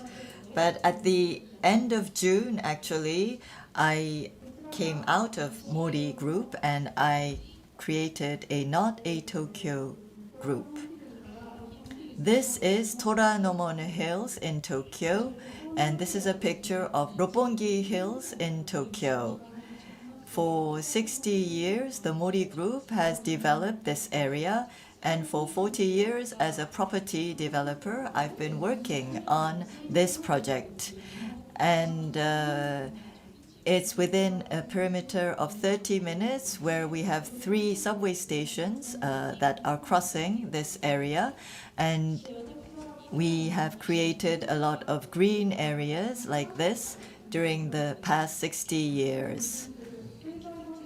As a master architect, I've been working on the development of this space, and I have focused on maintaining creativity while also being a commercial success. I think I'm kind of an interpreter between the creative part and the commercial part. Sometimes there was tension between the two, but I think I was happy in the role I played.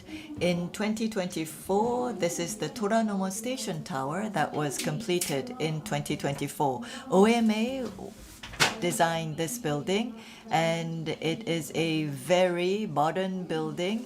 It is built in glass. There are a lot of lines.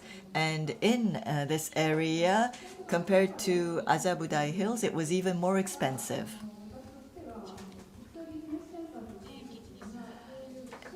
And for the International Business Center, I think we need a design through which we can sense some tension.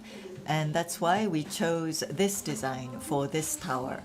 This is the inside of the tower, and the artist has developed a lot of accessories with colorful glasses.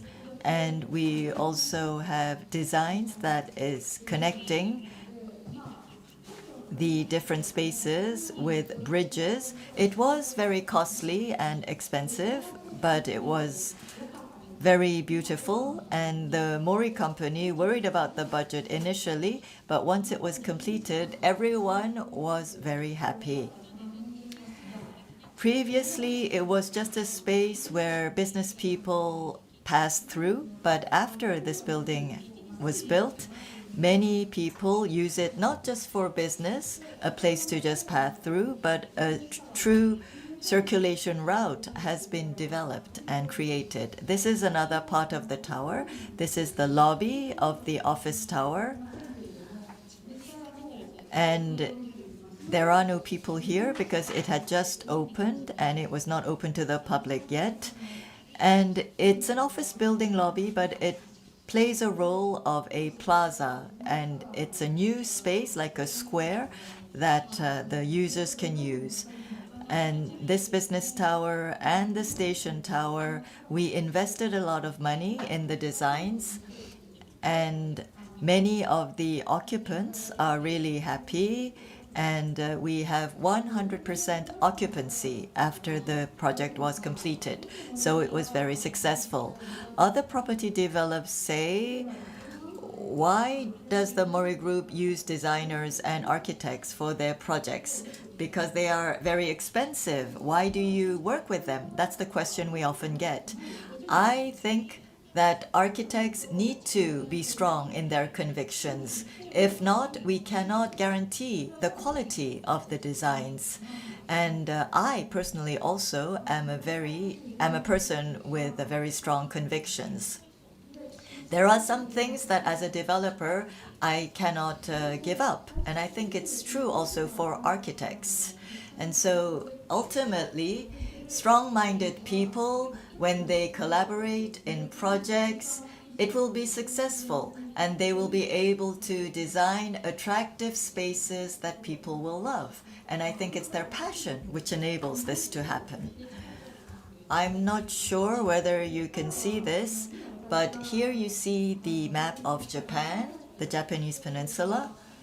And now I would like to talk about not a Tokyo and not a hotel group, which I established. Mori Group and not a hotel group are design-oriented groups. In this sense, they are very similar. Not a hotel business model is finding a way to connect design and business. And let me talk about what Not a Hotel is doing. Not a Hotel Group builds hotels around Japan, and according to the usage of these hotels, they distribute the usage time. It's a venture company and the project is ongoing. This is Setiochi and Big designed this hotel. It's a hotel in Setouchi, and this is another hotel which has not opened yet. And it's a hotel located in Hokkaido, and Snoneta has designed this hotel, and the name is Hotel Rusutu. And in order to build hotels of this size in Tokyo, it will be very expensive, but it was less expensive here. But how can we do this? We were able to innovate in terms of business and design when we discover an ideal site. Within a few days, we develop a model and an image to decide on what we will build there. We then select the architect, and if we pass the proposal, then we build the design. And we know that the construction cost will be high, but we know that if we build a building like this in this site where you have a fantastic view, this building will play a very important role. So this hotel has not opened yet, but before we sell this building, we have created booklets and leaflets in order to promote the building. It's as if the hotel exists already in the booklets through the images. And once we have sold the hotels, we build it so we can reduce the risk. Usually when we built villas, we didn't do that. We had a sharing system and people could use it anytime during the year to save cost. And we were able to propose a very attractive design to those who would use it with a low-cost budget.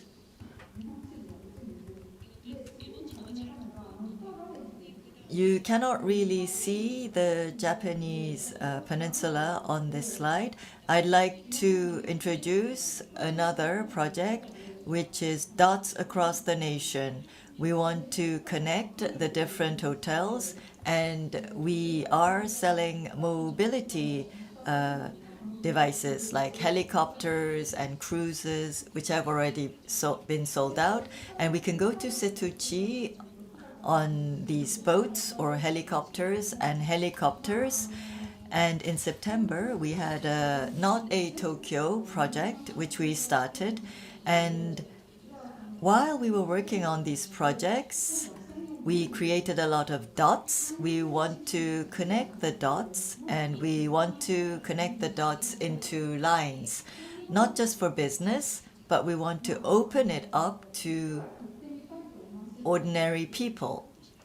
We want to create spaces and places where people will want to visit at least once. We think that is our mission, and in order to do that, we have to invest massively and create designs that will move the people and create a lot of software.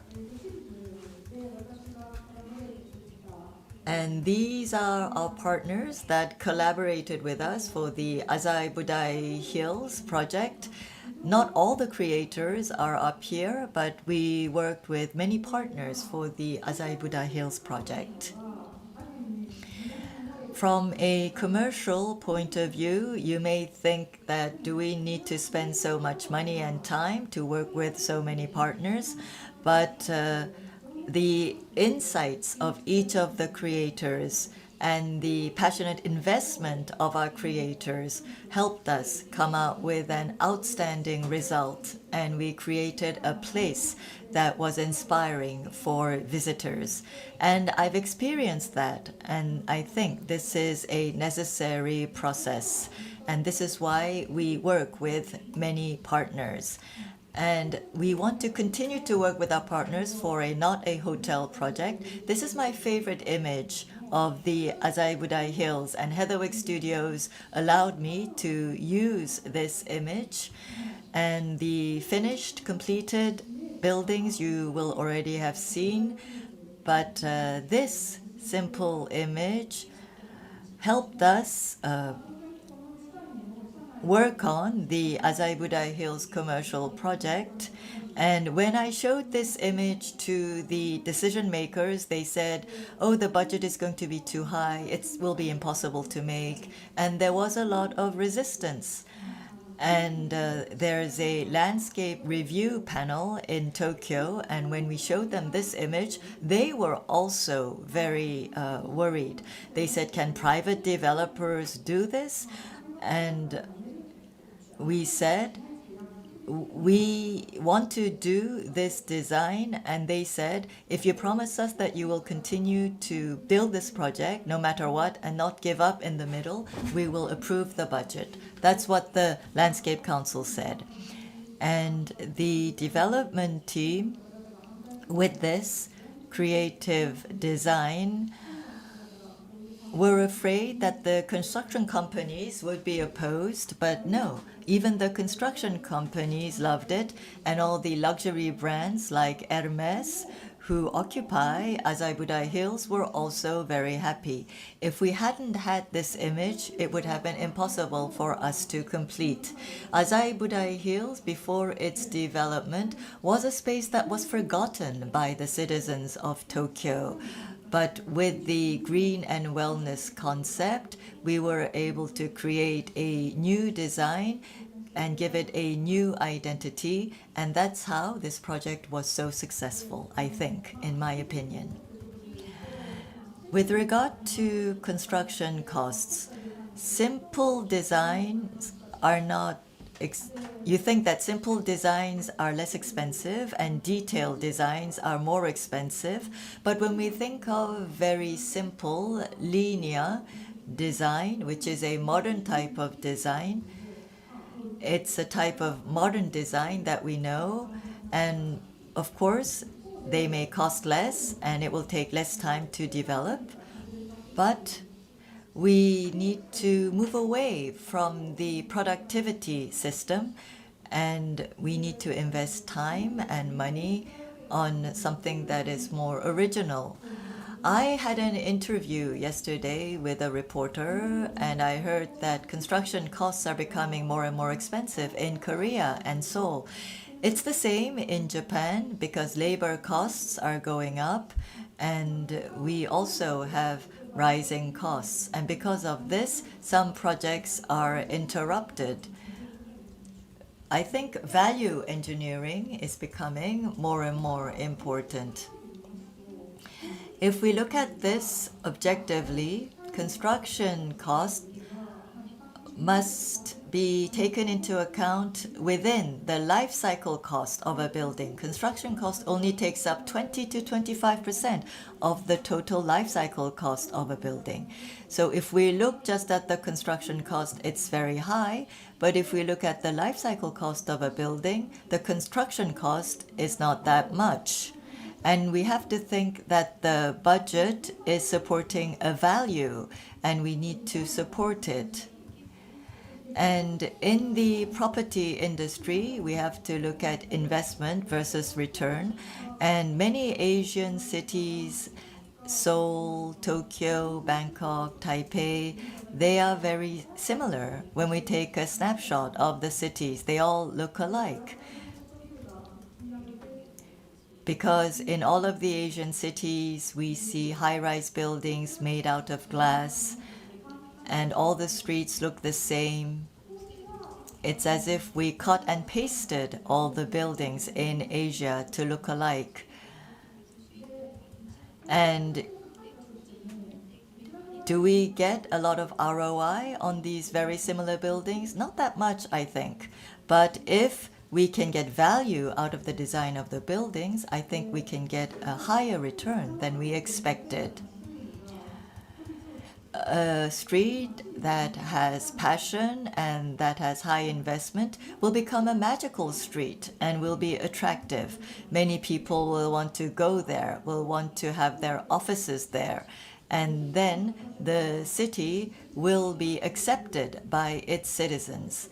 And worldwide, if we see famous cities that have a heritage that they can introduce to people, they value design and they have a history.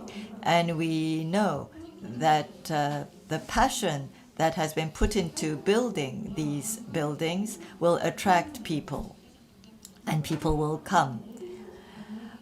Property development is like gambling because it's hard for us to negotiate with a client before the building is built to come and occupy the building. And we don't know whether an occupant is willing to go to Azabudai Hills or not. But we want people to want to go there. Then the investment will have a high ROI. So here we have the number of visitors at Roppongi Hills after we opened Azabudai Hills. And every year we have 40 million visitors visiting the area, and daily at its peak in 2022, before COVID, during Christmas, we had the highest number of visitors daily, which was 330,000. And I think Roppongi Hills and Azabudai Hills was very attractive for the visitors. And we say that ROI on property investment takes 20 years. And we say that we can get ROI of an investment in a building in 50, 100 years. And in order to do that, we have to get the most value out of what we have built. And so after we have achieved return on investment, we need to find a way to truly create a building and city that is sustainable and attractive. We are pressured by cost and time and investment. But in order to avoid this, we have to look at the project in the long term. And it's only been a few years since Azabudai Hills opened, but wherever you go, Everything is beautiful. We have many visitors. And in order to build a city like this, we need a long-term approach, a long-term view. And as I mentioned before, like not a hotel, we need this space to work 24/7. For example, the office buildings are used for 8 hours a day, and then people go home and they are closed. But we need to create a vibrant city to enable the city to live 24/7.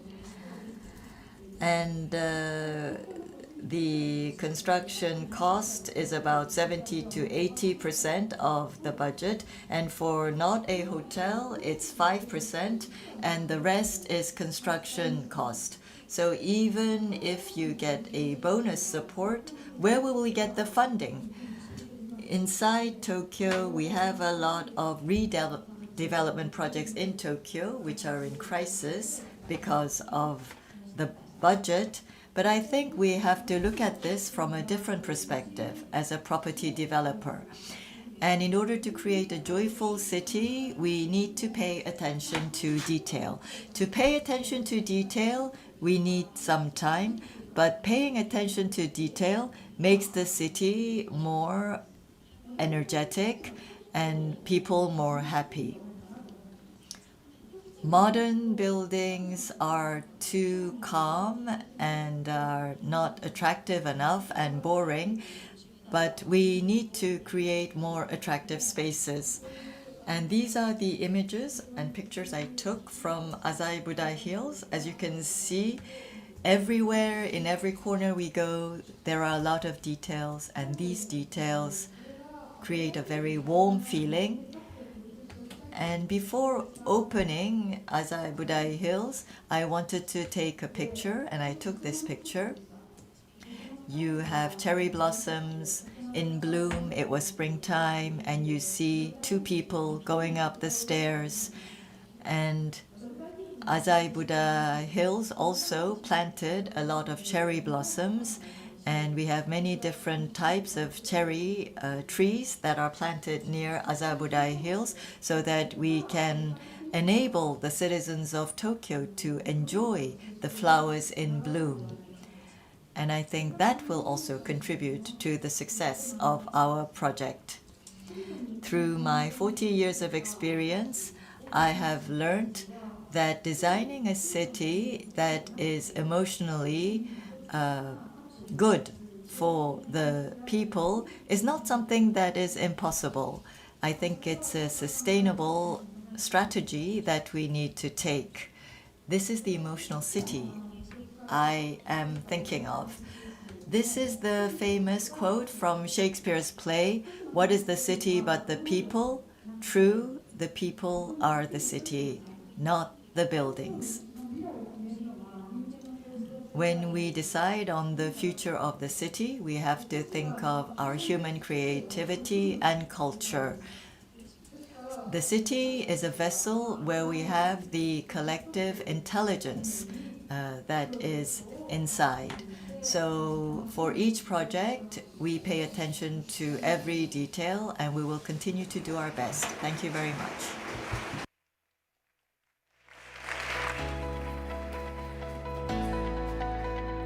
네, 감사합니다. 그럼 바로 Thank 이어서 you very much. We move on to a presentation by Richard Upton. Right. I would like to invite Richard Upton. Please welcome him with a warm round of hand.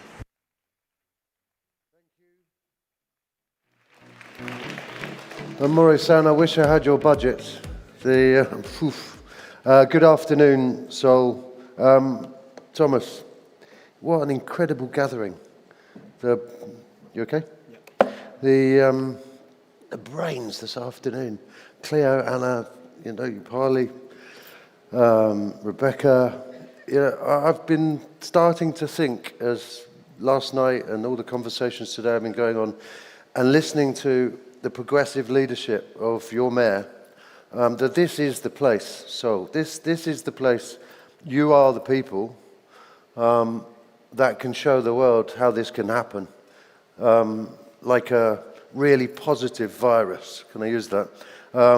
It's a privilege to be here. Thanks to the Mayor. I hope you're listening to this when you're recording it back, Mayor, because I'm going to say some good things about you. You need to carry on your momentum. Thanks for Thomas for inviting me to speak. So, you know, this event, as you know, explores how to make cities radically more human.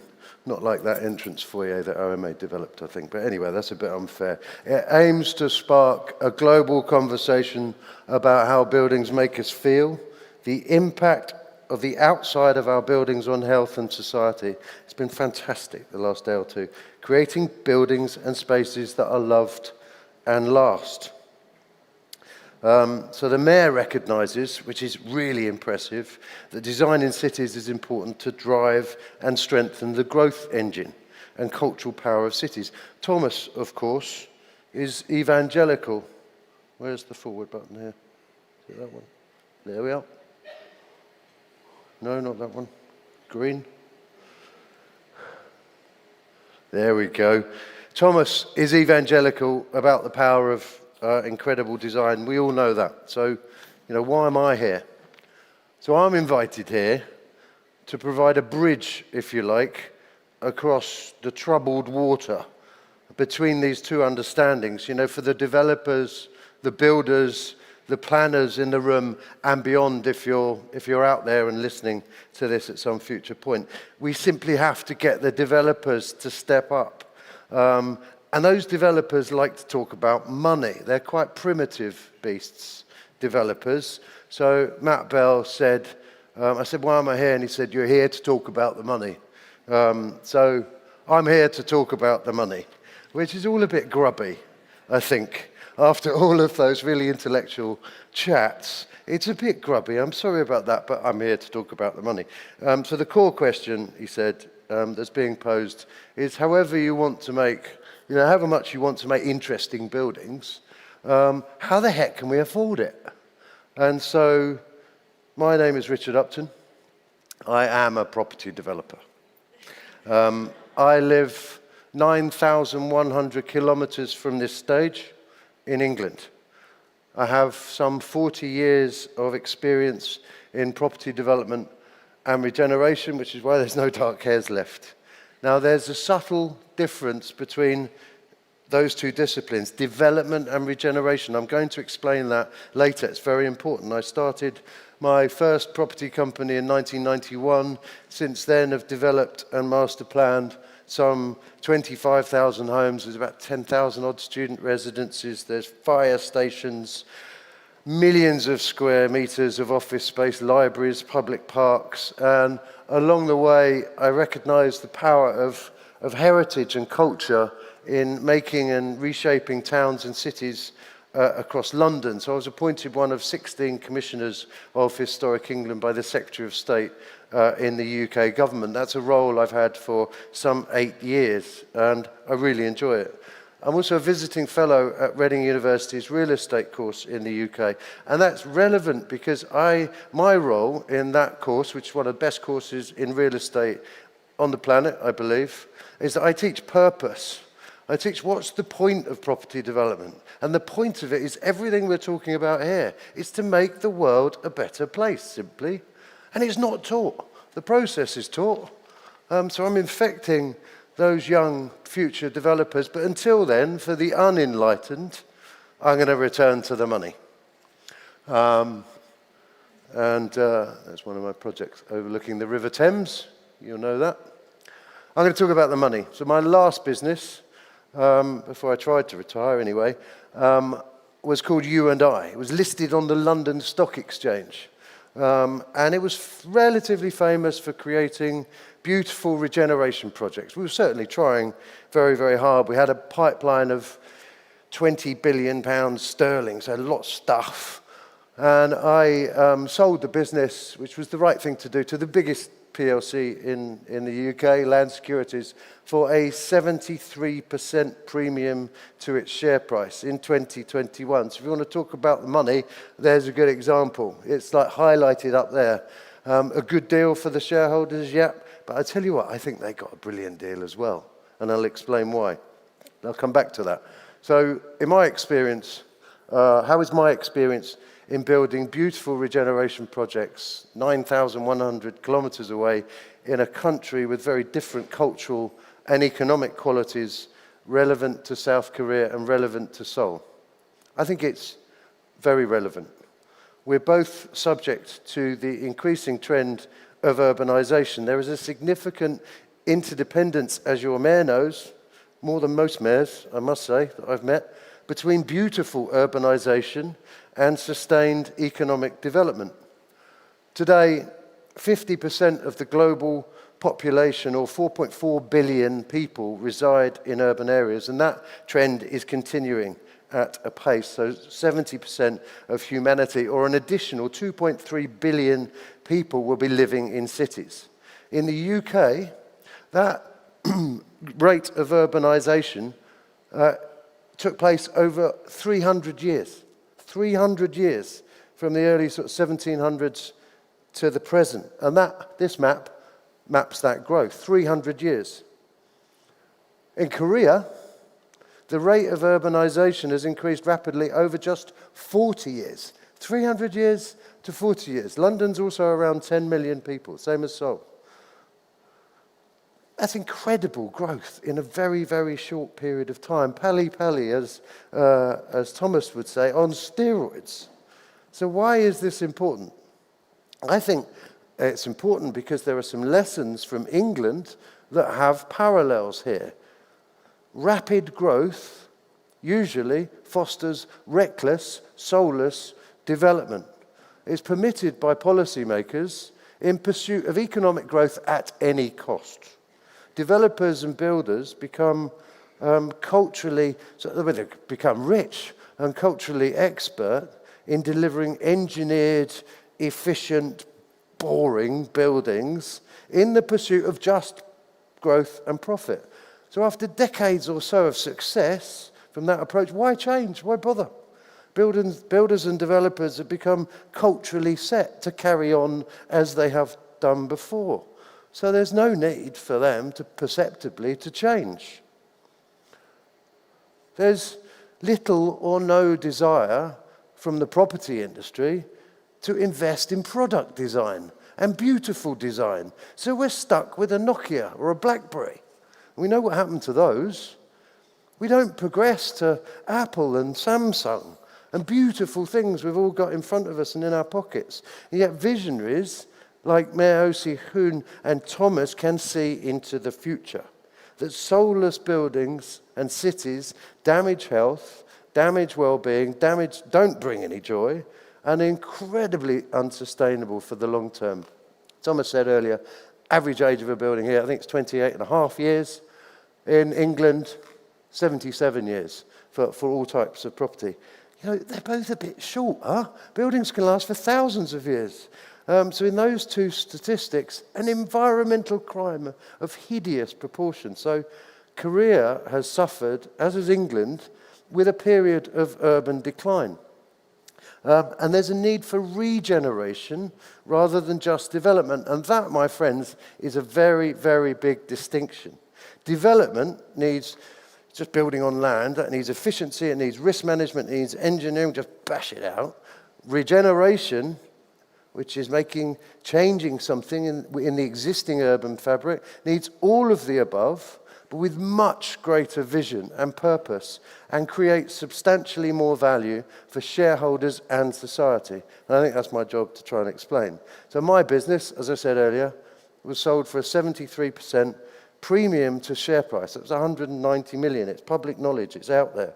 Because of a distinctive approach to regeneration, which I started 35 years ago, which was slightly ahead of its time.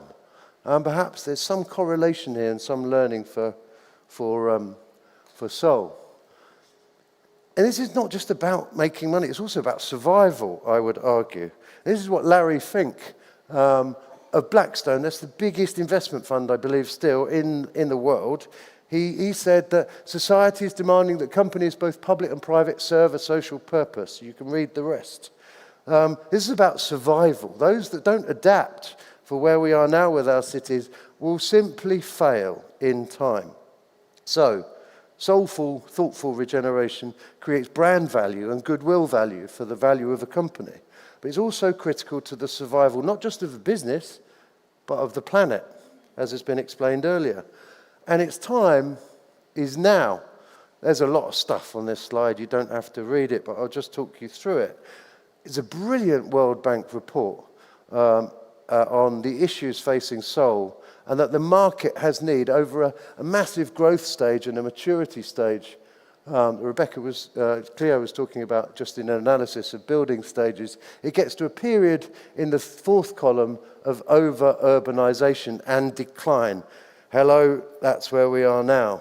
The market has shifted for a need for regeneration, and that policy shifts with this mayor, and subsequent mayors will have to do this, recognize that regeneration with great design is absolutely key, it's defensive almost, to sustain social and economic growth. So you need to look at that graph. Developers need to look at that graph. It's from the World Bank. It's a brilliant report on Seoul. The market is mature, probably over-mature, and entering decline. Change is upon us. It's now.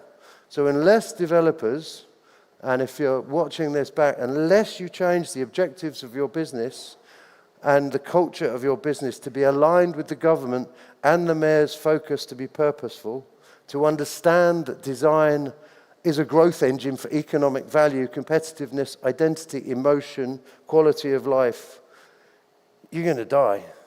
It's just a matter of time. Great design is everything, your mayor said. Brilliant, man. Start with that understanding. So, now, your towns and cities like ours, perhaps in England 35 years ago, need regeneration, not building at any cost. That's the shift. The word regeneration comes from the Greek palingenesia, which means new birth, both physical and spiritual. We're talking a lot about the spiritual probably in the round today. That's what regeneration means. Physical and spiritual. It's more complicated than simply building on land, yeah, but it's also full of opportunity and value add. When you create beautiful, new, soulful places within a city, you've got a real chance to shine. Everyone wants to go, wow, look at that, in comparison to those boring buildings next door. And something happens then in that composition.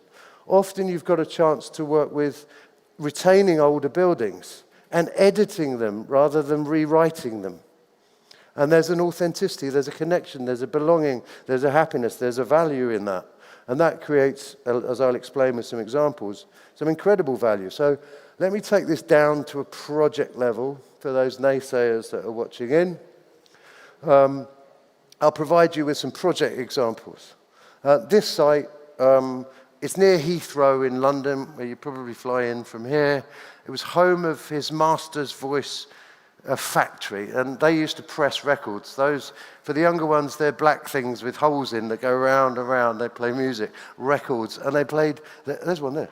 And they also built record players in the early part of the 20th century. And I acquired this 12-hectare site, which was a failed business park, where actually, quite amusingly, Blackstone, Larry Fink guy from before, had spent 80 million quid, and it was just going down the pan. The whole project was wrong. But I employed some brilliant architects, the history of the site, looked at that for a sense of connection and authenticity, Rebecca, and looked at the innovation excellence. And I convinced the government and the Mayor of London to double the density. This is the Mayor's point on floor ratios. Okay, if you build trust and you do a brilliant job, you can break the rules. But you need to show that you have the responsibility to earn that rule-breaking approach. So the Mayor of London agreed to double the density because he knew we were going to do a brilliant job. So we included a new music school, a live music venue, 660 homes, a shop, doctor's surgery. I filled the whole scheme, and these buildings, we reused these buildings, and we are reusing these buildings. And there was the wider site just before we started. We paint things straight away because it looks quite cool and interesting. It's easy to do. You can do it in a day. And started to reimagine some of the spaces that were there. The boiler house for the old factory. There's residential flats, boiler staircase, external, good value. So not an insulated staircase and everything like that. So beautiful things like old gramophones littering through this beautiful site. And a bit of awe, I think, to Upali's point, only a little bit, a 6-meter-high dog. There used to be the brand of his master's voice was that little dog listening into a gramophone. And so we thought it'd be nice to put the dog back into the site. Now, I bought the site from, talk about the money you said, for 18 million quid, okay, from Blackstone. And through this density and efficient engineering and all of the usual stuff, but a spirited approach to a thoughtful place, we doubled the land value to 36 million, and then all of our residential and commercial space be anything for miles around in terms of leasing, rent, values, and everything, and yield. So when your values as a property developer align with your government or your mayor, they can build trust, you can manage trust, get your planning and your permissions earlier, you can push more value from regeneration. Let me give you another example, and this plays exactly to Mayor O.C. Hoon's point earlier. Could we go a little bit higher, maybe? Well, they might allow you if you care, development industry, if you care. So we cared here. Local government owned a site in Clapham. It's about a mile or so outside central London. And they owned a library, and they went to the property industry saying, could you give us a free library and a leisure centre? We haven't got any money. We'll give you the land, and you can only build this high. And all of our competitors designed a box because it's efficient for the financial model and put some more boxes on top of it and kept within the rules. We broke the rules. It's a library. So it's a great idea to put 3 books on a bookend going, oh, there's a library underneath us. And we use cut white bricks, stainless steel reveals to let the light flutter through, and we got 3 more stories than anybody else. It more than paid for the extra 5 or 10% on design costs, and more than that, there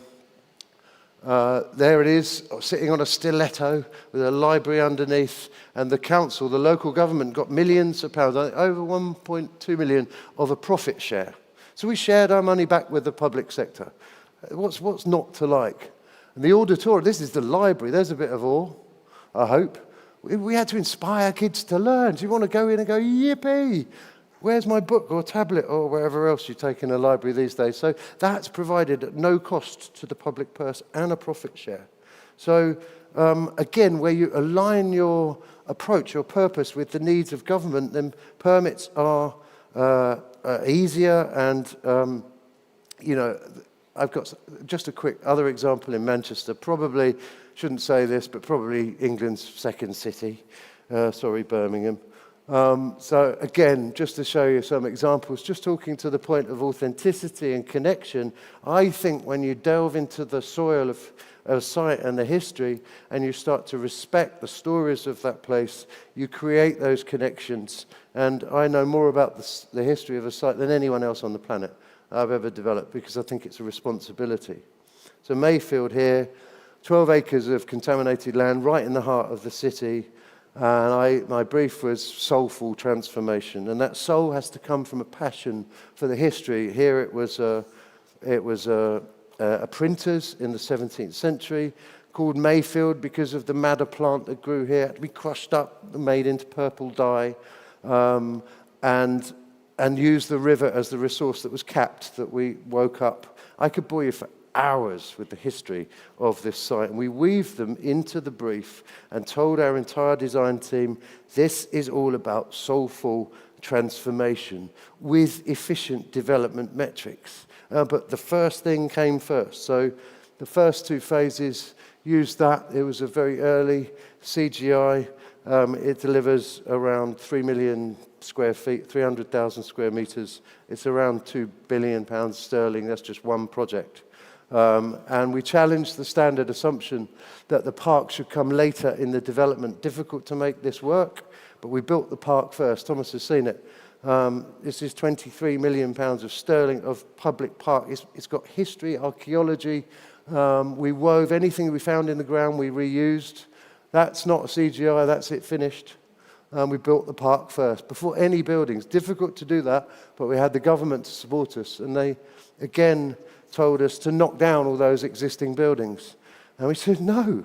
Do you know what environmental crime that is? And also, you're layering a much more beautiful connection with the past. So we ignored that, and they didn't like that very much. And so we turned those buildings, framing the park, into a food and beverage venue. It's called Escape to Freight Island. It took us about 3 months to build it, and it paid for itself within 3 months. It has 1 million visitors a year, and it's one of the top 3 attractions in Manchester, and they asked us to throw it away. But we've got an amazing sense of place at Mayfield. And that impatience for placemaking, you have to start really, really early, has been consistent in my approach to regeneration. There was a cafe that I built in about 3 weeks for the Olympics, because I bought a site, and the mayor said, can you do something with that hoarding? So we built a cafe and engaged with people and had those conversations. And so it's very, very important to act quickly, I think, to repair things and start to engage, and you can take more risk in that way. I said to you earlier, I'm a visiting fellow at Reading, where I studied real estate 37 years ago, and the mantra I give them, there's a carriage that we converted, we put on a site straight away, is all about heritage, art, and an immediate start. So heritage, respect the history of a place. Art, litter everything with art. Fill it, infuse it everywhere. Art has no boundaries, which is the boundaries you need, and no boundaries. And an immediate start, that impatience, because people, we all own the planet. So heritage, art, and an immediate start. Weave it all together and weave that purpose, which is essential, I've suggested to you, for survival. Weave that purpose into your process. Developers are very good at sort of processing things, but not with purpose. You must start with absolute expertise, with efficiency, with cash flow discipline, all those usual skills. But once you master those rules, you have to break them, which is good fun. And then you weave it into the whole process, the whole way along, with great stewardship at the end, because that will be your defining legacy when you move it on. So always have a visionary brief. This was my bid document when we won the project, which is a really successful project now. That was the title. Mayfield demands a soulful transformation. So it's a matter of responsibility, yes, but it's so much more than that. So to answer your point, Matt, that you put to me, talk about the money. Nokia was once a leader in mobile phones, but failed to adapt and evolve. And as I've shown, now is the moment in Seoul, as it was in England perhaps 30-odd years ago. Property companies that fail to embrace regeneration will die. The next chapter, for the most part, is about regeneration and development, and not development, and that needs spiritual as well as physical rebirth. So you really should align your values with society and your mayor in this instance, and that creates density and value and manages risk, and that makes money. You create a greater sales and leasing advantage with regeneration, and that makes money. You create brand and goodwill for your shareholders, as I've demonstrated in that extract from the Financial Times. Your business will be valued at a premium to your competitors. That makes money. Finally, this one's a really, really important one. I had the A-team working with me, an absolute A-team. They were young, they were mostly female. You can attract and recruit the best young talent when you've got great purpose, and that makes money. But it's also a lot more fun. So just to finish, embrace the next chapter, developers. It's regeneration. Make that your purpose. I urge you to follow the lead of your splendid mayor, O.C. Hoon, and Thomas Heatherwick. I think this is the city, and you are almost certainly the people that can make a difference, and you can show the world. So to Thomas's point, it's time to shout. Thank you.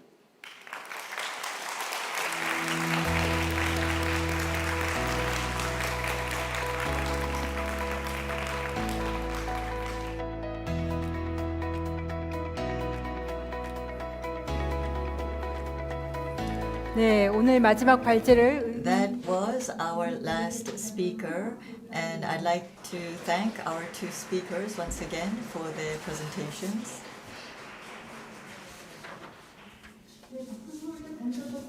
I think you are clapping louder because everybody has more energy. We have listened to 4 speakers and we are nearly ending the day. But before we say goodbye, we have prepared a poetry performance. We have invited poet Park Jun to give us a poetry performance. He writes beautiful poems. I would like to introduce the poet Park Jun, and I would like to ask you to refrain from moving around while we have the poetry performance. Let's give him a big hand.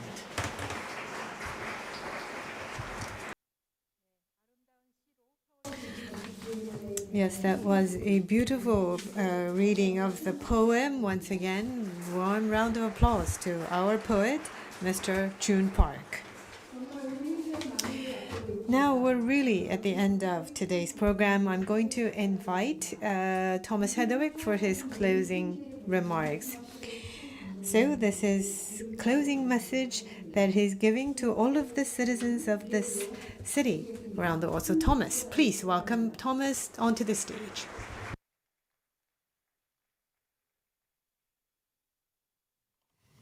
It's very hard to do closing remarks when we're sort of halfway through, and I also have in the back of my head my secret, really, which my dad said to me once. My father said to me, be very wary of conferences. Everyone loves to talk, and they come together, they have a lovely time, and then they go away and nothing changes. And so for me, this only matters if change happens because of these 2 days. And so please have that in mind. What do we need to do to make the maximum change? But for me, today's been incredibly special. And a big part of it has just been the energy and enthusiasm of everyone who's been speaking.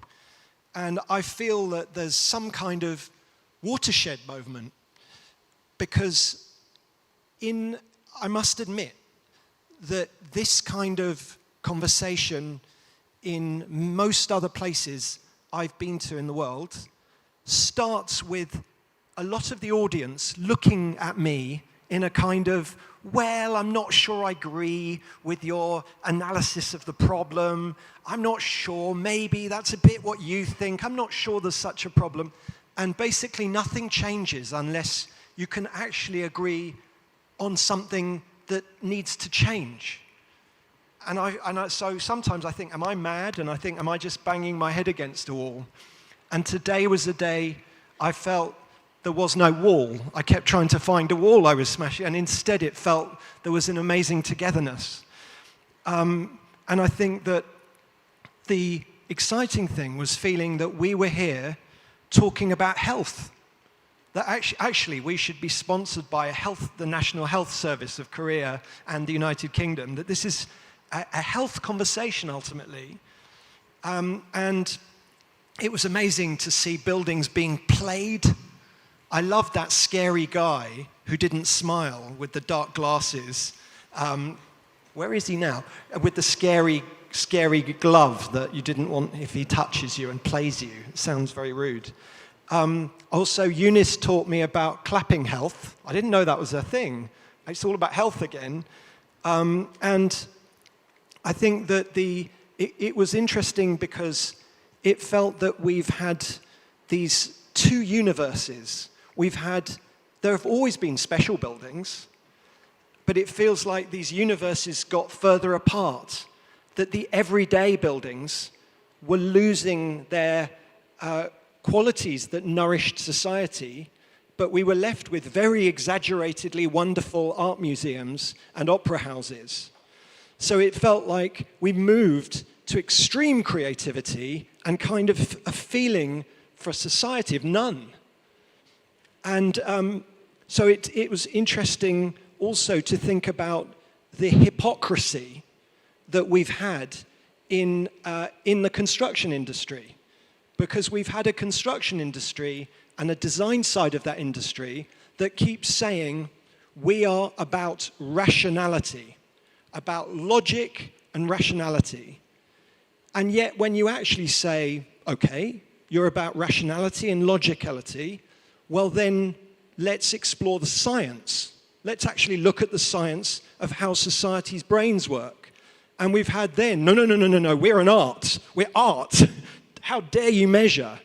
And it's sort of astonishing. We have the foremost scientists here in the room who are researching buildings and brains. And how weird that this industry has been going for so long, is worth such a fortune, and this feels like breakthrough moments. You heard Cleo talking about this. Finally, there's a sense of momentum and understanding that all humans are actually very aesthetic. This is not something that only artists have. It's something we all are. We all connect with it. So I thought it was so interesting thinking about these mind shifts that Upali was talking about, and that our body hosts our brain, because we're so led by brain rather than actually the brain follows our feelings, which was so interesting. A strong thing that came across in today's conversation was that that about clients. I think one thing that's hit me is that in design and architecture, we are the heroes. You know, when my studio finishes the project in Azabudai Hills, I get the credit. It seems like me and my team, we are the heroes of this. And actually, I think that that's part of a problem, is that the designers think we're the ones in control. We're not. We are just the hands. I'm making you sound evil. I don't mean to make you sound evil. It's actually all about the vision of the property developers. And I remember someone once saying to me, remember, our problem in the design industry is there are a lot more really good architects and designers than there are good clients. And so we are all desperate for those good clients. But so that means as designers, it's in our interests that we promote the clients. It should be more sexy to be a client, and we should be shouting to the high heavens about the best clients in the world. And maybe the next Architecture Biennale shouldn't be led by an architect or a building designer, but maybe it should be led by a property developer. And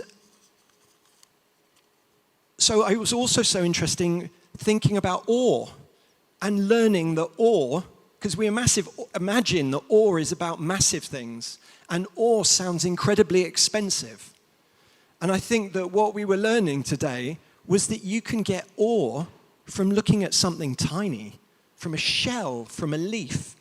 Awe doesn't need to be crazy-shaped Sydney Opera House buildings. It can just be about a level of passion put into the smallest things. And so it really felt like one thing that was powerfully coming across is this, I think Upali said, about the wasted potential. There are so many creative people across the planet who are being wasted from helping us to make the built environment good. There are so many creative people who end up doing pictures for rich people in their houses and things that go in galleries that are seen by 1,000 people rather than things that can be seen by millions of us and shared by us all. So it's so interesting also to learn about visual stress and the notion of efficiency on paper actually turning into fatigue in real life, as Cleo was talking about. And to get the confidence that emotion is measurable, as Rebecca was saying. And so the idea that it felt to have Midori and Richard talking about how the emotional value can make money, that really it should be very encouraging to other property developers and to us all in the design industry. And I think our challenge in professions, I guess this is in all professions, is how to stay a citizen in your mind and not think you have all the answers. And so I think that I'm very excited today that we were talking also about love, and in the poet at the end who was reminding us that the city is a lived experience on so many levels, and that comes back to Richard talking about the spiritual side, which is in there, that is sort of possible to build into what you build. So I'm really looking forward to tomorrow, and I hope that we will take this even further. And I thought these were really good as well. I thought you used them very well. It got us all working, controlling aeroplanes with them. So see you all tomorrow, get some good sleep, and can't wait for the how things go tomorrow. Thank you.